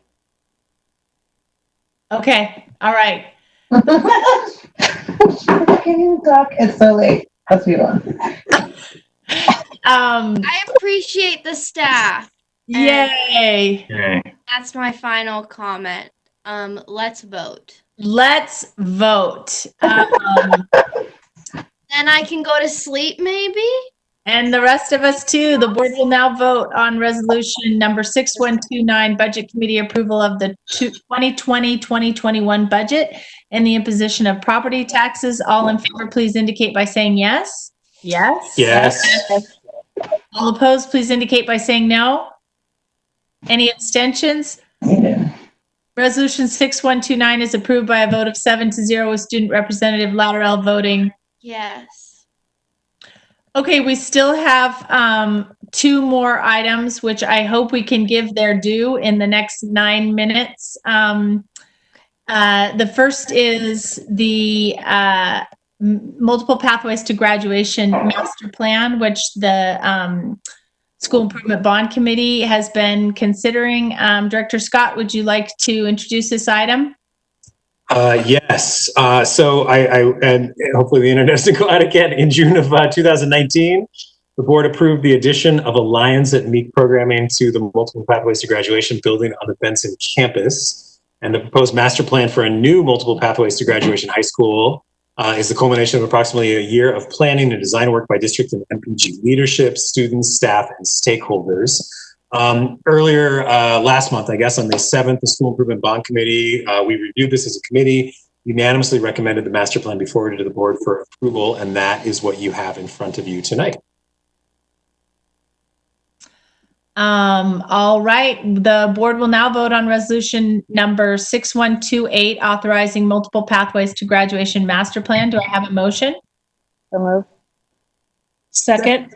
Director Brim Edwards moves and Director DePass seconds the motion to adopt resolution 6128. Ms. Bradshaw, is there any public comment? No. Okay, thank you. Do we have board discussion on this resolution? So the only thing I want to add is I've served on the design advisory group. And I think back to that when we were sitting in Mazama, the previous board, and this discussion was, why can't we put Alliance at Meek and Alliance at Benson together with these other programs? They're all about giving students multiple pathways to graduation, and it seemed like a pretty radical idea at the time. I want to say that I've loved seeing the spirit of all the programs and staff and leaders come together and really look at their sort of common mission and design a building that I think is going to do a great job of providing really a customized environments for these students, and students, again, in a case in which they felt the disrepair of their building or that they were shunted off to sort of the back corner of a building, that their placement and their facility reflected what the district thought of them and how they prioritize them. And I think this building structure will send those students a very different message. I think staff's done a great job at sort of capturing the vision, and just, you know, I want to thank Senior Director Wolf and Lorna Smith, Class Buffalo, for their leadership in the process, because we're on the path to having a great building for students who really deserve it. Thank you for hanging with us, Karina. And I very much look forward to talking with the voters and advocating for why this is so important for our students as we move forward with the bond. It's really, really exciting. The board will now vote on Resolution 6128, authorizing multiple pathways to graduation master plan. All in favor, please indicate by saying yes. Yes. Yes. All opposed, please indicate by saying no. Any abstentions? Resolution 6128 is approved by a vote of 7-0 with Student Representative Lateral voting. Yes. All right, Max, we're getting close to the end, but you can drop off at any time. You can pull an Andrew. No, I'm not going to pull an Andrew because search and seizure is important. Okay, that's a great lead in. Director Moore, can you update us on what we're looking at from the policy committee? Yes, and I'll talk relatively quickly. So this is the first reading of the search and seizure policy.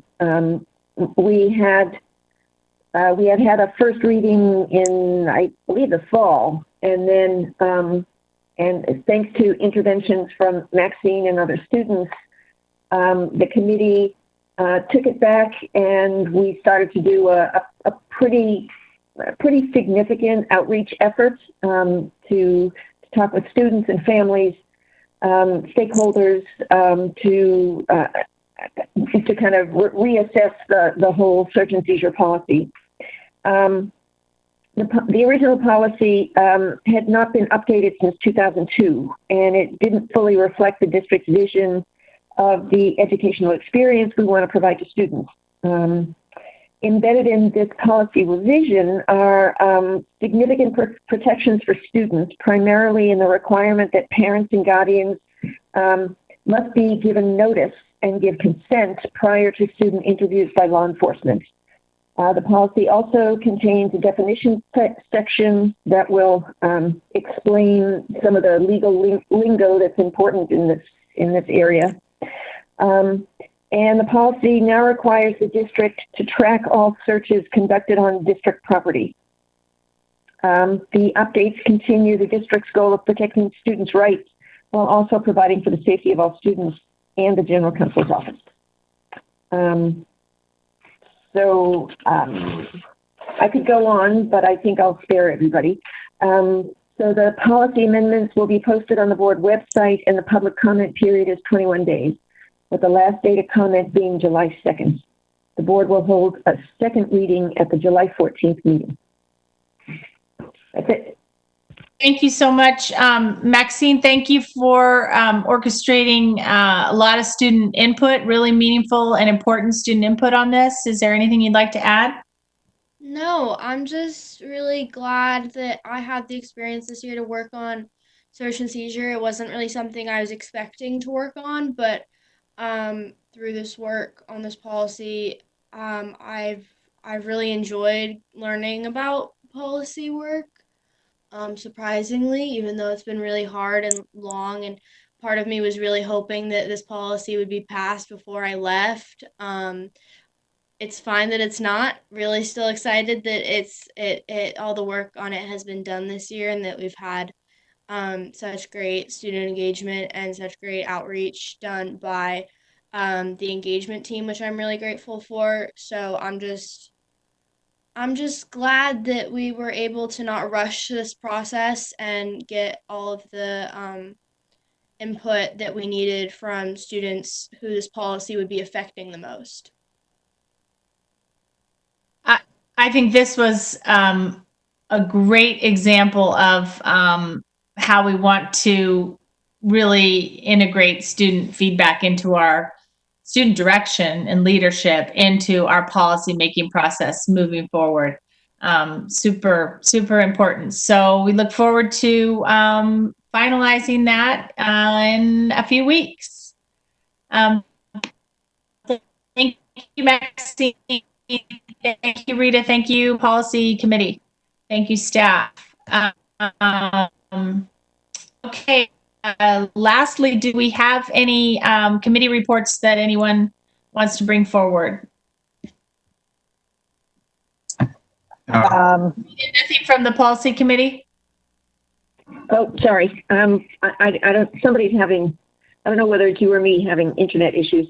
No, I think the policy committee is continuing to crank through some things. And we've finally started to tackle some of the general revisions of the, sort of full portfolio of policies with the help of OSBA. So a lot of that's going to be happening over the summer, I think. So anyway, I think that's all I've got.